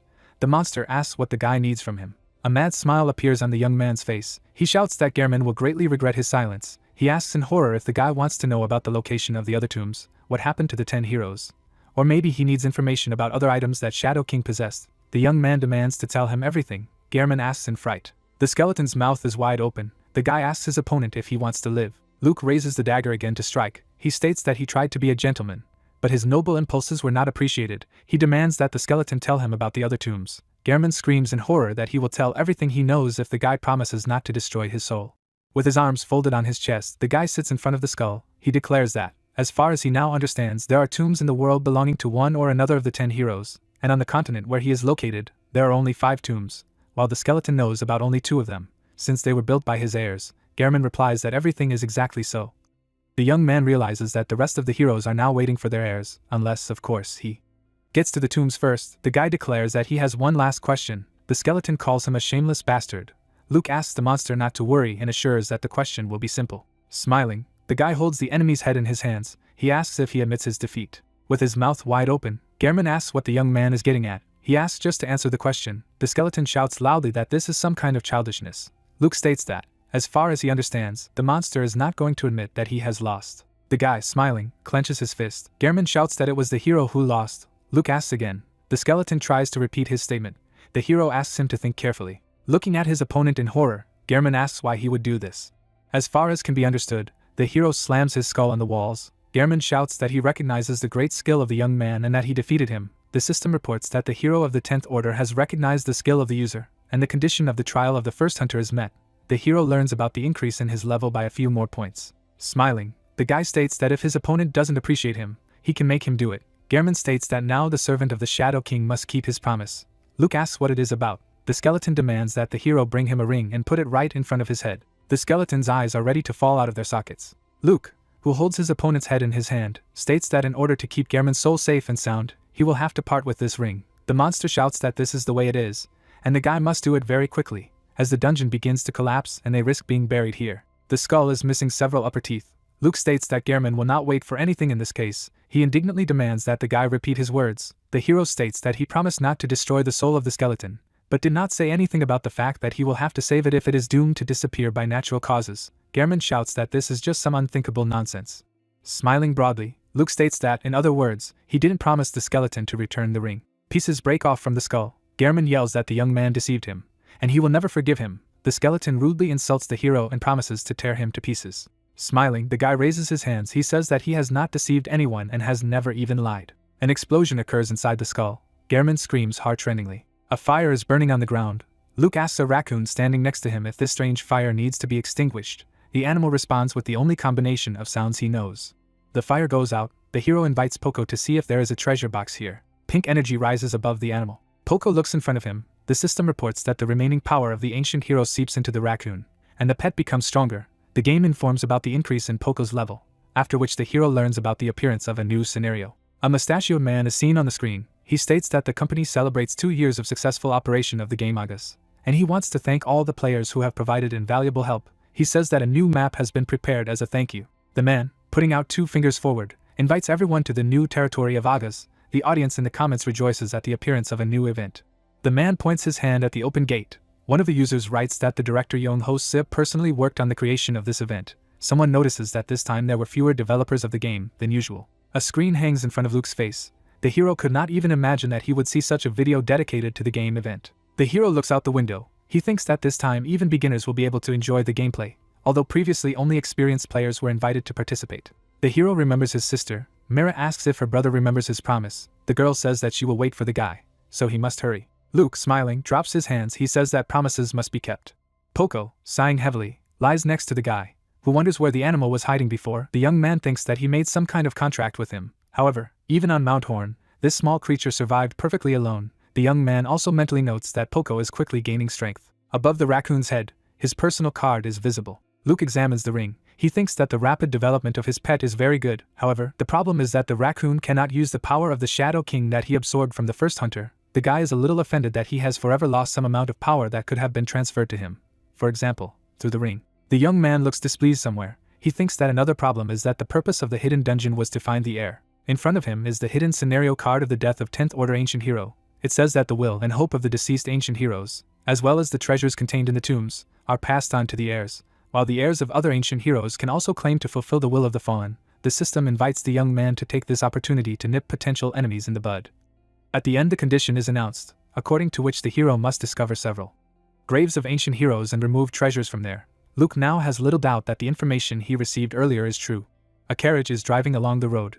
Luke thinks that the strangest thing in all this is that this quest does not have a reward, although it promises to be extremely difficult. The guy understands that he will have to do a lot of work just to find tombs, and he will only receive incomprehensible trophies. The hero decides to focus on the event dedicated to the second anniversary of the release of the game August. The young man looks out the window, thinking that he needs to calm down a little. The hero wearily puts his head on his hands. He thinks that he can no longer look out of the window, and he wants to walk, despite the fact that he has paid the fare. We see the wheels of the carriage. The hero is very annoyed that it goes so slowly, and also stops to take new passengers.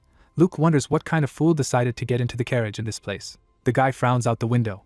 We see someone's leg. Its owner greets the hero. Kotaro appears in the doorway. He asks how the guy is doing. Kotaro stands with his sword on his shoulder. He thinks that he has not set any goals since the beginning of his time in the game. The words of other players are heard around him. Someone asks if this guy is really that strong. The second user says that this player has 81 points according to the ability score. A young man cuts off the head of an opponent. He thinks that he started playing Agas as a very ordinary user, and never thought that he would have any talent, but immediately earned the title of a promising beginner. Kotaro sits wearily on the ground. It seems to him that a huge responsibility has immediately fallen on him. Kenny, smiling, declares that the guy has incredible skill, after which he reveals his name. Looking at Kotaro over his shoulder, the blonde promises that they will make great partners, and no one will be afraid of them. The young man thinks that after he began to cooperate with Kenny, his confidence in his abilities began to grow, and the weight that he felt on his shoulders seemed to disappear.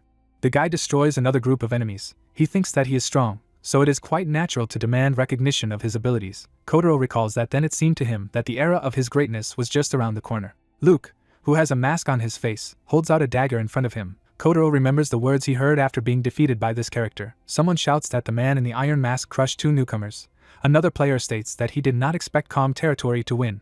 A third calls the hero a real monster and asks who can be hiding under this iron mask. Kotaro is standing in a beam of light. There is an opinion that he is strong, but he is no match for a guy in a mask. Another player exclaims that the two newcomers must be very ashamed now, and most likely they will not be back in the game soon. Kotaro thinks that after facing that opponent and being defeated, he lost a lot, if not all. Kenny slams his fist on the table and, cursing, says that the hero most likely had a very high resistance to poisons. He states that he must create a more powerful poison and then he will surely kill this villain. The guy apologizes to Kotaro and says that they need to break up, after which he thanks his friend for everything they went through together. Kotaro sadly wanders through the forest. He thinks that even the Kenny he trusted so much has left him. The young man is completely devastated. A carriage passes in front of the guy. He thinks that it will probably be better if he goes somewhere. Kotaro and Luke are seated opposite each other. The new passenger states that this may seem unexpected and inappropriate, but he wants to tell his story. The hero, whose back we see, is silent. Kotaro, with his hands on his knees, states that his travel companion doesn't have to answer and can just listen. He reports that he recently ran into a wall that he couldn't overcome. The carriage continues on its way. Kotaro says that he just didn't see a way out of the situation he was in. As he thought he was a magnitude and deserved recognition, he states that in reality he turned out to be just a frog inside a well, and when he realized this, he felt completely lost. The guy's face is sad. He says that a man who got into a carriage and suddenly began to pour out his soul probably looks very funny. Opening his eyes, the young man looks at the hero. He asks if he can also tell his story. Luke's mouth is dripping with saliva. The hero sleeps with his mouth wide open. The guy stretches sweetly. He thinks that he was dying of boredom, but now that he has slept, everything seems to have fallen into place, and the hero did not expect to meet his former opponent in such a place at all. Luke puts his foot on the ground. He thinks he doesn't have to calm down the guy trying to comprehend the purpose of his time in the game. The coachman, looking at the guy, wishes him a safe trip. Luke thinks that even if he is in a hurry somewhere, he will never get into this old man's carriage again. The vehicle continues its journey. Poco pulls on the hero's clothes. Luke lowers his gaze and says that he has completely forgotten about his pet. The raccoon makes characteristic sounds. Folding his arms on his chest, the guy looks at the animal. He tries to understand what to do with it. The idea comes to him that he can rent a room in a hotel and settle the raccoon there for a while. Luke squats down next to Poco and says that he will need to leave for a while. The raccoon hits his owner. He points to his left, and the guy guesses that Poco wants to hide there. Luke, looking at the bushes, asks the raccoon if he wants to climb there. The animal pronounces the only sound available to him with an affirmative intonation. The hero pats Poco on the head. He calls him stubborn and asks that the raccoon not show himself to anyone until he returns. Then he adds that you should also not take food from anyone if it is offered. In front of us is the lower part of the body of a young man. He arrived in a city called Zurumi. Other people are visible next to the hero. He looks up, thinking that the meeting is scheduled for the fountain. A dark figure is visible behind the guy's back. He thinks that he should add his sister as a friend when they meet. A hand rests on the young man's shoulder. Luke imagines a muscular man, feeling the pressure of the limb on his shoulder heavy and cold, like that of a typical fighter. The guy looks around frightened. Mira happily greets her brother. The system says that he is a level 30 fighter with the nickname Deer. The girl, pointing at her brother, asks why he made the two girls wait. The guy apologizes guiltily. Mira states that thankfully, he arrived before the in-game event began. Hanol hides behind her friend. The system reports that she is a level 31 warrior with the nickname Rabbit. The girl greets the hero. Luke rubs the back of his head guiltily. He says that he hasn't seen the girl for a long time and apologizes for the fact that she had to wait for a long time. Hanol embarrassedly declares that the young man should not apologize for anything. Mira tells her friend not to hide, but to come forward and speak more boldly. She replies that she is not ready for this yet. The hero's sister says that her brother is already familiar with Hanol, and she continues to act like a shy stranger. Luke sighs, smiling. The young people go forward. Mira tells her brother that they should add him as a friend. The guy states that he completely forgot about this procedure. A system window hangs in front of the young man. He takes a closer look at it, and sees a message according to which the event dedicated to the second anniversary of August is about to begin, so the participants must immediately move to a safe place. The system informs that squads can also participate in the event, so if someone wants to form one of them, they must do it now. Invitations begin to sound around. Mira reaches out in her brother's direction and states that they should join forces. Luke agrees to do so. Young people see a system window in front of them asking if they will be participating in the second anniversary event. All three give a positive answer. Players with the tower behind them clutch their heads. One of them asks what this stupid song is. He states that it looks more like an amusement park than a territory for a game event. Mira looks up admiringly. She says that she hasn't been to the children's park for a long time. Hanol sighs happily. Luke, folding his arms on his chest, looks at what is happening. He thinks that the event seems large-scale. However, in his opinion, there are quite a few users. The guy assumes that the developers of the game divided the event into many small sections. The young man turns his head. He understands that in this case, there must be hundreds of identical districts in the game. A clown jumps in front of the guy, who invites everyone to the lands of Agas. Luke thinks that, judging by the different levels of the participants, their professions and equipment, the selection of participants in each section was carried out randomly. The hero does not yet know what the essence of the event will be, but it seems to him that his squad can show a good result. The clown, with his index finger thrust forward, reveals that his name is Pierrot, and he will be an assistant in the event dedicated to the second anniversary of the game. The clown jumps high into the air again. He complains about the fact that, unfortunately, he is only the creation of the developers, so he asks for forgiveness for everything. Then he states that he will now inform the participants about the area they are in. Luke realizes that he is an NPC, but a cold shiver still runs through his body. Players see another, this time sad clown. Pierrot shouts that users are in the F43 area, and there are 10,000 of them in total. The clown says that, as many have probably already guessed, there are a lot of such areas. Someone asks if it is possible to ask a question. Pierrot states that he is listening carefully. The young man, raising his hands, asks if the awards will be given according to the places taken. Pierrot shouts that this is a completely correct assumption. Players talk to each other anxiously. They doubt that they will be able to achieve high results, and they are also afraid that the first places and the best rewards will go to high-ranking fighters. Luke stands with his arms folded on his chest. He sees how everyone's mood has changed at once, and the guy also thinks about the fact that for each of the letters of the alphabet there must be dozens of game districts, and you can stumble upon really strong fighters only if someone is very unlucky. Luke looks around in surprise when he hears someone say that he was very unlucky to meet his interlocutor here. Behind the young man's back, two dark figures are visible. The one to whom the previous phrase was addressed agrees with her. We see players fighting. The hero thinks that over the past 2 years, countless stars have flashed and disappeared in Agas. New users sign up for the game every day, and some of them shine brightly for a while. However, very few manage to prolong their success for a long time, but they are the ones who become high-level players with talent, money, luck, fame and power. In front of us are the characters in question. The hero thinks that the creator of the game Agas, Young-ho Sip, somehow spoke about them. In front of us is an unpleasant young man with a cigarette. He states that each of the high-level users can be considered a real army, as he has incredible strength and is on a completely different level compared to ordinary players. A tough fighter standing on a mountain of corpses, Young-ho Sip says the best players can, if they want, demolish entire cities, and they don't do so just because they fear serious consequences. Young-ho Sip, still smiling, states that the most sensible solution is not to provoke high-level players. The hero thinks that the man's assessments may have seemed rude and caused mixed reactions, but they actually turned out to be a compliment. Before us are Dorothy, Witch of the Heatwave, and Leon, Iron-Blooded Monarch. The girl asks why she should feel this unbearable stench again. The guy replies that he is asking the same question. They are standing next to each other. Dorothy says that her opponent is still very boring, pretentious, and has remained a loser. He asks if the girl really thinks that putting on stupid costumes increases her price, ordinary users recognize two celebrities. One of them says that it is just unbelievable that they are both here. Luke is standing in a crowd of users of the game. Someone nearby asks how he managed to be in the same zone with these two characters, after which he declares that August is real shit.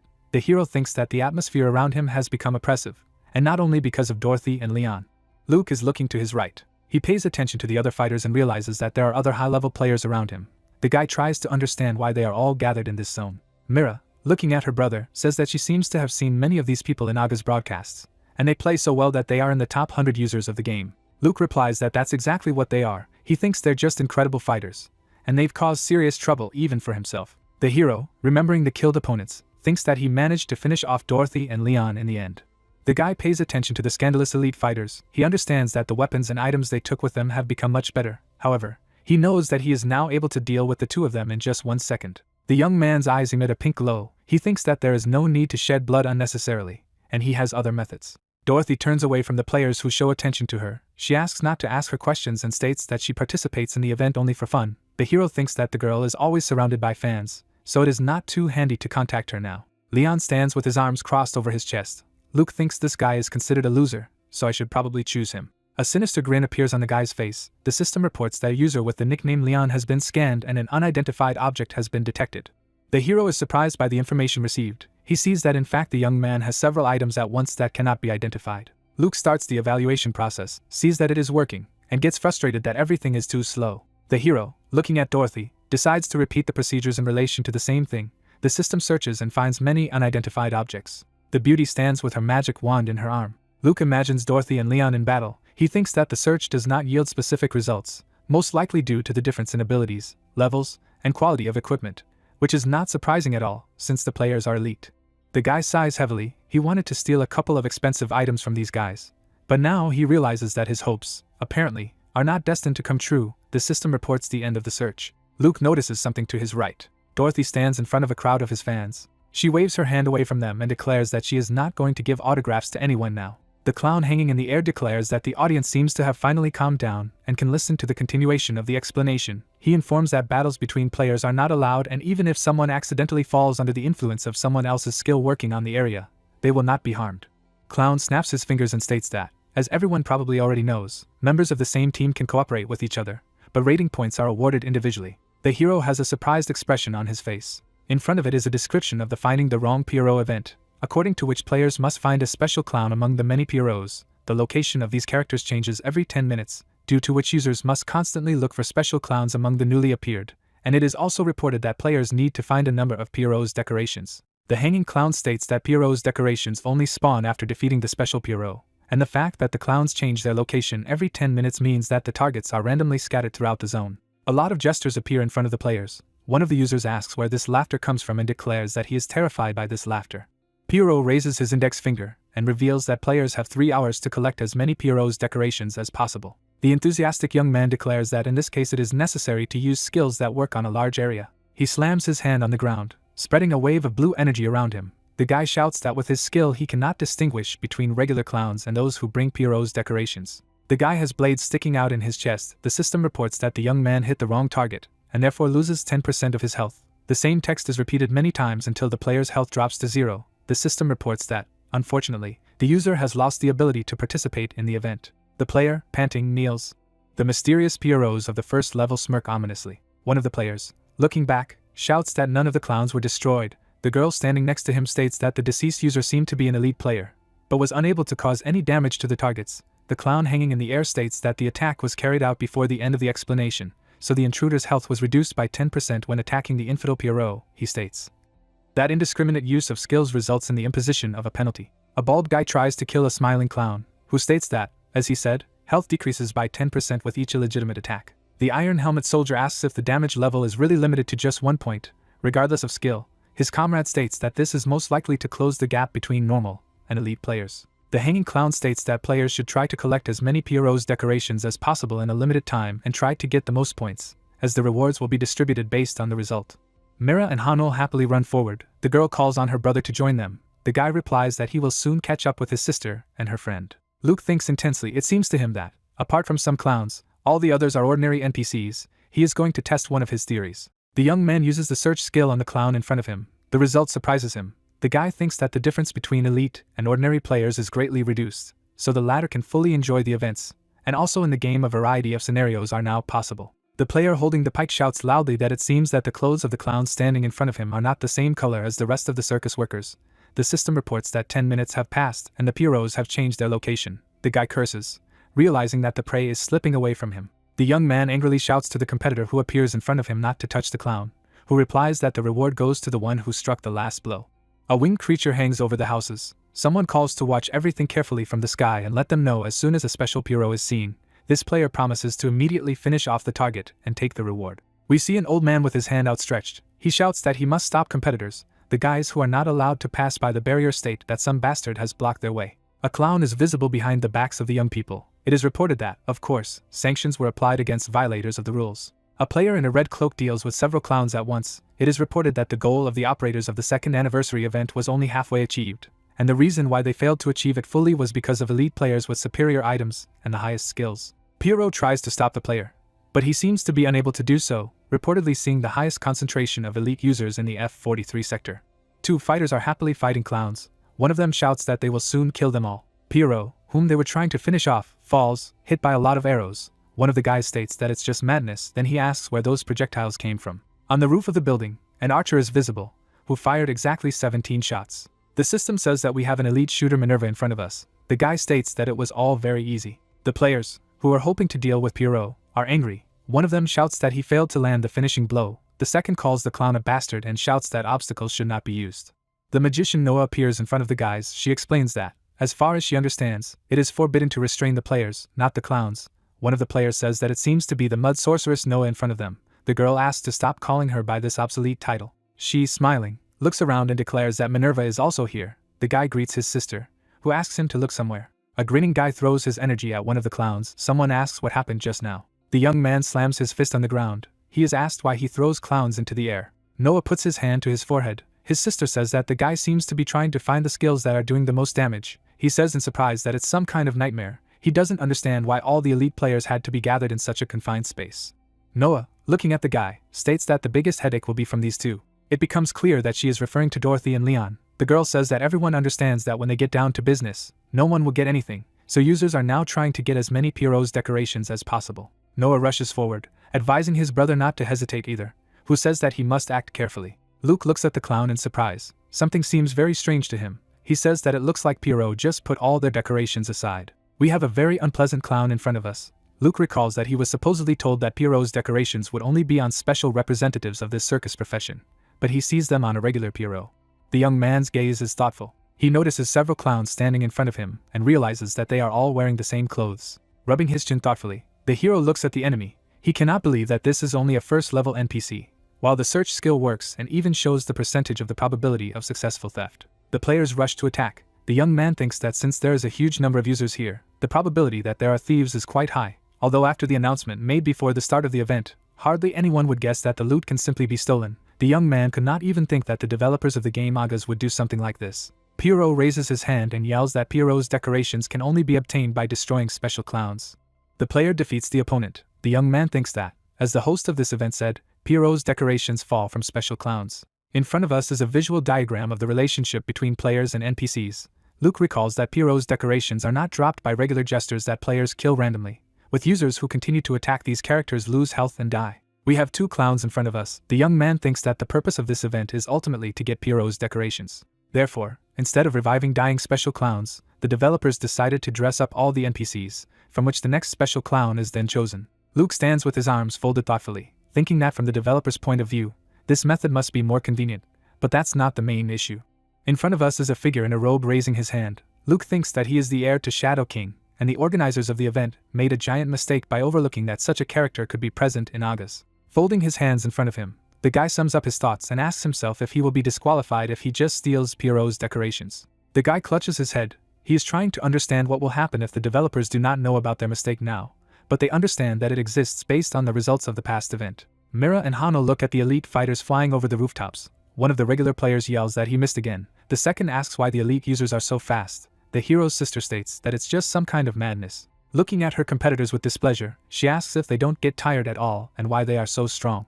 Jets of white energy rise in front of the magician. The girl says that these characters have great endurance, But they, in addition to this, also use very powerful potions. Hano, raising her right hand, says that she assumed that the difference in levels would not matter much in this event. However, apparently she was wrong. Her friend states that they are not able to compete with elite users. The hero looks back. He thinks that such a reaction is quite natural where so many strong fighters have gathered, and the girls are not the only ones who do not like all this. We see two frustrated fighters. One of them asks how many skills these guys have. The second says that they can't compete with such monsters, and this is very unfair. A guy with a strange hairstyle easily deals with clowns. One of the regular fighters says that if the player uses a wide sword, he should be slow, and not swing it like a dagger. A half-naked guy drinks one potion after another. An offended player complains that this is some kind of fraud. The hero thinks that the gap between elite and regular players is gradually getting bigger. The guy looks to his right. Two dark figures are visible in the sky. The hero, looking at them, thinks that when they are watching everything, he cannot act freely. Dorothy frowns down. A fiery whirlwind swirls around her. On the streets of the city, players fight clowns. Luke, looking up admiringly, states that the players he is looking at have the highest quality equipment. The young man sees a magic rod of the highest level, which doubles the effect of the spell used. The sky is blazing around Dorothy. The disgruntled player, looking back, asks what it is and if the sun has risen for the second time today. Young people look up in fear. It also seems to them that the sun is shining brightly in the sky. Dorothy puts his right hand forward. The entire space around her is flooded with powerful jets of yellow energy. Someone says that it can't be a simple skill. Another player wonders how the girl can control it. A third wonders if all the other clowns besides those that have already burned will be destroyed. A fourth shouts that this is a skill that works over a huge area, and asks if Dorothy will be fined. There is a very bright flash. Someone says that this is just some kind of nonsense. The enraged player, looking to his right, asks how many clowns Dorothy has killed with her skill alone. He demands that the girl be forcibly weakened. Hundreds of daggers are visible under the Leon. The bald player, looking up, asks if Leon is really going to use his main attack in this situation. The young man, frowning down, uses the infinite sword slash skill. White daggers rush down. The hero covers his face with his hand. He thinks that he is facing elite players whose striking power and accuracy are simply incredible. And if everything goes on like this, these two will get first places in this event. The young man's left eye emits a glow. Luke thinks that since the participants in this event may not reveal their identity, he should no longer hesitate. He decides to act as a thief should. A smiling clown approaches the young man. Luke plans to rob all NPCs of this type. Luke rushes past Pierrot. The system reports that he tried to commit a theft, and it turned out to be successful. The guy finds out that he got Pierrot's decoration, increased his level and experience. The hero frowns ahead, trying to determine the reaction of the surrounding players. A clown hanging in the sky declares that no one can leave the designated area until the end of the event. The hero realizes that no one has noticed anything.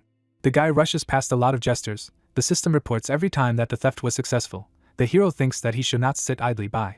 The archer aims at the back of the fleeing clown. He shouts that he almost hit. The player wearing an ancient Roman helmet states that he must find a few more special clowns before someone else takes them. The user with a hammer in his hand says that he has staked out a clown behind him. The player with a strange hairstyle steals the loot right from under his nose, stating that reservation does not work here. The hero thinks that if you delay even for a moment, then you will have nothing left. No matter how strong you are, in front of him is a whole scattering of system windows reporting a successful theft. Luke smiles happily. He likes this game. The guy thinks that the event, which was arranged for the second anniversary of the release of August, turned out to be just gorgeous. With his mouth wide open, the guy glorifies the creator of this wonderful game. The young man looks at the system window hanging above him, designed to show the position of the participants after 2 hours of the event. He thinks that if he steals too many Pierrot's decorations, it will look suspicious, so he should only be slightly ahead of the other participants. Pierrot says that 1 hour and 40 minutes have passed, and the clowns will be shuffled once again. He states that the current lineup of the participants will be revealed in 20 minutes, and the participants will have an hour to climb the rankings. Bright sparks are visible above the hero's hand. He is looking forward to the award, although until recently he doubted that it was necessary to participate in all this. The young man looks at the scoreboard, which shows the results of the event after 2 hours. The clown states that the performance of the top 5 players is displayed here. Users of the game look up in shock. One of them asks how the top 3 managed to surpass the mark of 200 Pierrot's decorations. The second complains that he did not even get 40 trophies. The players are talking dissatisfied. One of them suggests that Dorothy is in the first place. The answer is that it is most likely Leon, who used an incredibly powerful attack. The hero, standing behind everyone, understands that he is in the first place. Dorothy and Leon look at the results in amazement. The girl is surprised that she is only in second place. The guy is not satisfied with his third place. They surreptitiously look at each other, assuming that this sworn enemy is in the first place. The eyes of elite fighters are filled with determination. They think that they simply have to take first place. A huge ball hangs in the sky. White blades fall down from there. The system reports the receipt of Pierrot's decorations. The count of one of the participants reaches 230. The system gives the next results. Dorothy is breathing heavily. Leon, his mouth wide open, shouts loudly. The battle for first place continues. The elite fighters can't figure out why they can't climb to the top of the rankings. Pierrot, who acts as the host of the event, reports that there are 5 minutes left. A source of bright light is visible above Dorothy's head, and she thinks she should be ahead in 5 minutes. Leon looks incredibly strange. Pierrot raises his hand and shouts that the event is over, after which he thanks everyone involved for participating in it. Dorothy sighs heavily. The system informs her that the event is over and she has successfully completed the quest. The girl learns that she has won one of the prizes, after which she is asked to inform the audience about her position. Leon and Dorothy frown at each other. The guy agrees to show his result to the public. The system shows results. Among the characters we are familiar with, we see Minerva in 7th place and Noah in 5th. Further reported that with a score of 294 Pierrot's decorations, Leon is in 3rd place, and Dorothy is in 2nd, who has 1 point more. The girl is amazed. She realizes that someone has outstripped her and her sworn opponent. The system reports that in 1st place with a score of 300 points is the player who chose not to disclose his name. Leon is just furious. He can't understand what a moral freak you have to be in order not to give out your name after taking 1st place. Luke, smiling, stretches his index finger forward. Pierrot, who is hanging in the air, expresses his sincere gratitude to everyone involved. He informs them that the game map used for the event will remain available for another week, and expresses his hope that players will enjoy it to the fullest. We see blue buildings. One of the players writes in the comments that the amusement park was like real. The second expresses regret that it will be available for only 1 more week. We see another chat window. There is a question about what happened in the F43 area, followed by the answer that Dorothy and Leon took only 2nd and 3rd place, and the first went to the player who scored 300 points but did not reveal his name. It is reported that the hero's victory over the strongest elite players in the F43 area was the most talked about news in the game. We have Dorothy and Leon in front of us. One of the users writes that defeating 2 such monsters is a real feat. The question is who could have overtaken these fighters at all. Luke, who has a mask on his face, is smiling. The players continue to find out who this mysterious player is who swept across the game's horizon like a bright comet. The hero covers his mouth with his hand. There is an opinion that the winner in the F43 sector can become a real legend. But the winner himself is faced with a very unpleasant situation. He hears his sister calling him, offering to ride several more attractions. Hanul, smiling, tells her friend that it's a lot of fun here. She replies that she hasn't been to the park in a long time and is really happy. The girl happily clenches her fists. Her friend asks if she wants to ride the ride they just got off again. She says that 1 roller coaster ride is never enough. Luke, meanwhile, feels very bad after visiting 2 attractions. Mira, laughing happily, asks if her friend, since Leon is with them, would like to look into the dungeons. Hanul asks in surprise. We see houses and people walking in front of them. Mira states that the very name of this location translates as the City of Dungeons, and there are quite a few of them here. Hanul, blushing, folds her hands in front of her face and asks if Luke will go with them. Hanul replies that of course the guy is not going anywhere. She suggests that her brother go to the dungeon. He, pouring vomit from himself, agrees to accompany the girls. Luke sees system windows that tell him that he has entered the city of Gibbelin, also known as Dungeon City. It is reported that this location will be open for another 7 days, and during this period of time, the guy can come here at any time. Luke happily falls to his knees, thanking fate that they finally got out of the amusement park. The guy remembers himself in the recent past. He thinks that even when he jumped on the walls of tall buildings, using the parkour skill, he did not experience anything like this. He does not understand why now he has the feeling that he almost died, like the last dog. The young man looks down in surprise. The system informs him that he got 300 Pierrot's decorations and took 1st place in the past event. He learns that his name was not revealed to the public, as he refused to register, as well as that soon awards will be given to the participants who won prizes. The young man realizes that he has achieved his goal. Looking at the system windows, the guy laughs happily. Mira and Hanul run up to the young man. The sister shouts that she has finally found him. Her friend asks how long the young man had to wait. Luke replies that he has just come here. He asks if the girls are going to go to the dungeon and encourages them to go with him, as he can work as a guide. Hanul asks the young man if he has been to this place before, as it seems to her that he is familiar with this city. Luke, raising his index finger, states that he is actually leveling up his 2nd character, after which he offers to go. Hanul agrees to do so, after which he asks if this is really the guy's 2nd character. She suggests that this is why he does not remember her from the mission. When they accompanied the wagon, the hero, meanwhile, says what he learned about the city of Gibbelin from the video dedicated to the game. The girls follow the young man, who thinks that his excuse seems to have worked. The hero and his companions approach the bridge. One of the girls asks where they are going. The guy replies that they are going to a place where there are many dungeons, and his companions will understand everything when they see everything with their own eyes. In front of us are unpleasant monsters with glowing eyes. Young people pass behind the backs of 2 players. One of them says that they need to try again today. His friend replies that yesterday they only got to the 1st floor, and today they need to try to get to the 2nd floor. The girls look around in surprise. Mira says that there are a lot of players around them. Hanul states that she thinks there are even more people here than in the city center. Luke asks the girls to wait for a while. The hero stamps his foot and asks someone to come out of the bushes. From there, Poco appears, looking happily at his master. The girls are delighted. They say that the animal is incredibly cute. Poco presses its muzzle against its owner's raincoat. The girls notice that the raccoon looks like a plush toy. The hero tries to apologize for being too late, but receives a powerful blow to the face. Holding on to his bloody nose, the guy gives a thumbs up and says that the raccoon has become much stronger. He asks if he got better after taking out his anger on his owner. Poco shows with his whole appearance how dissatisfied he is. Mira, raising her left hand, asks why her brother didn't take this cute creature with him to the past game event. He replies that he is still making contact with Poco, and the animal could run away from him if he didn't like something. Mira, smiling, looks at her brother. She states that it all looks very suspicious, since the guy she knows is not used to caring about anyone. Luke replies that her sister is talking some nonsense. Hanno enthusiastically says that the hero is just a wonderful older brother. It seems to her that the raccoon appreciated this, and that is why he follows this young man everywhere. There are fighters in front of the young people. Mira asks where the entrance to the dungeon is. The hero replies that it is not just some entrance, and the girl will see everything herself. The hero's foot is on the edge of the abyss. The rock he pushed down bounces off the wall of a bottomless pit. Luke says that it is because of this object that Gibelin got its name. Hanno states that it really does not look like an ordinary entrance. The hero reports that they ended up next to a demon cave. Looking down, the young man says that this object goes down 6 levels. It looks like one large dungeon, but each floor is a separate object. Mira, looking back at the young man, asks if they will need to clear all the dungeons to get to the lowest one. The guy confirms this assumption. The girl, looking down, says that as far as she understands, it will be very difficult to complete this entire complex. Luke replies that this is why beginners are usually limited to only the first and second levels. Smiling, the young man suggests that the girls also start from the first floor and reach the second. They happily agree. The young people find themselves in a cave. The system reports that they have arrived at the first level of the demon cave. The players learn that one day a mysterious dungeon appeared near Gibelin for an unknown reason, and to complete its first level, you need to kill 100 monsters. Mira asks if they are alone here. Luke informs that they entered here as a squad, so the other players cannot prevent them from completing the task. Mira folds her arms in front of her chest. She declares that she is satisfied with everything. The system informs about the gathering of squad members. The game shows the nicknames of the squad members and their level, with Mira stating that the monsters that are here can already be considered dead.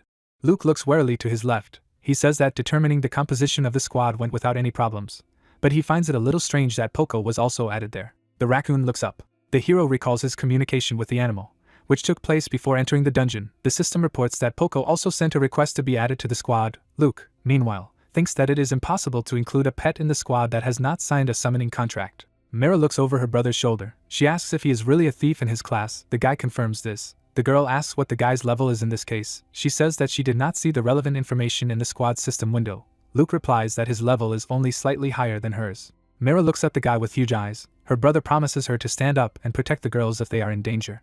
Mira drops her mouth open. Clenching her fists, she takes a fighting stance and declares that she doesn't need help, and her brother shouldn't underestimate his allies. The hero, smiling, declares that he will be incredibly happy if the girls prove themselves worthily in business. Hanno looks frightened. The hero cannot understand what she is afraid of. We see the trace of the jump. Mira happily rushes forward. Her friend asks her not to rush. Luke looks at his sister in bewilderment. The girl excitedly fights with the yellow monster. The hero realizes that she is just waving her arms in vain. Mira freezes in a very strange pose. She falls off her feet. A yellow orb, pushing off the ground, flies in her direction. Hanno warns her friend to be careful. The girl cuts the monster into 2 parts. About a dozen other similar enemies appear around her. Hanno is confident in dealing with them. The system repeatedly reports that one of the squad members has killed yellow slime.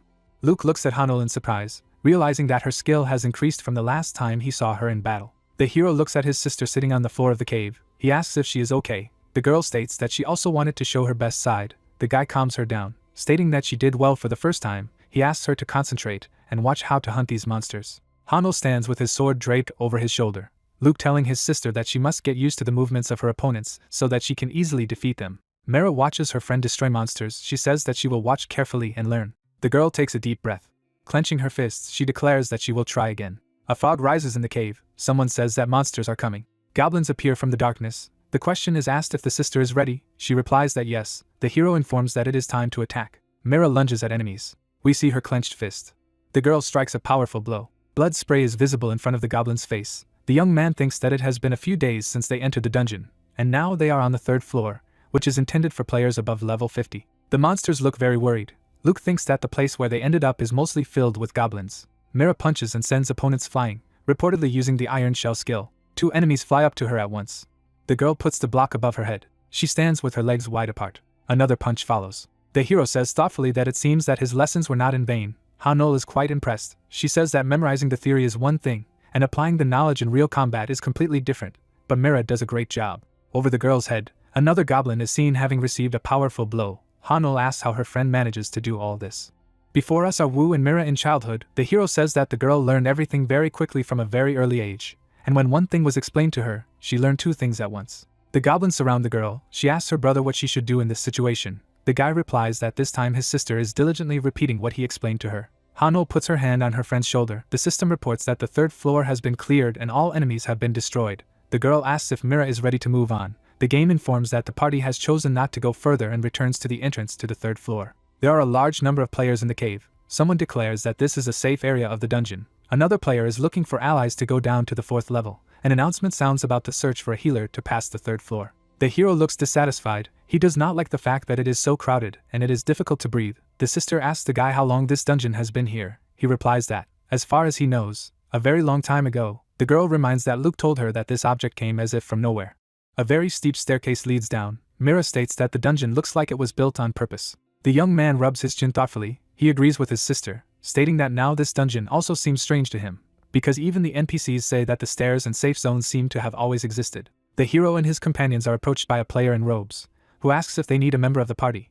Hanol asks for clarification. The young man, smiling, offers to join forces for a further descent. He says that several members of his squad have left, and those who remain are clearly not enough. The hero, whom no one pays attention to, watches how his companions talk to young people. Obviously, this is very unpleasant for the guy. Luke notices the bracelet on the young man's arm. He thinks that the guys who approach the girls are doing their best to hide their intentions, but he sees through them and realizes that they are going to get close to the newcomers in order to lure them into something unpleasant. Luke suddenly realizes that he sees an image of a black mask on the boy's arm. Shag, who is holding a bow, thinks he was first asked to catch 1,000 squirrels, but he wasn't going to give up. Hamilton, sitting at the table, tells the young man that he did a great job, and now he has to get 1,000 deer. Shag calls the interlocutor an old son of a bitch. He recalls that then there were foxes, pigs, wolves, and so on. Holding out his hands in front of him, the guy says that none of the named animals live in the area. Hamilton replies that he is well aware of this, and demands that the guy find them somewhere else. Shag walks through the forest, cursing the elder. He thinks he sent him to catch animals that don't even exist in the village. In front of the guy is his personal card, where it is seen that he is level 19. Shag states that he is sorely lacking in health points, and remembers that he was almost caught by the hand when he seemed to look like a normal hunter. The young man remembers the elder, who asks not to worry and assures that if Shag completes all the tasks, then a special reward awaits him. The guy thinks that all this is very similar to some kind of fraud. The young man is desperately waving his hands. He sees boars in front of him, realizing that he has come across a place where monsters are reborn. Shag draws the bowstring. He is going to do his job quickly, especially since it seems that he has already mastered the profession of an archer quite well. The guy clamps the arrow with his fingers, choosing the first target. Shag pays attention to an angry boar. A girl appears in front of him with a huge sword resembling a cross. Her weapon stabs the boar. Shag looks in shock at the girl who deals with monsters very quickly. The guy tries to understand what kind of profession she has that involves using the cross as a weapon. The bloody tip is lowered to the ground. The girl exhales heavily. Yellow stars are visible around her, and Shag realizes that she appears to be a healer. The girl pays attention to a guy standing on a rock. She angrily asks him what he is looking at and if he has never seen how a real hunt takes place. She looks at the young man, assuming that he is some kind of eccentric who feels omnipotent and omniscient. Young people are fiercely arguing about something. The computer room worker is clearly dissatisfied with something. She thinks that she seems to have to find another place to hunt. The hero asks her to prepare a place for him. The girl says that polite people say hello first. Luke does not take her eyes off the phone. The girl, looking at him, thinks that this guy spends his whole life in a capsule. She does not understand why her boss treats this guy as a very valuable client. Folding her arms over her chest, the girl wonders why she pays attention to this man at all. Then she remembers that the young man is sometimes very kind to her. The girl understands that the guy asked her to turn on the capsule. She really does not want to do this. Sighing heavily, Luke says that he goes to eat in one of the neighboring establishments. The girl, seething with indignation, thinks that she has nowhere to go, so she just needs to turn on a capsule for this guy. The hero on the phone screen is looking at new messages in the community. A guy with a plastic cup in his teeth appears next to him. He complains angrily about someone. The hero asks what is happening. The young man, looking at the hero, reports that he could not defeat the boss, as he had to interrupt the raid in the dungeon. Wu smiles when he hears from the guy that as soon as Luke disappeared, there was hope for a normal game. But the other players immediately spread their wings, filling the empty niche. The young man says that Wu should also be careful. The hero replies that there are indeed a lot of different idiots and chatterboxes around him lately. We see three dark figures. The hero thinks that the criminal guild Lukat has recently been created, the members of which consider themselves followers of Luke, and to a particular extent 3 villains from the blacklist stand out in it, and it was with them that the hero met yesterday in the dungeon. The young man, raising his hand, offers to gather in the same place tomorrow. Luke remembers this guy's smile, thinking about the fact that this character has an item that belonged to Shadow King. The hero, grinning happily, looks up from his phone. Luke looks at the system windows in surprise, one of them informing him that he has connected to the game Agas, and the other informing him that the rewards for the events will be distributed today. The young man smiles. He is glad that he will finally receive the prizes he has earned honestly. From his point of view, we see the young man's finger. Luke says that today is quite an interesting day, as the reward for the first place should be the Shadow King item. The young man thinks it should be something wonderful. A raccoon appears behind the guy's back. The hero, looking at his pet, asks how long he has been waiting for him. The guy, petting the cute animal, says that he is very glad that he will also go with them. He asks where Poco slept when the owner was not around. Luke realizes that he can no longer leave the raccoon unattended like last time. The hero imagines a guild building. He wonders if Poco can become a member of this organization if he can already be added to the squad. The guy understands that in this case the raccoon can be left in the guild when he himself is resting from expeditions. The young man decides to find the answer to this question a little later. Mira and Hanul approach the hero. The sister greets her brother, and her friend also greets him. Looking into his sister's eyes, the young man asks if the girls are ready to go to the 4th floor today. Mira replies that she is ready, but she is worried about something. Luke asks what exactly. The girl replies that they seem to be doing well on their own, but yesterday they met strangers and took them to the team. It seems to her that all this is a little unexpected. Looking at his sister, Luke says that in order to clear the 4th floor, they still need help. The girl tries to object. The guy tells her that their strength is only enough to deal with the monsters of the 3rd floor. Mira, looking at her friend, asks if she's okay. She thinks Hanul is too excited. She replies that she's worried about having to work with people she didn't know before. Then she says that probably the more people, the easier and more fun it is to do such tasks. The hero smiles happily. He thinks that everything is ready on their part, and now he just needs to wait for the prey. Behind his back there is an apology for being late and a question about how long the young people had to wait. Luke approaches his new allies. He declares that they have just arrived. The guy with a sword on his back asks not to worry about completing the dungeon. He promises that he and his comrades will help his new allies do everything right. System messages appear, the first of which says that the squad has entered the 4th floor. The second informs that in order to complete this level you need to defeat the boss of the 4th floor. The third lists the members of the squad, among which new characters have appeared. The assassin of level 62 Leakin, the wizard of level 60 Beth, and the warrior of level 61 Howler. We see these characters. Luke thinks that 3 players above the 60th level help users whose average level is less than the 40th level. It seems to him that their new allies really believe that they will be taken for some kind of altruists. A guy with a bloodstain on his chest looking to his left. Luke thinks that, in addition to the high level, it is striking that these people have different professions. The hero pays attention to the smiling young man and realizes that he is most likely the main one among his 3 new acquaintances. As the young people confidently deal with the goblins, Luke realizes that they work well together, and he also realizes that judging by the presence of Shadow King items, they teamed up long before the game's 2nd anniversary event. We see 2 disgruntled young men. Luke speculates that the Shadow King symbol on the items is visible due to their level. The guy clutches his head. He thinks that he needs to think about a lot. The hero and his sister are talking to one of their new acquaintances. They are discussing the structure of the dungeon, and when the girl asks if it is possible to take something out of here, the guy replies that it will not work in any way. The girl, smiling, tells her brother that everything around her seems just amazing. He replies that the girl's feelings are easily understood. A friendly young man asks if the hero is the girl's older brother. Looking at the young man, he wonders if he accidentally took the nickname after the infamous user of the game.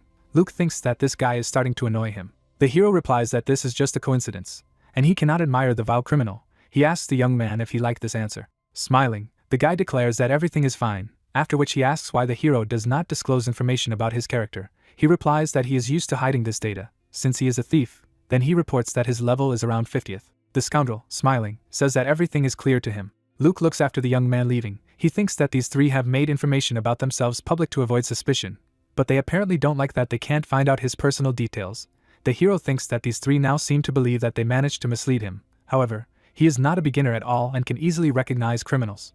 Red lines are visible on the guy's body. The hero thinks that one of the sure signs of a criminal, which many beginners do not pay attention to, is red tattoos that appear at the moment when notoriety exceeds a certain level. The guy looks warily at his new acquaintance. He is sure that soon everything will fall into place. One of the guys kills a goblin. Mira throws up her hands in admiration. The young man thanks everyone for the great work. The girl says that Leakin and his colleagues have done the hardest part. He replies that all this is only thanks to good support from the back rows. He suggests that they rest for a while before moving on. Beth and Howler look visibly displeased. One of them asks what happened. The other replies that the number of potions has decreased slightly. His comrade states that there may have been an error in the counting. Skulls are visible on the floor next to the guys. One of them suggests that they finish the preparations as soon as possible, as the squad will soon approach the entrance to the boss's room. His comrade says that he will do everything right. Leakin, smiling, asks if everyone is ready to move on. The squad is standing in front of a magnificent gate. Someone declares that they have finally arrived at the boss room, and as soon as the gate opens, the battle with the main monster of this level will immediately begin. White marks are visible next to the hero's head, as well as in front of the faces of his companions. Mira is amazed at the size of the gate, as well as the fact that she is about to see the boss. The girls fall helplessly to the ground. The system informs them that they are paralyzed and will not be able to move for some time. The villain, who has a bloody blade in his hands, declares that he almost died of boredom. He asks if the young people know how long he had to wait for this moment. Leekin states that he has incredible admiration for Luke and considers it a real sacrilege that his favorite hero is insulted by some idiots. The young man, his mouth wide open, shouts that the hero has insulted his god with his dirty mouth. Although he is not worthy to lick the dust off his boots, the system reports that Leekin has attacked members of his squad, his notoriety has increased, and the victims are stricken with a paralyzing poison. Beth and Howler, standing behind Leekin, discuss their rampaging comrade, one of them saying that the commander is too excited again. The second states that in this state he looks like a complete moron. Mira is frightened and asks what is going on. Leekin wonders if the girl really doesn't understand what situation she is in. He says that she seems to have been very inattentive during her passage through the dungeon. Putting his hand on his face, the bastard promises to explain everything in the simplest possible terms. He states that he stabbed the members of his squad in the back with a poisonous dagger, and now they are poisoned. Mira says that when they walked here, Leekin killed monsters with another dagger. He, demonstrating 2 blades, declares that the girl in this case showed excellent intelligence. The bastard laughs like crazy. He shouts that he deceived these idiots like some kind of children. The hero declares that Leekin is just crazy. He approaches the guy and asks him to repeat his words. He reminds that the young man called his idol a disgusting criminal. Grinning, the scoundrel asks how he can now forgive his offender. Then he wonders if the hero feels ashamed in front of his sister and girlfriend. He assumes that the poison has paralyzed the hero's tongue, and he cannot express all the humiliation that he is feeling now. Hanno calls the scoundrel trash, who asks in amazement. He looks into the girl's eyes. She tells him to go to hell. Leekin states that he thought the girl was a brainless dumbass, and now her behavior seems surprising to him. The girl's hand trembles. The bastard says that she chose a very wrong time to start snapping. Leekin again stabs the young people in the backs with a dagger. He asks madly if they really thought that he would forget how long the poison lasts. Hanno angrily asks if the bastard really enjoys torturing people like that. She yells that if he is going to kill them, he should do it immediately. Leekin states that the girl does not seem to understand what is happening. He asks if she really thinks he needs some items. Looking wide-eyed at Hanno, he yells that he will naturally take everything his victims have, but the process is supposed to be as fun as possible. The bastard asks why scoundrels are considered scoundrels, and he himself responds by stating that they like to do bad things, knowing that they are disgusting. Leekin, wielding daggers, asks what his 2 allies are doing. Looking over his shoulder, he remembers that he instructed them to prepare the escape scroll in advance. Beth and Howler discuss some kind of loss.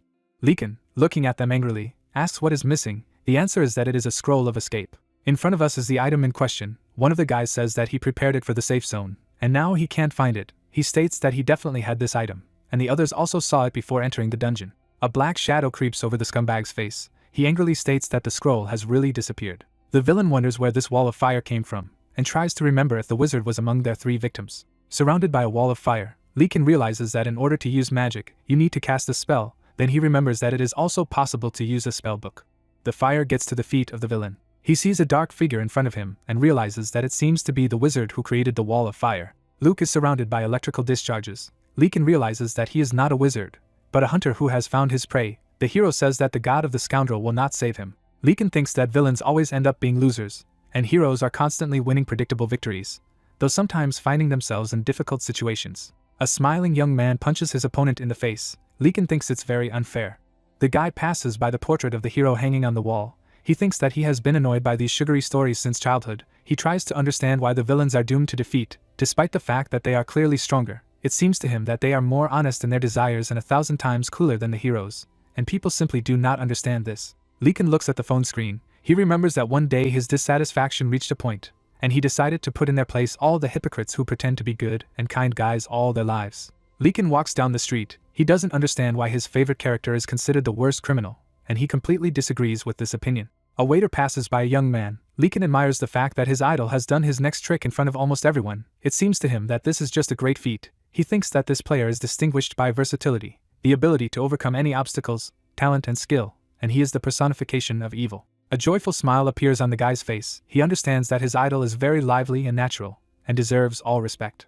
In front of us is an emblem with horns. Leekin recalls that this is how he came up with the idea to create a guild of criminals, which he called Luke God, whose members eventually began to worship their idol as a real deity. Leekin looks at the hero approaching him. Luke, who is surrounded by flames, states that his opponent's god has turned his back on him. Leekin asks in bewilderment. The hero's eyes emit an eerie glow. He declares that this is indeed the case, and he wants to see what the bastard in front of him will do now.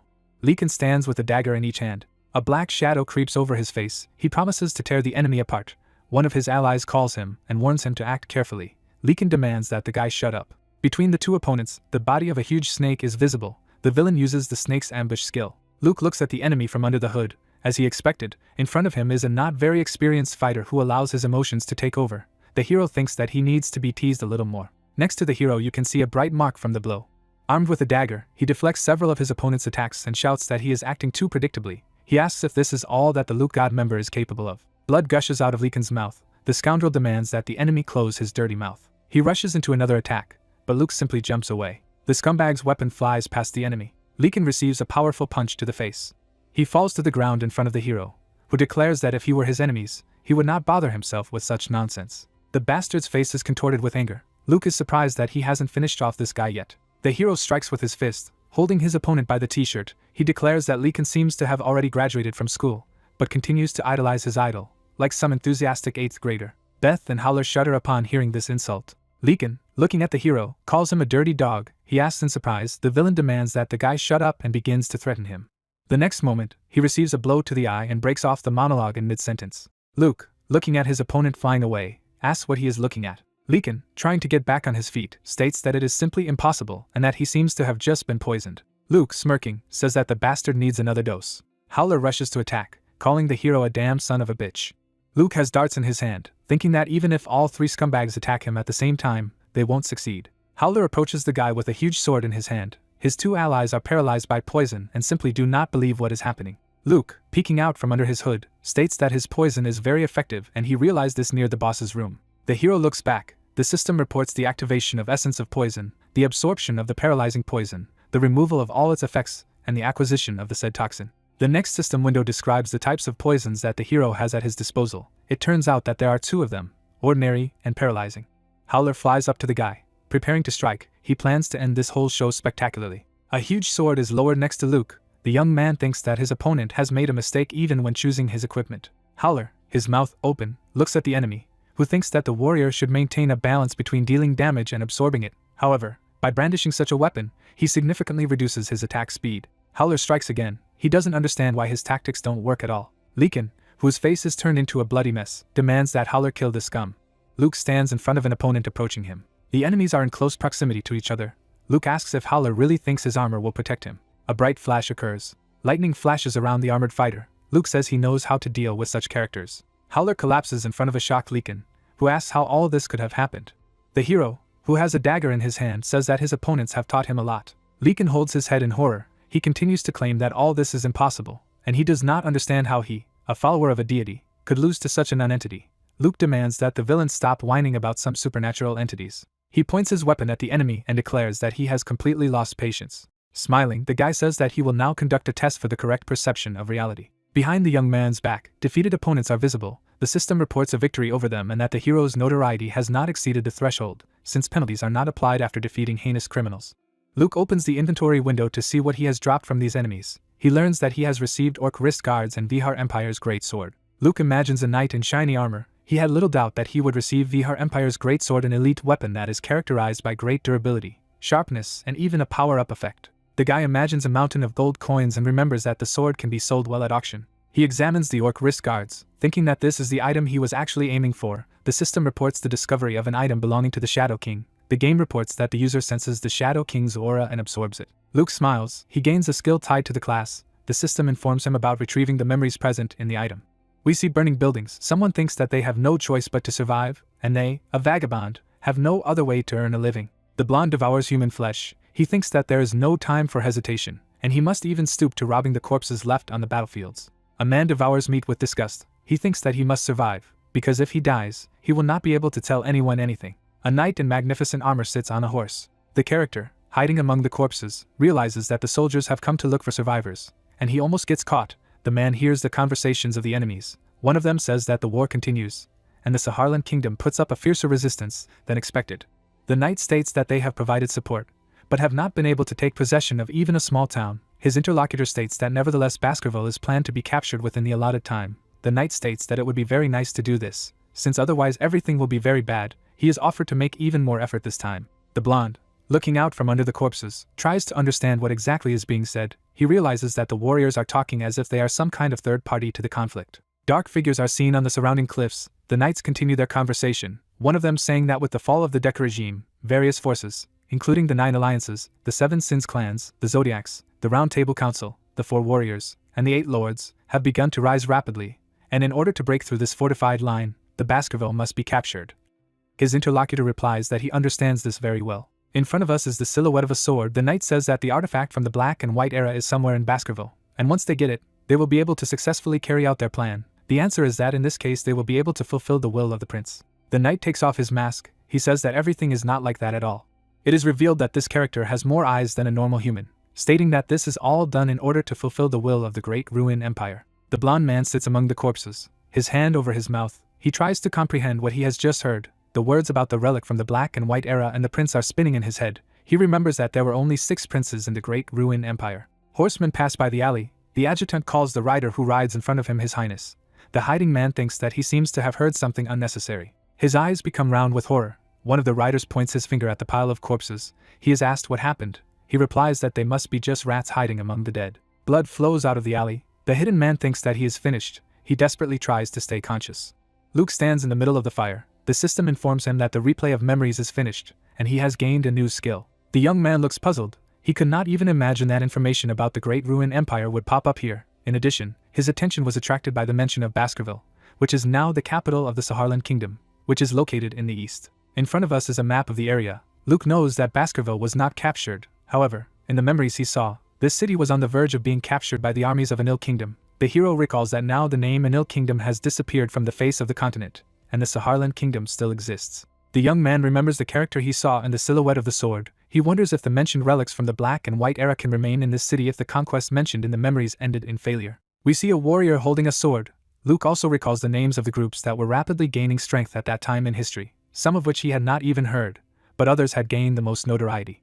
His allies run up to the young man. The sister asks if her brother is okay and if he is wounded. The hero assures the girl that she does not have to worry. Mira angrily asks how she doesn't worry if some crazy bastards threaten them. She says that Wu could have waited for them, and instead he just left them and jumped into the fire, putting on a robe she's never seen before. The hero laughs. The young man looks away. He realizes that the situation in which the paralyzed Mira and Hano found themselves was really very unpleasant for them. Luke hides in the fire. He promises to solve everything quickly and asks the girls to wait for him. Mira asks her brother where he went. Now, having come to her senses, she asks to answer what happened to the bad guys. The girl says that she heard some terrible screams. The hero, pointing at himself with his thumb, declares that justice has triumphed. Mira wonders why. If her brother is so strong, he has been hiding behind the backs of the girls all this time.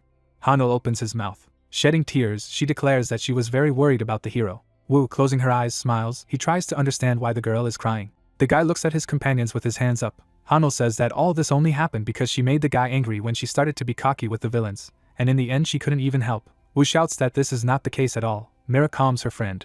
Her brother says that he is actually very grateful to the girls for not getting hurt. Forcing a smile on his face, the guy declares that this is really so, and he is not lying. Hano makes it clear that she is satisfied with this explanation. Mira asks her brother how he realized that these 3 scoundrels were criminals. Raising her index finger, Wu says that the red tattoos on their bodies indicated that they have a very bad reputation. Mira asks in amazement, before stating that she thought they were just drawings that could be made when creating a character in the game settings. She says that as far as she now understands, Wu immediately realized who was in front of him, and then just waited for an opportunity to deal with the scoundrels. The hero, smiling, recalls recent events. He apologizes for not warning the allies in advance. The guy explains this by the fact that he had to make sure that the bastards did not hide anything in their sleeves except for a paralyzing poison, while he himself thinks that he knew about everything after a carefully conducted search. Mira rubs her chin thoughtfully. She states that there is nothing more they can do in this case. Then she asks her brother what his level is at the moment. He replies that he is 74. The girls open their mouths in amazement. Mira points her finger in the face of the young man. She asks why this value is so high and reminds that during the escort of the cart, Wu had about the same level as her friend. Hano states that her score is somewhat overestimated, since she got many levels thanks to luck. The hero suggests not to be distracted by all sorts of trifles and continue on her way. Animal skulls are impaled on the stakes. The hero says that now they only have to go through the boss's room. The young people are standing in front of a huge gate. Mira asks her brother if he is sure that everything will be fine. The guy replies that he has no doubt about it. He says that they will need a little time, but in general the task is not so difficult. The girls agree to trust their ally. Luke smiles happily. The system informs him that he has reached the room of the boss of the 4th floor, which has the 70th level. The guy learns about the appearance of Goblin Shaman and the 60th level warriors in large numbers. Green torches are burning on the walls of the cave. The hero thinks that they met mainly goblins on this floor, but he could not even think that the boss would be a creature of the same race. In front of us is a rather ugly creature. Luke draws attention to the fact that it is a representative of the shaman class. Ordinary goblins, grinning merrily, look at their opponents. The young man picks up a dagger. He says that he will have to fight anyway, so the monsters must get ready to receive a couple of hits with magical weapons. A whole army of goblins is visible in front of the hero. The green monsters rush to attack. Luke thinks that the shaman is using low-level magic with 4 main attributes, and he can undo it with the Shadow Disrupt skill, but this will be ineffective as there are a large number of normal goblins around. Mira, Hanol and Poco are ready to fight. The sister yells at her brother that they will help him too. Her friend declares that they will distract attention. The hero, smiling, declares that they should not worry, as he can handle everything alone. The guy is holding an electro in his left hand. He thinks that the 30 levels earned in the secret dungeon are still very serious. Poco lands on the shoulder of his master. The hero tries to get rid of him, but the raccoon is not going to leave his place. The young man warns the animal that it may get hurt, so he must return to the girls. The raccoon jumps off the young man's shoulder, while his tail touches his master's chin. Luke loudly indignant. The raccoon rests its paws on the ground and opens its mouth wide. A powerful jet of energy flies towards the goblins. The hero and shaman open their mouths in horror. The system reports that Poco has used the skill of absorbing magic and cleared the space in a certain radius from it. The young man learns about the increase in health, as well as that the absorbed magic will be transferred to the subspace storage in a certain amount. The hero remembers some pink creature and realizes that the ability he just saw is very similar to the one that this strange character has. Goblin Shaman stands with a staff in his hand. Luke realizes that even this monster is confused because all of his magical power has suddenly disappeared somewhere. The guy pays attention to ordinary goblins. He understands that the same thing is happening to them. Luke throws a lot of punches, the marks of which are visible in the air. He thinks that a shaman who does not have magical power is just an empty space. And for this bastard, everything is basically over. Goblin Shaman opens his mouth wide. Luke hits several opponents. The system reports that the boss of the level has been destroyed, and the hero will receive a reward for this feat. Luke sighs tiredly. He thinks that he managed to deal with these opponents easily thanks to Poco. The young man looks at the girls who caress the raccoon. Mira says that this is just an amazing creature and asks how he managed to do what she saw. The hero realizes that his pet can store not only various objects, but also mana. The guy looks at the system window that tells him that he has received the reward. Luke thinks that he needs to stop mining items and get some rest since he is already tired. The hero has a gift box in his hands. He thinks that he has been waiting for this reward the most. The system asks if the player wants to go down to the 5th floor. Luke refuses the offered opportunity.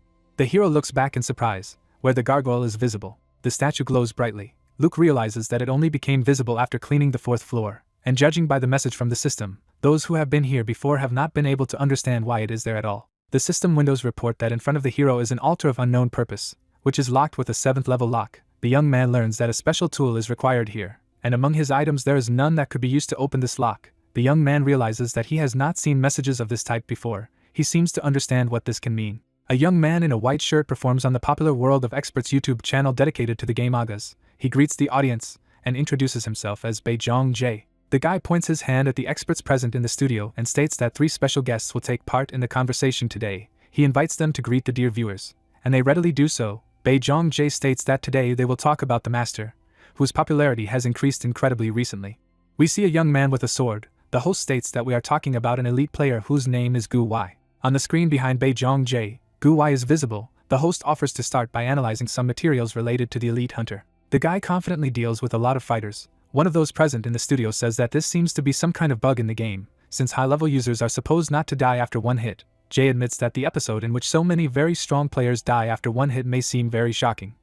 The guest of the studio states that he looked at what was happening again and noticed that the blows that Gu Wai throws are terrible, and apparently that's why he thought it was some kind of mistake. The man in the black tank top states that he has already analyzed this episode before and paid attention to what cheap equipment the hero of today's issue uses. In front of us is the studio in which the discussion takes place. The previous speaker, continuing his monologue, states that Gu Wai also does not use anything but a sword, and thirdly, he did not see fights against an opponent of suitable strength, where any specific rules would be used.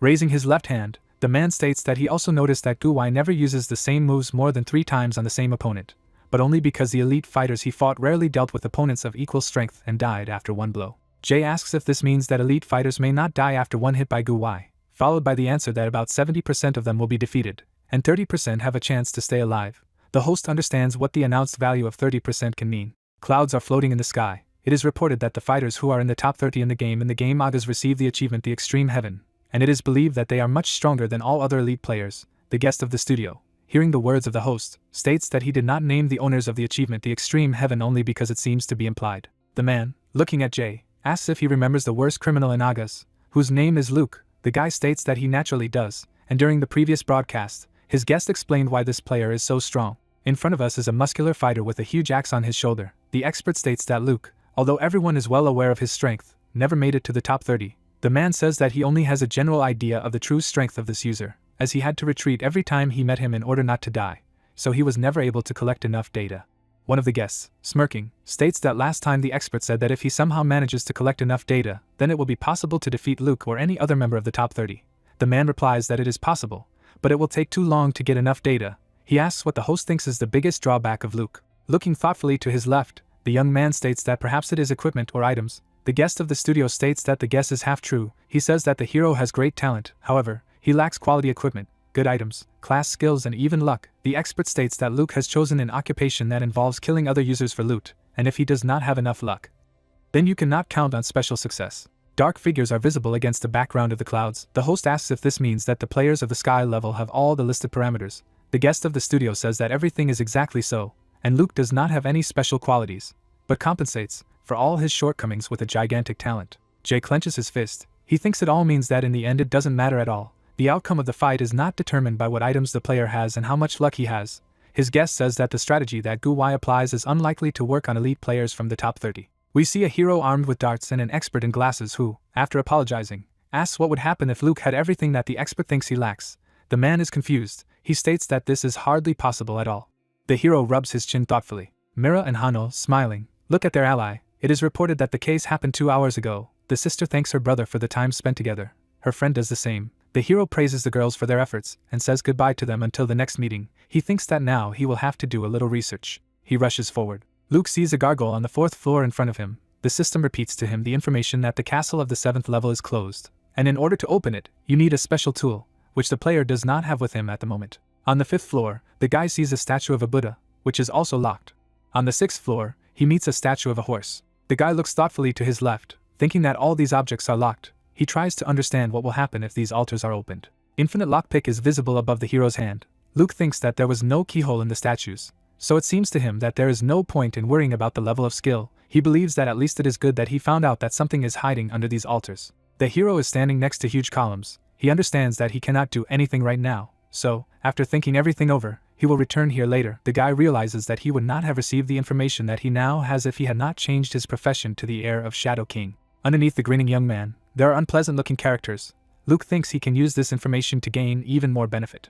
The protagonist clenches his fist, wondering if he should be satisfied with the skills he currently has, and realizes that for some reason, memories from the time when he was the worst criminal pops up in his head. The young man sees a system window in front of him with a description of the active skill of the first-level corpse loot. It is reported that its owner can loot corpses, obtaining random items, and the same corpse cannot be searched twice. Luke thinks that he can use this skill on monsters and NPCs. Poco lies on his back and makes his characteristic sounds. The hero asks him to distract himself for a second. A gift box is visible under the young man's hand. He tells the raccoon that he is going to check what he received as a prize for winning the game event. The system says that this box contains at least a guaranteed prize or a rare rank, but if the player is lucky, he will get an item of a higher level. The gift box glows brightly. The hero thinks that the developers of the game Agas have scattered 10,000 participants in different sectors to give them prizes, the quality of which depends on luck.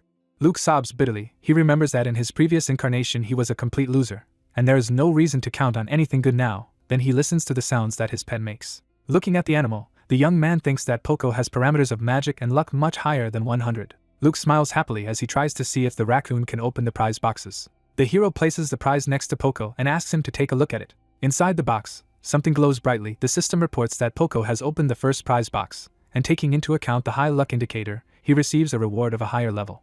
Luke, smiling happily, shouts that his idea worked. The item in the package glows brightly. The hero jumps. He begs to be given a rare blue item. There is a bright flash. The young man continues to ask fate to be favorable to him. Tears flow from the young man's eyes. He cries out loudly. A vortex bursts out of the box. Luke enthusiastically shouts that it's one level more than he wanted, and a unique purple item falls out to him. The hero realizes that fate has finally turned its face to him. The hero, hugging the raccoon to himself, thanks him. A purple whirlwind rises behind the guy. Luke asks why the raccoon, his lucky mascot, has been hiding somewhere for so long, he allows the animal to hit him in the face at least every day. The guy notices something behind his back and can't believe his eyes. People are visible in front of the university building in Seoul.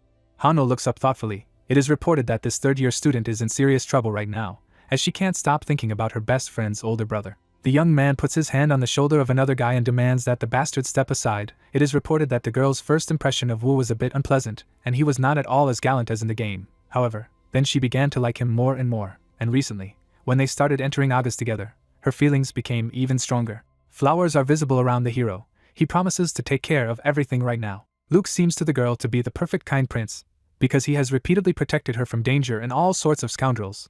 Hano remembers how gallant the young man was and that he always finds kind words. She realizes that she seems to have fallen in love. Hano sighs with her eyes closed, her head filled with thoughts that confuse her.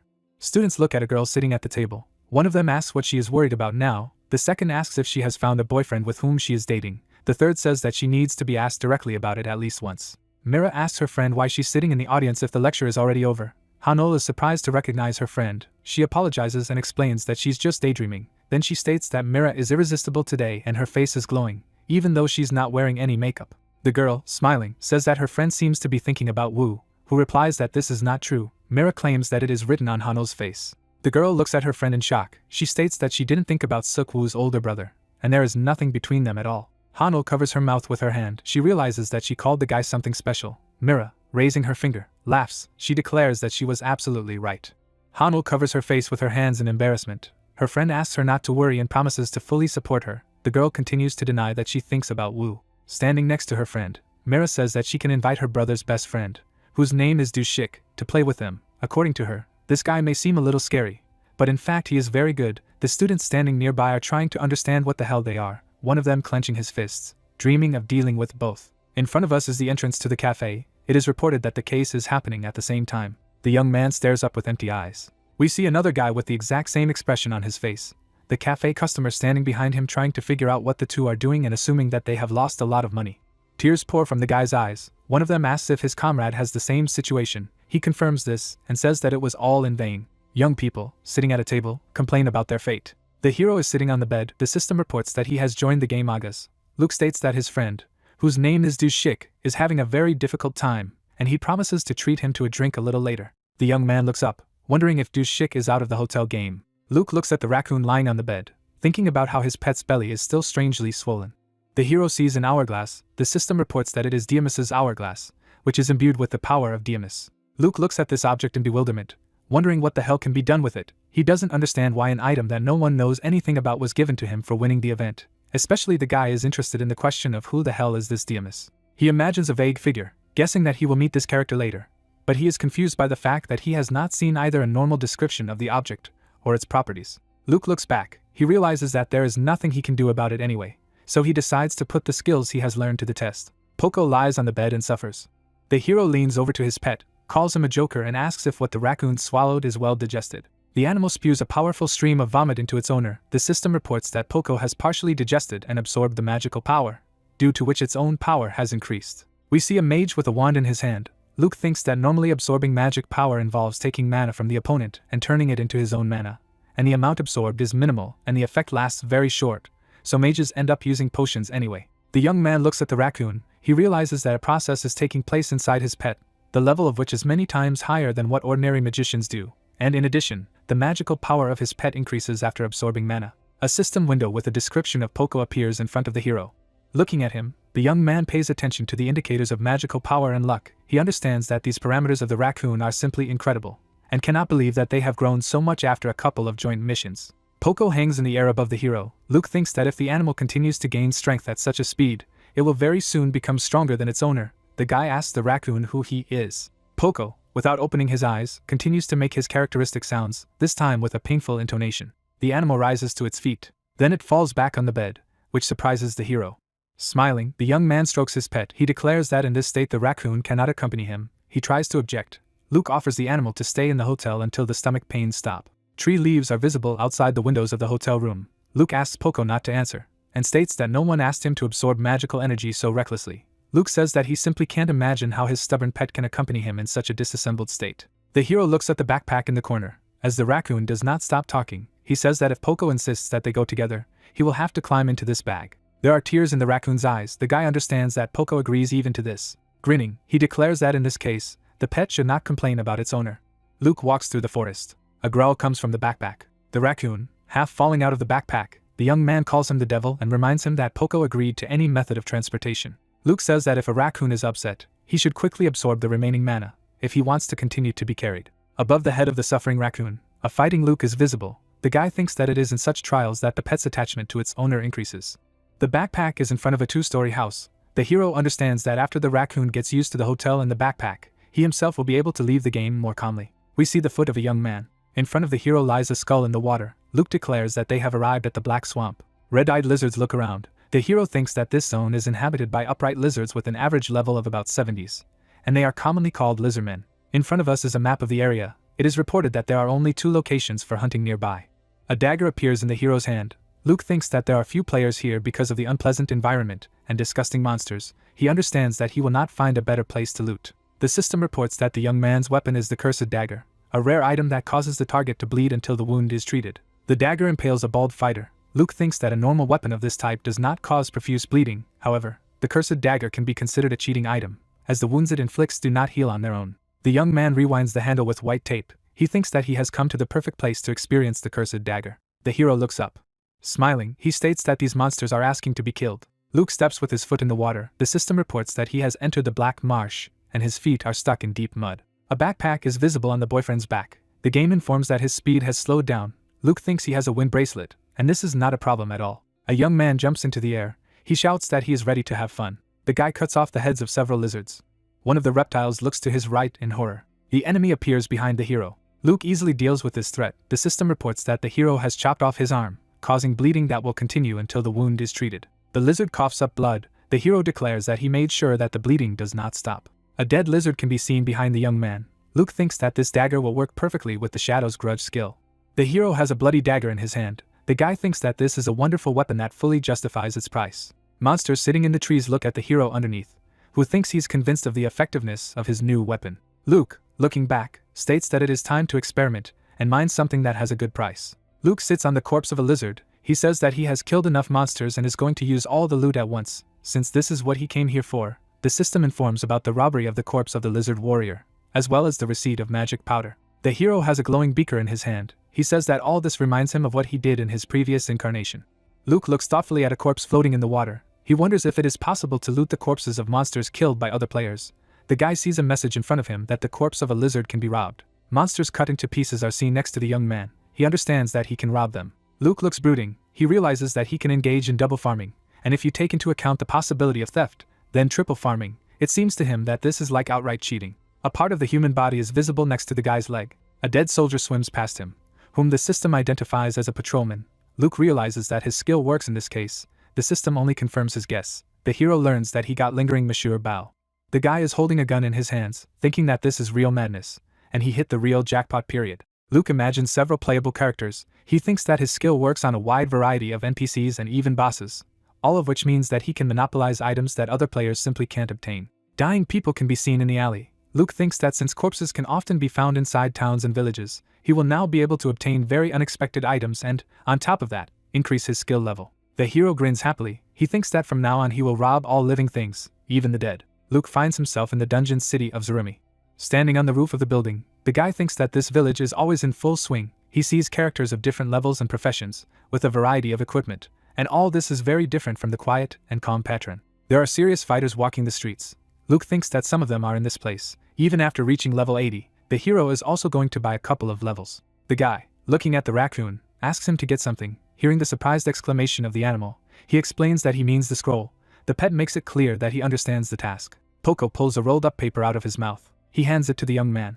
Luke tears the scroll into several pieces, stating that he will level up from now on. The system informs him that he uses the scroll of enlightenment, which gives the user a real insight and can only be used for skills of the 3rd level and below. Scroll of enlightenment emits a blue glow. The system informs that it is an item of rare rank that contains the knowledge of a great character. The bearded old man folds his hands in a special way. It is reported that the player using this object is enlightened, increasing the skill level by 1 point. Luke is on one knee. He originally wanted to keep the scroll of enlightenment just in case and maybe sell it if he needs money.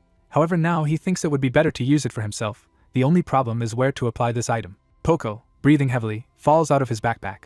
He climbs on his master's shoulder. Luke asks the raccoon what to do. Upon hearing the answer, the young man says that he understands everything. A system window appears describing the scour skill of the second level. It is reported that it allows you to search the target for subsequent theft of items. The raccoon hands the scroll to the young man. He tears him in half, stating that from now on he will start raising his level. Red symbols are in the air. The young man learns that he is gaining the knowledge that the Great One had, and feels real enlightenment, while the level of the scour skill increases to the third. Fighters walk the streets of the city. The hero thinks that now he must check how the enhanced scour skill works. Putting his left hand forward, the hero gives the appropriate command. In Jeremy Square, there is a curly-haired mage with a wand. He asks if they need to repair their equipment before going camping. The guy complains that his robe is completely frayed. Above the two-story building, jets of pink energy are visible. The mage looks up in fright. The young man takes a fighting stance. It seems to him that he has just felt a very strange stabbing look, while the guy admits that this is a game of his imagination. Luke is sitting on the roof. He realizes that his new skill works at a decent distance after his level has risen to level 3. The curly-haired mage looks around anxiously. The system reports that the starting user is being searched, and objects such as worms, pumpkin sweets, and potatoes have been found in his possession. Luke, smiling happily, thinks that there are flaws in his skill, of course, since stealing is generally a dangerous activity, and the longer the skill works, the higher the likelihood that he will be caught by the hand. The hero thinks that he can go to the zone where he can commit crimes right now. The raccoon nods his head with concern, Luke telling his pet that it's too early to worry. The hero's eyes emit a glow. He declares that he needs to steal first, and then think. The system reports that he has begun to use the scour skill. Sitting on the roof, the guy looks at the city. He learns that he got magic stone powder, iron ore and Argoni's spear. The guy thinks that things become much easier if you carefully control the distance and the object you want to steal. The young man looks at his hand. He says that it hurts differently than before. The system reports another use of the scour skill. The hero shudders with fright when he hears an exclamation next to him that a murder has been committed. Someone demands to call the guards. Luke, using the parkour skill, jumps off the roof. The raccoon tries to shout to the owner who abandoned him. The guy realizes that something has happened, and he cannot ignore such an incident. People standing in the street discuss what happened. One of them says that a man was killed in a nearby alley. Another states that it seems to have been Mr. Cotton, who worked on a construction site. A third complains that the city has recently become very dangerous. The hero on the roof hears the remarks of the people standing below. The guards who come up say that their squad will investigate, and ask if there are any witnesses. The onlookers point to one of those present. 2 guards are talking near the wall. Luke realizes that they are assessing the situation based on the testimony of witnesses, and their comrades are interrogating those present, which means that the guards are not paying attention to everything else. The hero jumps down. He lands at some distance from the crowd. The system reports that the shadow step skill hides the user's presence and muffles his steps, and he can rob the corpse of a dead citizen. After a while, a message comes that the corpse has been robbed and the hero received 5 silver coins. Luke, smiling, looks at the bag of money. It seems to him that the loot is quite worthy, and he has discovered a new source of income for himself. Luke jumps behind the guards, who look around warily, trying to figure out what is happening. The hero is sitting on the fortress wall next to a raccoon. He hears someone say that the atmosphere in the city has recently become oppressive, and this is not the first murder. The speaker does not understand why the mayor does not pay attention to what is happening. 2 guards walk along the wall. One of them tells Yeki to speak quietly as he can be heard. He replies that he seems to be saying what is really there. Luke frowns up, his arms folded over his chest. He thinks that, according to the villagers' stories, such incidents have been happening very often lately. The guy assumes that some bandits could have set up their base somewhere nearby. Poco hits his owner several times in the face. He asks why the raccoon hits him all the time. The guy states that he has already apologized for leaving his pet on the wall. The young man notices something to his right, and tells the raccoon that he will have to leave again for only a couple of minutes. The next moment, he receives a powerful blow to the face. A corpse is floating on the river. Luke asks the raccoon to wait on the wall for a short time, as he must check who this person is. The young man realizes that 2 almost simultaneous murders in the same place look very strange, because this is a safe zone where nothing like this should happen. Luke lands next to the corpse of a local resident in the water. Standing in the middle of the river, the hero tries to understand how the body ended up in the water. He realizes that he can find out a lot if he searches the deceased with the help of the appropriate skill. The guy brings his hand to the corpse. It emits a bright glow. The system reports that Luke has received Delmart's secret map. A system window appears, which informs that this is a map torn in half, and if you find the second part of it, then perhaps it will lead to treasure. The hero holds half of the card in his hand. Wu taps on the keyboard. We see a search page for the keyword Delmart. The browser reports that 541 pages with third-level information were found. Wu, who has a piece of bread in his teeth, recalls that he seems to have heard such a name, but he did not expect that the data layer would be of such high importance. The young man understands that Delmart is an important NPC of the game Agas. In front of us is an old man with his eyes closed. It is reported that Delmart had many nicknames, including Millionaire, Merchant, and Rebel of the Kingdom. City buildings are ablaze. The elderly people stand with their backs to each other. Wu learns that Delmart started out as a merchant, but eventually rose to the post of Minister of Finance of the Kingdom. and would have gone down in history as one of the best holders of this post if he had not been executed as a traitor on charges of preparing a rebellion. Chains are visible around the bookmark notebook, and it is reported that information regarding Delmart is still banned within the kingdom. Luke walks down the street. The system reports that the hero has re-entered the game Agas. The guy thinks that if Delmart was one of the richest people in the kingdom, then his legacy must be colossal. He assumes that the map, half of which is in his hands, points to the place where the man's treasure is. The young man realizes that in order to find them, he should get the other half. The hero stands on the wall above the guards. He understands that he must first find out who the deceased citizen was. People gathered on the ramparts discuss what is happening. One of them recognizes Mr. Relic from the Western Complex. The second states that he is the owner of a bakery from the mall, who lives with his wife and 3 daughters. Luke realizes that he seems to have found out who the victim of the murder was. Before us are 2 townspeople. One of them says that Mrs. Min does not seem to know yet that she has suffered a terrible loss. Luke rushes through the area. He thinks that the West facility, where the murdered man worked, is right behind this small forest. Small houses are visible under the hero. The guy understands that he got where he needs to go. A young man approaches the house. It seems to him that this is exactly what he is looking for, and the guards have not yet reached here. Luke stands in the doorway, trying to figure out if the family members of the deceased are in the house now. He notices that the door is open. The guy goes inside and sees scattered objects in front of him. He walks right over them, trying to understand what it all means. The young man realizes that someone has been here and was looking for something. Luke looks up. He thinks he doesn't have much time, so he just needs to look around quickly and leave. The system says that the guy is using the search and detect skills. The hero realizes that the guards may come here soon. We see the back of the young man's head. The system reports that he has entered someone else's home and his notoriety increases. While if there are witnesses, there is a high probability that the crime will be reported to the guards. Luke curses mentally. Trees grow in front of the house. The hero thinks that no one has yet reported his entry into the house, since he does not hear footsteps and does not feel someone's presence nearby. The hero examines the objects lying in front of him. He thinks that, judging by the state of the house, it is unlikely that a murder took place here. Blood is visible on the walls, however. Luke thinks there was a kidnapping. The hero looks out the window. It seems to him that he has just got involved in something very unpleasant. He sees footprints going deep into the forest, and for some reason it seems to him that all this is somehow connected with the second half of the map. Poco inspects the house behind the guy's back. Luke says that first you need to find out where the attackers went. He turns to his pet and demands that he stop running around the house and quickly climb into his backpack. As they are on their way, the raccoon shows the guy some object. The hero is holding a hair clip in his hands. The system reports that it is an accessory that is usually used by a girl. Luke states that he has found something that cannot be sold again.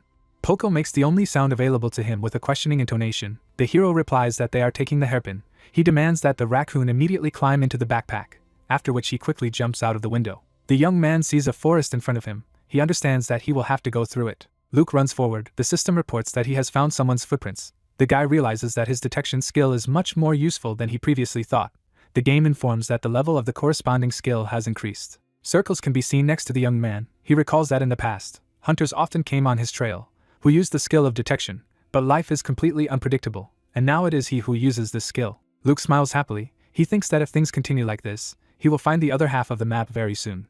We see the hero's leg. He follows the trail and at some point realizes that he has reached the end of the trail. Luke looks worried. He says in frustration that the culprits don't seem to have completely lost their minds, so he'll have to use a different method. A description of the tracking binder skill appears, which allows you to determine the location with an item belonging to the target, provided that they have possessed it for a certain amount of time. The young man asks the raccoon to give him the hairpin, and Poco hands him the item with a displeased look.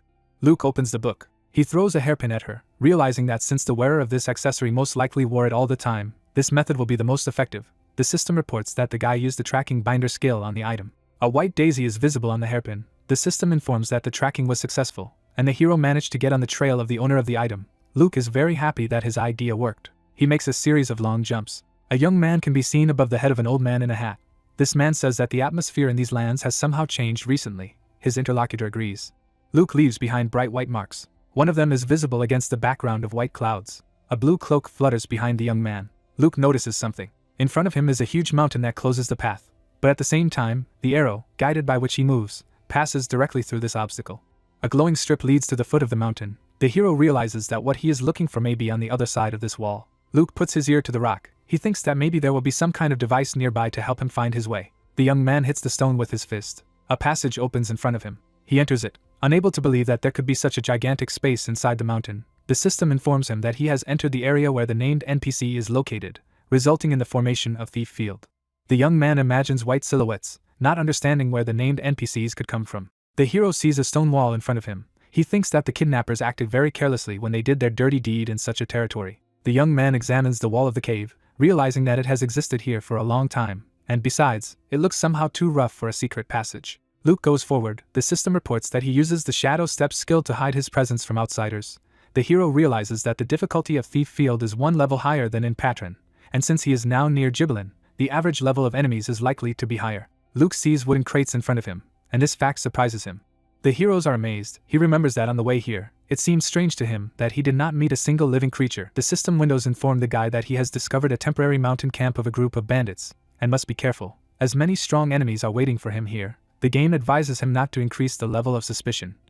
And the young man also learns that enemies are patrolling the cave and are constantly looking for strangers. In front of us is a bandit with a sword on his back. Luke is nervous, as he understands that quite strong opponents are waiting for him. A system window hangs in front of the guy. He realizes that he should have prepared better before going to investigate the kidnapping that was committed on the lands ruled by the Viscount. He begins to think about getting out of here, as he is not at all sure that the second half of the map is somewhere here. In front of the guy hangs a description of the quest The Disappearance of Eric's Family, which says that the hero, following in the footsteps of Eric's wife and daughter, came across a passage, at the end of which there was a temporary camp, and that now he assumes that this incident is somehow related to Delmart's secret map. The game informs that in order to complete the quest, you need to find out who the bandits are and establish the reason for which they kidnapped Eric's family. Luke realizes that he must complete this task, as otherwise he will lose too much. The hero runs through the cave. He thinks that he subsequently shuttled between Gibelin and Mount Bilvar, trying to establish what kind of bandits kidnapped the man's family. The young man hides behind a rock from very unpleasant personalities. He thinks that the level of these bandits was much higher than his, as a result of which he could not relax even for a second. In front of us, according to the system, an unidentified level 100 bandit. Luke wonders what level of caution such a strong character can have. The hero listens to the conversation between the two bandits. The bald scoundrel asks if they will really go back to the city tomorrow. The old man replies that they should go there because they still haven't found any important information. The owners of the Mohawk declare their desire to return to their home base. The answer is that since Draughter is in charge here, there is nothing they can do, and you just need to hold out a little longer. Looking at the bandits retreating, the young man thinks that if they want to return to their home base, it can be assumed that they came here from somewhere else. Luke thinks that he should follow the scoundrels a little longer to understand what they are up to. The bandits walk through the woods with great caution. It is reported that the case takes place a few days later. The command is heard to search everywhere, as what they are looking for must be somewhere in the city. Someone says that the second part of the map was definitely in Eric's possession. The third bandit states that the woman and her daughter did not say a word. Luke, sitting in a tree, looks down. He realizes that given everything he has learned, most likely it was these bandits who killed a man named Eric. The guy guesses that this man's wife and daughter were kidnapped due to the fact that he himself found half of the map on the corpse of a man. The system reports that one of the conditions for completing the quest is met, and the hero has determined the reason for the kidnapping of family members. The bandits observed by the hero continue to talk. The old man states that their plans have changed and they will leave in a few days. He says that Draughter believes that if they stay here longer, they may be discovered. The bald scoundrel asks what they will do with the kidnapped girls. The old man states that they will take them with them to their base. Luke, hiding in the branches of the trees, looks at the bandits. He sees a description of the quest, which is called Those Who Hide Their Whereabouts.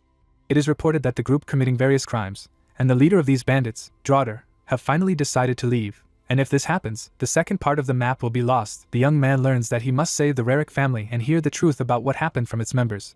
The conditions for completing the quest are also reported. The hero must save the wife and daughter of the deceased in 10 days and find out the truth about the incident. The old man stands in front of his subordinates. Luke realizes that the repeated mention of the Rarick family means that she is somehow connected to the map. Trees are visible behind the old man. The hero thinks that the bandits most likely interrogated a woman and a girl to get information about the map.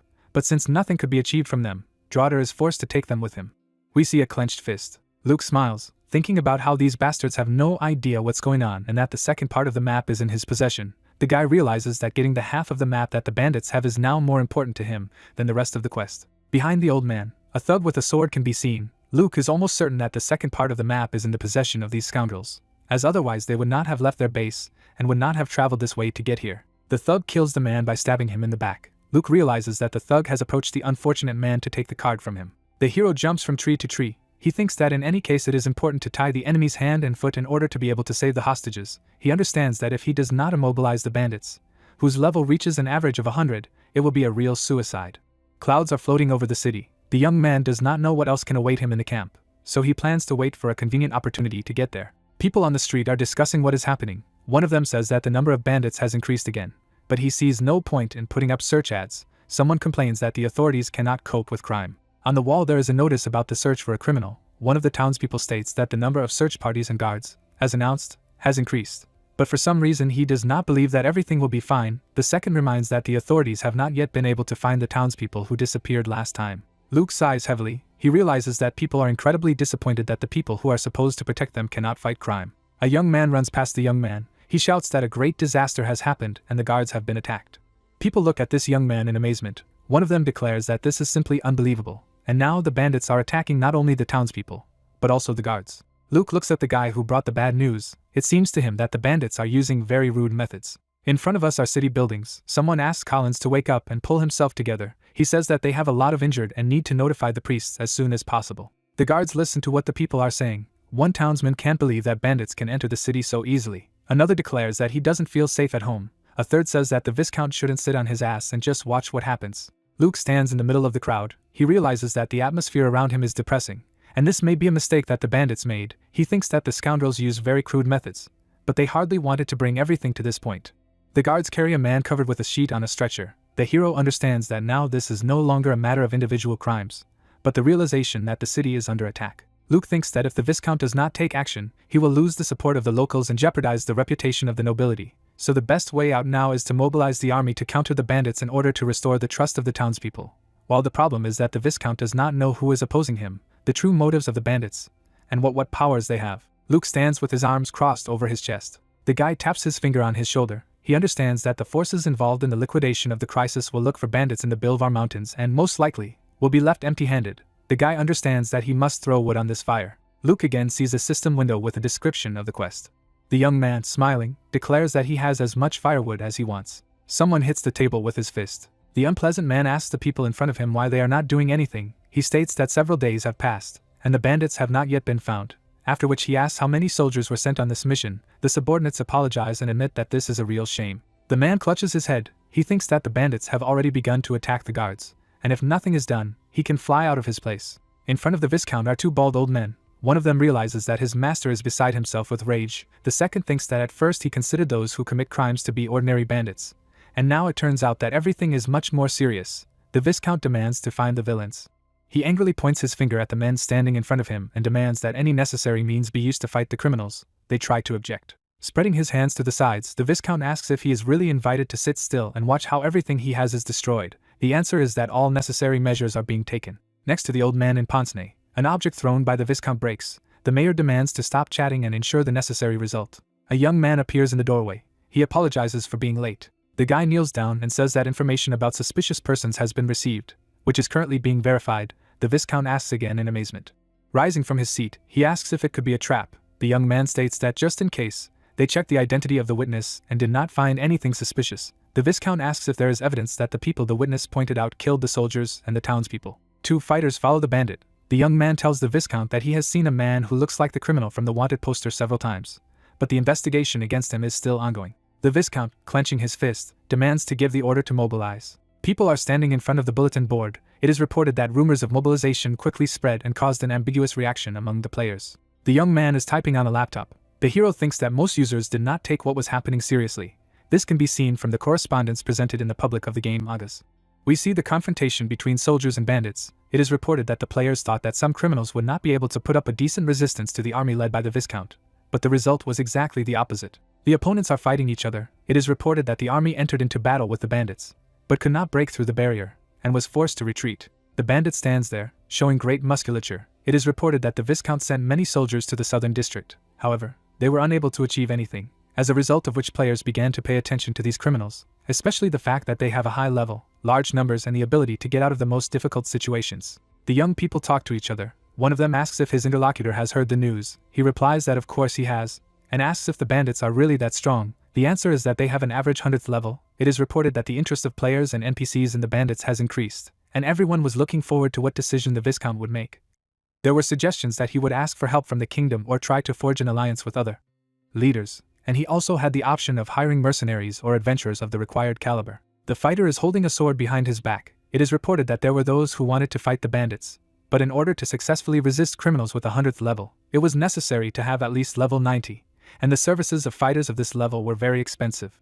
We see a hand holding a wallet. It is reported that for the Viscount, the financial aspect was very significant. A large crowd stands in front of the magnificent structure. The case takes place in a few days, and the Viscount has finally made an important decision for himself and announced the start of a large-scale campaign to destroy bandits and an active recruitment of adventurers and mercenaries. A head is visible in front of the game capsule. Someone asks the interlocutor if he has heard about the incident, after which he declares that if it were not a low-level district, he himself would agree to take part in this case. The answer is that the rewards there are very decent. A drink is poured into the glass. Someone says that the Viscount's subordinates have already contacted several promising newcomers. The question is whether we are talking about named characters. The answer follows that it is incredibly expensive to hire such players. The hero eats noodles. Looking at his phone, he thinks that the opinions of users differ. Luke thought that it would be very difficult for the Viscount's soldiers anyway. And after the first battle, another squad of very strong bandits appeared in the area. We see the characters with swords raised up, which we are talking about. A warrior with a fur cape towers over the silhouettes of ordinary fighters. The hero thinks that the newly arrived bandits quickly defeated common criminals thanks to advanced combat tactics and skillful leadership, and it became clear that these warriors are hardened in difficult battles. A young man is standing in front of a crowd. Luke is trying to figure out what level Draughter will have if it is about 100 for ordinary bandits, and about 110 for those who have recently arrived. Luke sighs heavily. He realizes that no matter how strong the state is, it may not be able to cope with such a situation. It seems to him that the easiest way out for him would be to directly join the Viscount's army. But the problem is that they accept players from level 90 to 120, and he, on top of that, also has a very bad reputation. Luke remembers a gray-haired old man who says that he gives a medal to the most useful fighter, and that if anyone doubts the young man's skills, they can simply show it. The hero lowers his chopsticks. A smile appears on his face. He realizes that he can still do something. The system informs him about entering the game August. There are people standing in front of the magnificent castle. The young man thinks that it seems that all the experienced players in the area have gathered here, and he also sees characters who have come here from afar. The fighters on the square look around. The hero realizes that they all smelled the money and came to get it. Someone comes up to the audience. The young man holding the shield apologizes for being late. Someone standing next to him declares that if it is Baekun, then he can be calm, since he is a representative of one of the top 10 guilds. The blonde, folding her arms over her chest, declares that there seem to be a lot of people here. The crowd looks at a very spectacular girl. Someone recognizes Roxy and says that they just can't believe that the Viscount hired her, as it is probably just incredibly expensive. Someone suggests that the mayor spent all the money he has just on these two. There are two guys in front of us. One of them says that it's just unbelievable that the Viscount hired elite newcomers who are ranked first and third. There is an opinion that this quest turns into a competition between these two characters. The door opens. One of the players suggests that the bandits will concentrate their attacks not on Baekun, who is a tank, but on the girl, who has a support role. Someone else approaches the audience. They seem to recognize this person. The hero stands with his hands folded on his chest. One of those present exclaims in amazement that this is a man in an iron mask. The blonde looks at the hero in surprise, trying to figure out if she really sees the man in the iron mask. The hero is surrounded by other players. She can't believe that he is real. The girl looks thoughtfully at the laptop screen. She thinks that she accidentally learned about the man in the iron mask while gathering information about other newcomers and watching videos dedicated to the war for territory. In front of us are Kotaro and Kenny. The girl thinks that at first she wanted to know more about the two elite newcomers, but the way the hero defeated them seemed simply amazing to her. Sparks sparkle in the hero's eyes. The girl thinks that she saw a power that is difficult to express in words, so she began to analyze all the videos in which the man in the iron mask lit up. The girl looks at the monitor. She thinks that, quite naturally, over time she has become a big fan of this player. The hero looks over his shoulder. Roxy, looking at him from the crowd, thinks that if this is really the same guy, she wants to participate in missions with him and fight side by side with him. Luke, meanwhile, doesn't understand why everyone else looks at him so coldly. Someone says that in fact it could be a completely different person, who is trying to imitate a famous fighter. Roxy raises her clenched fist. She thinks there is no confirmation that she is facing the real man in the iron mask. Looking down, she thinks that she will have to observe the situation from the sidelines and not reveal herself. From the balcony someone says that he is very glad that so many fighters have gathered. He declares that he was looking forward to them all appearing here. An elderly man in a very original outfit, addressing the audience, declares that, as everyone present knows, in front of them is Valig Chainver, Lord of Jeremy. He declares that he is sincerely grateful to all those who came to his call, and that he really hoped that experienced fighters would come to his aid. The man says that there are really about 20 of them gathered here, including two famous newcomers. Looking at the hero below, Valig says that all the attention is still on the character who secured Calm Territory's victory in the recent war, namely the man in the iron mask. There is an impressive crowd in front of the palace. The players exchange emotions. Someone says that they do not believe in what is happening. Another declares that the appearance of the hero is just something amazing. It seems that only Roxy is trying to pretend that she is completely calm. The girl inwardly rejoices, realizing that in front of her is indeed the man in the iron mask. Baekun, standing next to her, joyfully exclaims that he could not even hope to see this man here, and that he is very lucky. Valig, looking at the jubilant fighters, wishes them good luck. Luke follows the members of his squad. He thinks that the medal he received during the war actually came in handy. The fighters who have gathered here seem to him quite strong, and all this seems to promise the success of the mission. The young man sees a description of the quest bandit clearing in Bilvar. It is reported that the hero received a personal invitation after showing the earned medal, and now he must destroy the bandits who have settled in the mountains of Bulvar. The conditions for completing the quest are the destruction of an unnamed number of bandits and an attack on the temporary base of the criminals. A line of warriors is visible in front of the players. Their commander says that reinforcements have arrived. In front of us is Alcarito, the commander of the Falcon Knights. He asks the arrivals if everyone is familiar with what is happening here. Then he informs us that the mercenaries will go into battle first. Luke notices the orderly ranks of the knights, who feel that they are well prepared for battle, which means that the mission is of great importance. The guy also sees very relaxed characters. He understands that these people most likely think that they are confronted by ordinary bandits. We see a cave bathed in red light. Luke thinks that everyone who takes things lightly will understand everything as soon as they face their enemies. Bakun comes forward. He asks if the members of his squad need to think in advance about how they will behave in battle. The guy warns that no one knows what will happen inside. One of the fighters says that this is a great idea. The second states that it will be a real competition between their squad and the knights. The third young man praises Bakun and remarks that even Roxy began to smile. Luke is standing away from his squad members, thinking that all the attention is still focused on Roxy and Bakun, and it would be nice if everything stayed that way.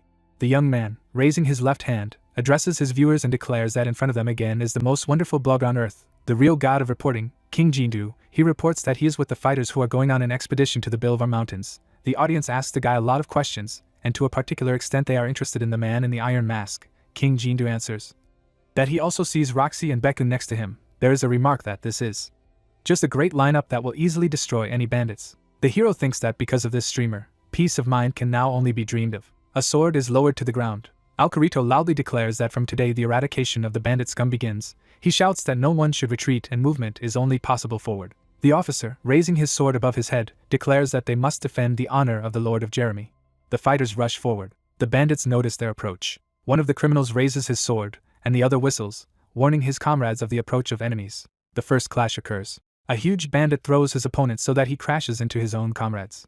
Bakun, smiling, parries the blow of a bald bandit. Viewers watching the broadcast note that the criminals are well organized and resemble a superbly organized army. Blood is spurting in all directions. One of the observers draws attention to the fact that the bandit he sees has a 100th level. The criminal kicks his opponent in the head. Commentators note the amazing teamwork of the villains, because if one of them is wounded, he immediately retreats to recover, and someone else takes his place. The battle continues. There is an opinion that there are real masters among the bandits. Someone asks why the knights have not yet entered the battle. He is told that they will come later, since this is an elite squad that should not immediately rush into battle. The warriors stand with their spears on the ground. Bakun lowers his shield in front of him. His weapon emits a powerful stream of energy. The young man uses the skill the Light of Judgment. A bright light floods everything around. One of the fighters shouts that he is cured when he touches this light. The viewers watching the broadcast are delighted. One of them says that the Viscount knew perfectly well which of the players to hire and who to pay such money. Roxy finds himself behind the bandit, who asks in bewilderment what is happening. In the next instant, he misses a very powerful blow and flies away for a huge distance. The bandits rush after the blonde. One of them shouts that she must be killed. Criminals strike, but hit an empty space. One of the viewers writes that Roxy is simply amazing. The girl hovers over the heads of the bandits. One of them notices her there. The commentator asks how she can cause such explosions, even if she is not a magician. A powerful flash occurs under the girl's feet, and it is explained that Roxy has the bombardier skill, so she does it. A huge fist can be seen next to the blonde. Someone writes that, as far as they know, she trained every day with fire enchantment and then moved to a higher level, becoming something of a dark swordsman. Roxy rushes past the bandits, striking each of them. Bakun, raising his right hand, asks everyone to gather next to him and take advantage of the free buffs. One of the bandits flies far away. Traces of blows are visible next to Bakun. Roxy dodges the enemy's blow and in the next moment unleashes a crushing attack on him. The audience admires these two characters. Someone asks how many opponents the girl has killed, after which he states that he himself has already counted more than 20. The idol squad members think that the two elite rookies are 100% worth their reputation, but they don't understand what the man in the iron mask has been doing all along. Luke sends his darts flying. One of the boy's allies says that he is not an archer, but for some reason prefers to shoot at enemies from afar. An incomprehensible white cloud is visible next to the young man's head. The system reports that the dart-throwing skill has reached the 2nd level. The young man is pleased with this information. The hero, watching the unfolding battle, understands that everything is going very well so far. A muscular fighter holds a sword in his hand. A young guy orders to strengthen the front line. He demands not to retreat. Members of his squad are visible behind the hero's back. The guy smiles, realizing that the time has come. A powerful explosion occurs near the Roxy. The fighters standing behind watch their comrades fight. One of them says that the elite rookies are just amazing, and if they weren't here, everyone else would probably be dead by now. someone says that compared to the man in the iron mask, who seems to be some kind of troll, the other two look truly excellent. Masks are visible above Roxy's head. The girl just can't believe what is happening. She rushes forward to the next enemy, thinking that she must focus on completing the quest, and when she is done with it, she will personally check who is really hiding under the iron mask. A hand is visible behind Roxy's back. Its owner uses the burning smash skill. A lot of enemies rush at the girl. She realizes that they seem to have been waiting for her in this place. This is a red fist, and Roxy thinks it's the perfect opportunity for her to deal with everyone at once. A powerful fire whirlwind swirls around the blonde. The system reports that the blessing of moonlight skill has been activated. Beauty clenches her fiery fists. The game informs that the powerful energy emitted by sunlight necklace quickly restores mana. The next window notifies about the use of the flame rush skill and that the power of the fire attribute is increased for a certain period of time. A powerful wave of energy runs through the ground. The command to use the first formation sounds. Roxy spots two opponents who don't seem to be intimidated by her power at all. One of them, armed with a sword, swings, and then delivers a powerful blow. Laughing, he shouts that he is about to kill the stupid adventurer. 3 bandits are seen in front of the girl at once. She understands that the villain who has just struck is very strong, and in addition, he cut his subordinate in 2 without any doubt, who was in front of him. The battle between the enemies continues. The girl thinks that her squad has gained the upper hand, but after the bandit commanders appear, the situation has completely changed. She hears the command not to retreat. One of the fighters shouts that the enemy is using a new tactic that they do not know what to do yet. Roxy thinks that in order to turn the tide of the battle, they need reinforcements in the form of knights. She does not understand why they are still waiting at the entrance and do not join the fight. The muscular bandit, grinning, rushes forward, shouting for everyone else to protect him, even if it means giving up his own lives. Commanders raise their swords. They call to fight for victory. Ordinary fighters rush forward. The bald bandit declares that some idiots are trying to prevent them from fulfilling their noble mission. Under the blonde's feet you can see the mark of a powerful blow. The girl does not understand why everything has changed so unexpectedly. She notices a dart sticking out of the enemy's body. A defeated enemy lies in front of Roxy. The girl tries to figure out where the projectile came from, then she realizes that she doesn't have time to think about such things, and she must get out of here, because if the bandit wakes up, she will be in trouble. One of her allies calls the knights and orders his fighters to attack to defend the honor of Jubilant City. Luke rushes forward. The system reports that the target has been hit by a paralyzing poison. The young man mentally glorifies his essence of poison skill. He thinks that even if the bandit captains are busy repelling the attack, then the guards on the lower level of the camp are now noticeably weaker than before, and he needs to go there to find the other half of the secret map. Poco peeks out of his satchel. The raccoon jumps out of there and rushes forward. The hero shouts for the pet to wait for him. The animal rushes forward. Luke cannot understand why it behaved in such a strange way. Poco makes its characteristic sounds. The hero does not lag behind his pet. He asks how far he is going. Luke takes the raccoon in his arms. Looking around, he tries to understand what is happening around him. In front of him is an iron gate. The guy takes out a lockpick, thinking that he must immediately open this barrier. Behind the door are townspeople named Joran and Belfin, a third man not identified by the system, asking who is in front of them. Luke sees a description of the rescue of kidnapped residents quest in front of him, and learns that if he manages to save the lives of these people, the mayor of Gibbelin will reward him handsomely. The protagonist, raising his right hand, says that he is an adventurer who came here since the mayor instructed him to destroy the bandits. He asks the prisoners to remain calm. One of the townspeople thanks the guy. Luke tells his new acquaintances that these are unusual bandits, and they seem to be looking for something in Gibbelin. A woman sitting in the corner sadly declares that these scoundrels wanted to get what belonged to her husband, and for the sake of a pathetic piece of paper they killed him. The hero realizes that he has found members of the Rick family. The guy asks what kind of paper it is. The woman, sobbing, states that it was half of the map. But she only knows that her husband accidentally found her. She asks that the adventurer avenge her dead husband and send to the next world at least the one who gave the order to kill him. Luke asks what the name of this scoundrel is. The woman replies that Drotter and the young man. Apparently, he had already heard this name. The hero looks down. He now has almost no doubt that the other half of the map is in the possession of this same Drotter. The young man asks if he knows anything about this man. A fighter with a huge sword on his back looks at the city. It is reported that the case takes place at the top of the temporary camp. The bandit thinks that everything went wrong, and he did not even imagine that someone would be able to find this shelter and bring an entire army here. A blond man with a scar all over his face is going to remember the name of Viscount Valig Chainver, and promises not to make a single mistake next time. Luke cuts off the bandit's head. He is approached by another scoundrel, who calls the young man a bastard and asks how he dares to do such things. The system informs him that the young man is using the Shadow Step skill. In the next second, he sticks a dagger into the throat of the enemy. The game informs that the revolutionary fighter has been killed. The young man releases the killed enemy. He thinks that these scoundrels should have remained at their posts, but for some reason they came here and forced him to take a sin on his soul. Luke asks the townspeople if they know anything about Drotter. The answer is that the bandits who surrounded the scoundrel claimed that this man was carrying out the will of their master. Someone adds that he recently overheard the conversation to find out who this overlord is. Luke asks for information on who he is. The hero recalls the continuation of the conversation with the townspeople, one of whom states that the senior commander is a traitor whose name is forbidden to be mentioned in the kingdom, namely Delmart, who was once the Minister of Finance. Luke brings up the quest window. A description of the hidden quest defeat the revolutionary forces appears, which reveals that the army of revolutionaries is carrying out the will of Delmart, and its goal is to obtain a secret map that will allow the legacy of the head of the army. It is reported that the hero must destroy the squad and get the second part of the map. He must also kill Delmart. Luke expected something like this, and it seems to him that this hidden quest is similar to the one according to which you need to destroy the Order of 10 Ancient Heroes. The guy kills another enemy. He thinks that he had one part of the map initially, so if he takes out the second one, he will hit the jackpot. The hero plans to clear the floor he is on as quickly as possible, and then go up. He moves away from the killed enemy, thinking that by clearing the rear, he will ensure a calm advance. We see the leg of a young man. The system warns that there is a named NPC in this area and advises to be careful, because if the hero is noticed, waves of enemies will immediately fall on him, and they will be in a state of berserker. Luke imagines an enraged horned enemy, and realizes that the number of enemies is not as scary as the state they will be in. Peering out from behind a pillar, the young man notices two fighters. He realizes that despite the noticeable difference in level, he can defeat them if he combines his skills with the effects of rare weapons. White footprints are visible in the air. Something flies up to the bandits from behind. Luke lands several blows. The system reports that he managed to deal critical damage with a surprise attack and, in addition, the enemy received additional damage due to his skill with the dagger. The young man learns that he managed to remain invisible to enemies several times. The hero's mask is covered in blood. The system reports that he is mastering the skill of stealth killing. The bandits lie on the floor in pools of blood. The hero thinks that a successful attack is very good, but it still does not hurt to get rid of the bodies. Corpses litter the dungeon. The guy understands that if he does not remove them, his presence will be revealed very soon. Luke realizes that a raccoon can help him. Luke brings up his pet's status window. Poco approaches the corpse lying on the ground. The system reports that the raccoon's strength is 9 points. Poco does not understand what the owner wants from him. In front of us is the second pass.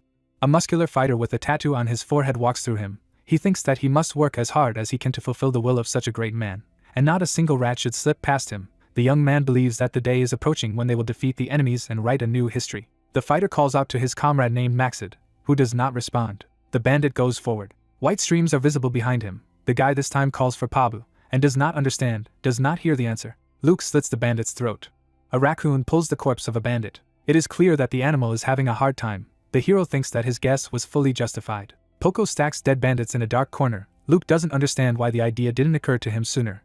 Because if he doesn't have time to dispose of corpses himself, his pet, who has almost no restrictions, can do it. Poco hits his owner in the jaw. He tries to revolt. The system reports that the young man's bond with the raccoon has strengthened, as well as the affection for this animal. Luke says that the pet behaves as if he doesn't care, but in fact he likes to do what he does. Poco turns away from the owner, whom he has just beaten, who says that he needs to slowly move on.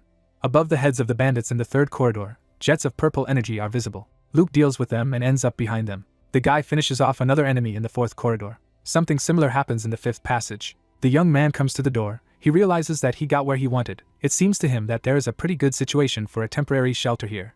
Luke wraps his hands in bandages. He thinks that Draughter is most likely behind the door, and that he has to kill this guy to achieve his goal. The hero takes hold of the doorknob. He realizes that after killing this person, the second half of the card will fall out of him, and he must do everything very quickly before his allies begin to gather here. The silhouette of a young man is visible in the door behind the leader of the bandits. The system reports that we have before us the leader of the Revolutionary Army, who has level 154. The hero is struck by the value he has just learned. Looking through the doorway, the guy tries to understand if this is a bug of the game, since it is impossible to compete in strength with a character of this level. Luke pays attention to the body of his potential opponent. He thinks that defeating him alone and completing the quest is completely impossible.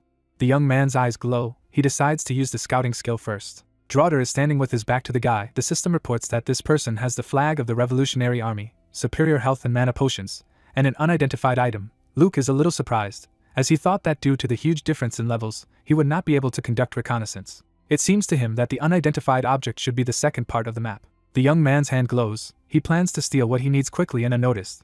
The game reports the identification of the object up to the level of 35%. Delmart's secret map and an excellent teleportation stone are visible next to the door. The system reports the successful identification of an unidentified object. Luke realizes that this bastard planned to use the teleportation stone to leave his subordinates and escape from the dungeon. The hero watches the enemy from behind the door. He sees that he is constantly looking around and does not dare to use the stone at his disposal. Luke walks through the door. He thinks Draughter doesn't have detection skills, as he still hasn't noticed anything. The hero sneaks up on the enemy. It seems to him that he must steal a secret map, as this is the easiest and simplest way to complete the quest. The young man's hand glows. He uses the steal skill. A glow can be seen around the young man. The system windows inform him that the theft failed because the security spell cast on the card was activated. The young man learns that the probability of theft is greatly reduced due to the effect of the spell cast. The young man mentally resents the fact that it exists in this world at all. Luke is alarmed, and Draugr strikes with his sword and knocks him far back. The commander of the Revolutionary Army stands with a sword in his hand. He thinks that all this is simply outrageous, since the best fighters of his detachment were on this floor. Draugr looks at the smoke-shrouded hero, trying to figure out if this guy really tried to deal with his entire army on his own, only to end up stealing the map from him. On the left side of the villain is an item that sought to get Luke. Draugr thinks that if the defensive spell had not activated, he would have already been left without a card. We see the hero. His opponent realizes that he is facing the man in the iron mask, about whom he has heard something. Draugr remembers that he is an adventurer who performed remarkable feats during the war between Damian territory and Calm territory. Draugr is standing with a sword in his hand near the wall. He guesses that this young man has been hired by the Viscount, and if he lets him live, he may regret it in the future. Draugr is wary. He looks to his left, where an object is visible in the air. The commander of the Revolutionary Army curses, wondering if someone has already penetrated inside. Above the blonde's head, an object similar to a suitcase is visible. Powerful jets of energy rise in front of him. Draugr stares sternly in front of him. He sees clouds of smoke and tries to figure out if the man in the iron mask was really pretending to be unconscious. The young man clutches the teleportation stone to his chest. He thinks that the hero most likely expects that the enemy will pursue him to the end, but he has a different priority, and must now leave Mount Bilvar and return to his home base. The stone glows brightly. Draugr promises not to forget what happened today and not to forgive the man in the iron mask. Then the villain realizes that he cannot activate the teleportation tool. He pays attention to the wound on his left arm, and realizes that the bleeding does not stop. Anxiety appears on the young man's face. He thinks that he must quickly treat the wound. Someone tells him that it will not work. Jets of black energy rise up behind Draugr as he curses his opponent, who continues to harass him and prevent him from doing what he needs to do. Luke, standing on one knee, states that, judging by the expression on his face, Draugr is very angry. The guy asks if he is scared that he cannot escape. The system reports that the hero has received a powerful blow and his movements will be clumsy for a certain time, and he also learns that his health has decreased to 20%. Facing each other, Luke realizes that he cannot steal the secret map with the steal skill, and he can only try to kill the enemy to take the item from his corpse. Traces are visible on the floor. The young man understands that if he buys a little time, then he will have a chance to win. Draugr covers his face with his hand. He states that if the guy throws himself at him so boldly, he seems to have decided to commit suicide. Jets of white energy are visible in the air. Luke jumps high into the air, his opponent asking if he is stalling for time on purpose. Draugr crushes something with his left hand. He tells the hero that everything will not go as he planned. Looking resolutely to his left, the commander of the Revolutionary Army declares that he will stay here and deal with this scoundrel. Luke, looking down, declares that his opponent is simply bursting with energy. Draugr says that if the man in the iron mask wants it so badly, he will tear him apart and leave no trace of his body. The room is filled with waves of pink haze. The system reports that the Draugr is emitting a gigantic amount of energy, and its physical capabilities are increasing. The bandit, with his mouth wide open, rushes to attack. The hero understands that reinforcements will arrive soon, so he must just hold out for a while. Luke does a somersault in midair. Draugr looks at the enemy. He lands a powerful blow, misses, and then begins to chase the elusive enemy. Draugr looks scared. A bright white flash occurs above his head. The hero realizes that reinforcements have arrived. Roxy stands next to the young man. She asks the guy if he is okay or he, after which she says that she has come to help him. Luke, who is holding a dagger, asks where everyone else is. The girl informs him that they will be arriving soon, and she herself is transported here using a teleportation device. The young men stand in front of their opponent. Roxy is amazed to say that it is Draugr, the commander of the Revolutionary Army, and he has level 154. The hero states that from now on he will help the girl, so she should not worry and can focus on damaging the enemy. Roxy, clenching her fists, declares that she will try to do everything in her power. A bright flash occurs. Roxy rushes forward. Draugr holds a sword in his hand. Jets of white energy rise above him and the girl.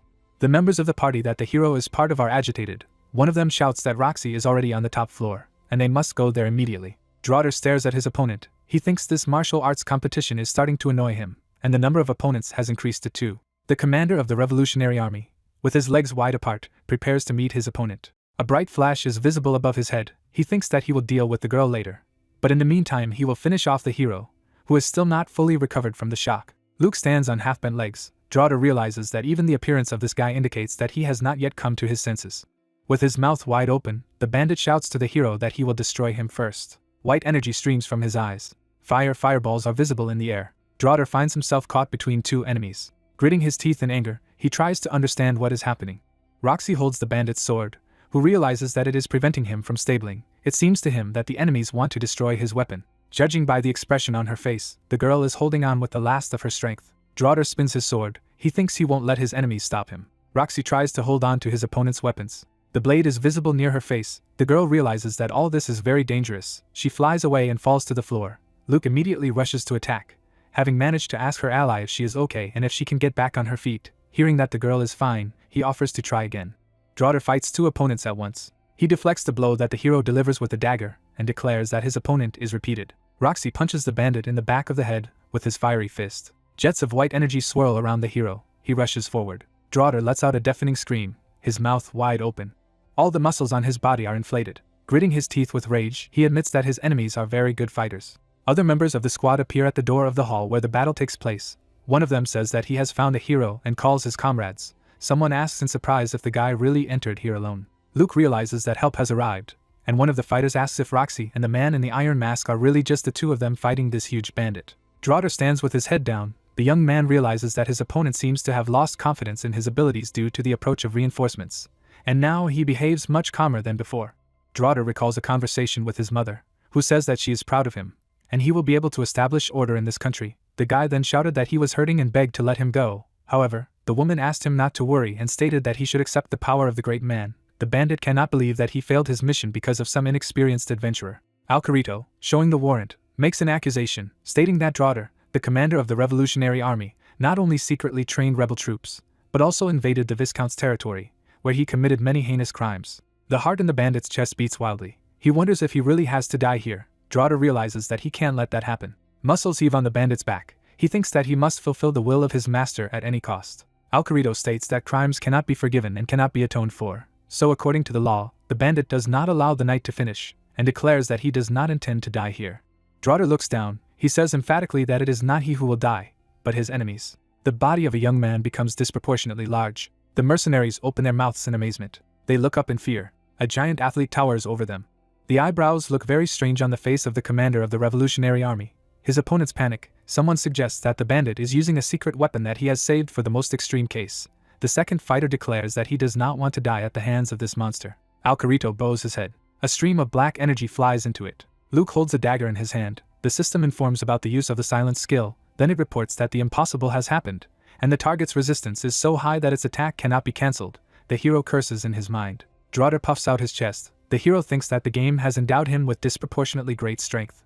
The bandit grows even larger in size. Luke realizes that he is using something like the Berserker skill. The system reports that Draugr is roaring, and the abilities of his opponents caught in the range of this skill are reduced by 30%. Mercenaries cover their ears with their hands. The commander of the Revolutionary Army raises his hands above his head. Luke uses the barrier skill. Draugr emits jets of black energy.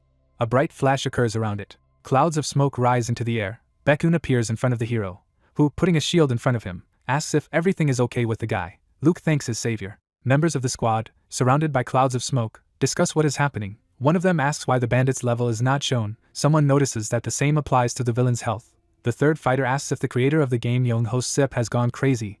The fourth curses the entire company that is developing the game. Draugr, who has acquired a gigantic size, rushes forward. Luke thinks that now this monster cannot be destroyed. The guy understands that he must escape, forgetting about the secret quest and everything else. The young man looks at the enemy. He understands that if he dies here, he will end up in Great Sentinel Prison again. The soldiers look up in amazement. They cannot understand what is happening. Electric discharges sparkle in the air. Someone pays attention to the fact that the floor is collapsing. Roxy, Bekun and Luke are horrified. The hero realizes that this seems to be a raid, and mentally curses. Purple pixels are visible next to his figure. The system informs that the boss raid has begun. Luke learns that the boss Draugr, swallowed by darkness, has appeared, and that he cannot leave the raid space until the boss is defeated or killed. The game informs that the young man's goal is to defeat the boss. The fighters discuss what is happening in horror. One of them says that it seems that it will not be possible to get out of here. The second asks why the raid suddenly began. The third notices the barrier. Luke, clenching his fists, calls Young-ho Sip, the creator of the game, a bastard. He mentally asks this man how he could do something like this. The guy realizes that he may miss an exceptional opportunity that fell to him. Under the iron mask, the guy's face is not visible. He thinks that he is the heir to Shadow King and simply cannot miss the opportunities that open up in front of him, while the guy understands that it is possible to defeat this opponent. A giant boss towers over the mercenaries.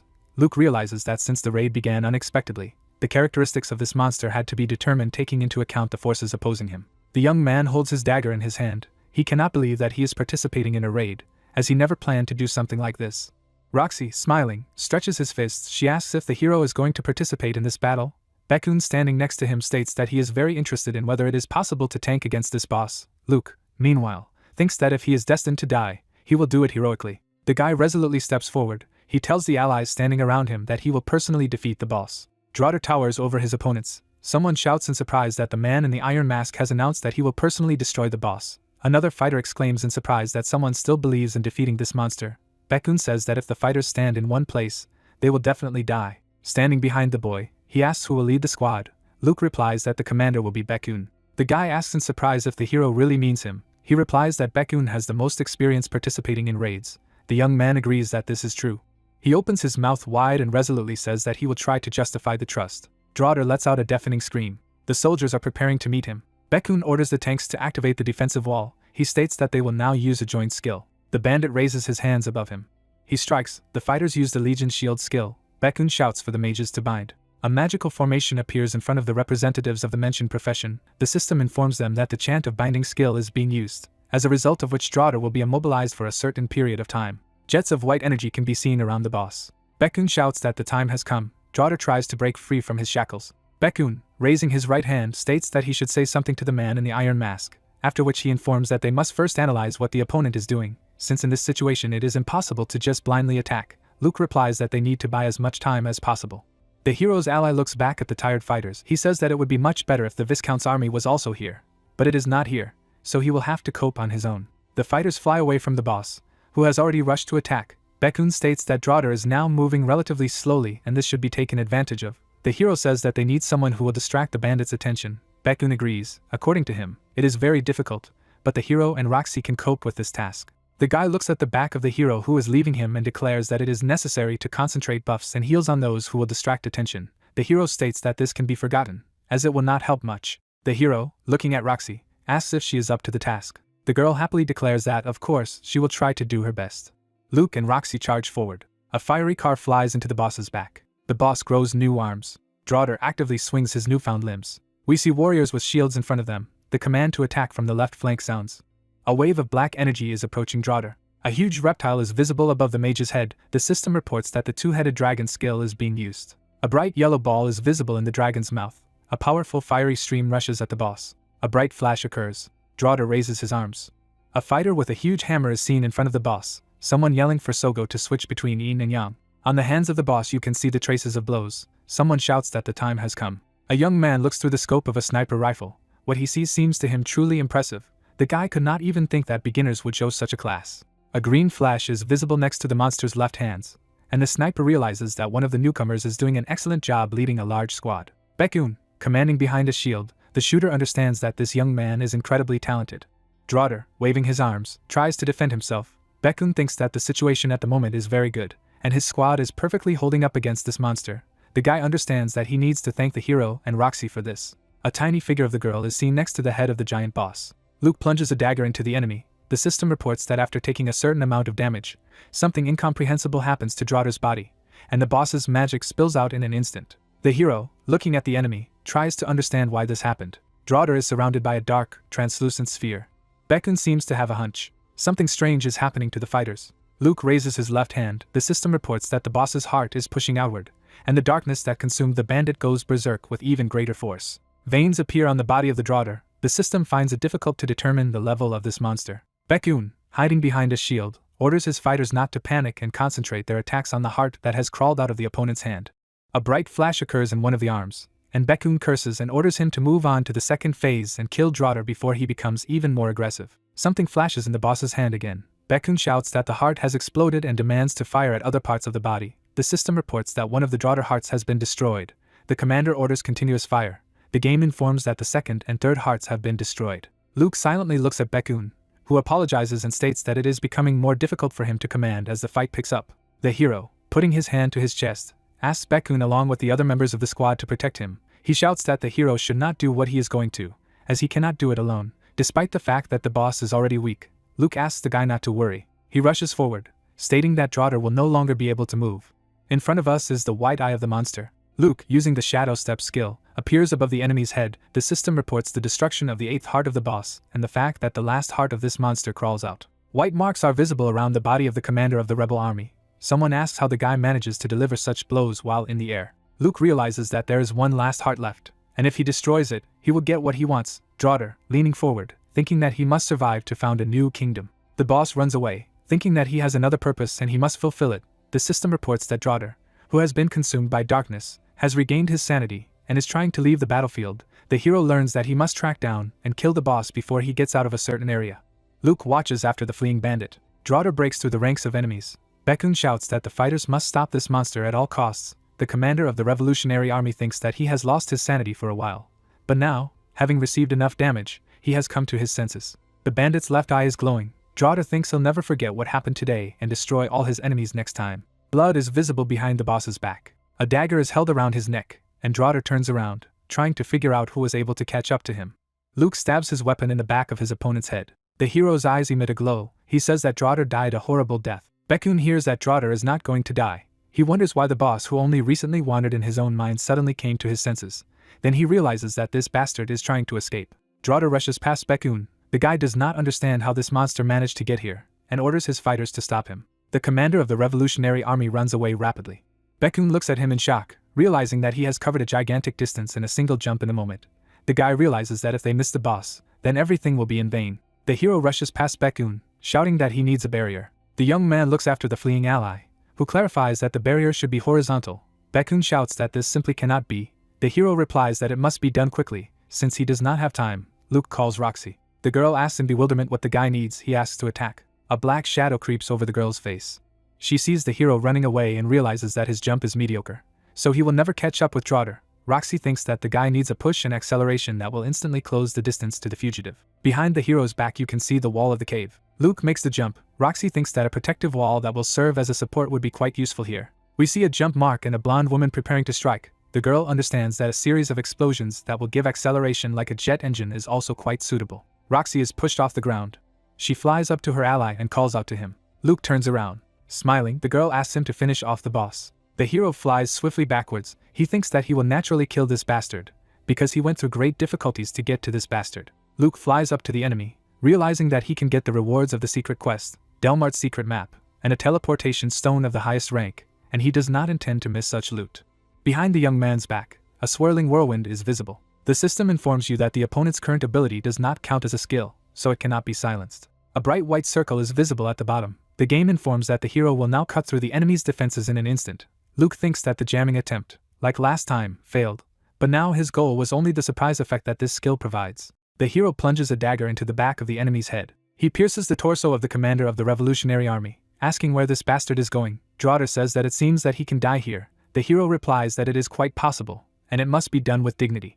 The guy inflicts many stabs in the back of his enemy. The system reports that the resentment of Shadow's skill has been activated, as a result of which bleeding begins. After a while information appears about the summation of effects and increased blood loss. Jets of yellow energy swirl around the Draughter. The bandit's eyes pop out of their sockets. It seems to him that his death has come. The hero strikes another blow with a dagger. The blade plunges directly into the 9th heart, and the system reports its destruction. Vague spots are visible next to the young man. Luke learns about the destruction of Draughter's last heart, as well as the disappearance of the power of the black cat that enveloped the bandit. The game informs that Draughter has been defeated and the conditions of the quest have been completed. Luke thinks that the task was so difficult that he almost died.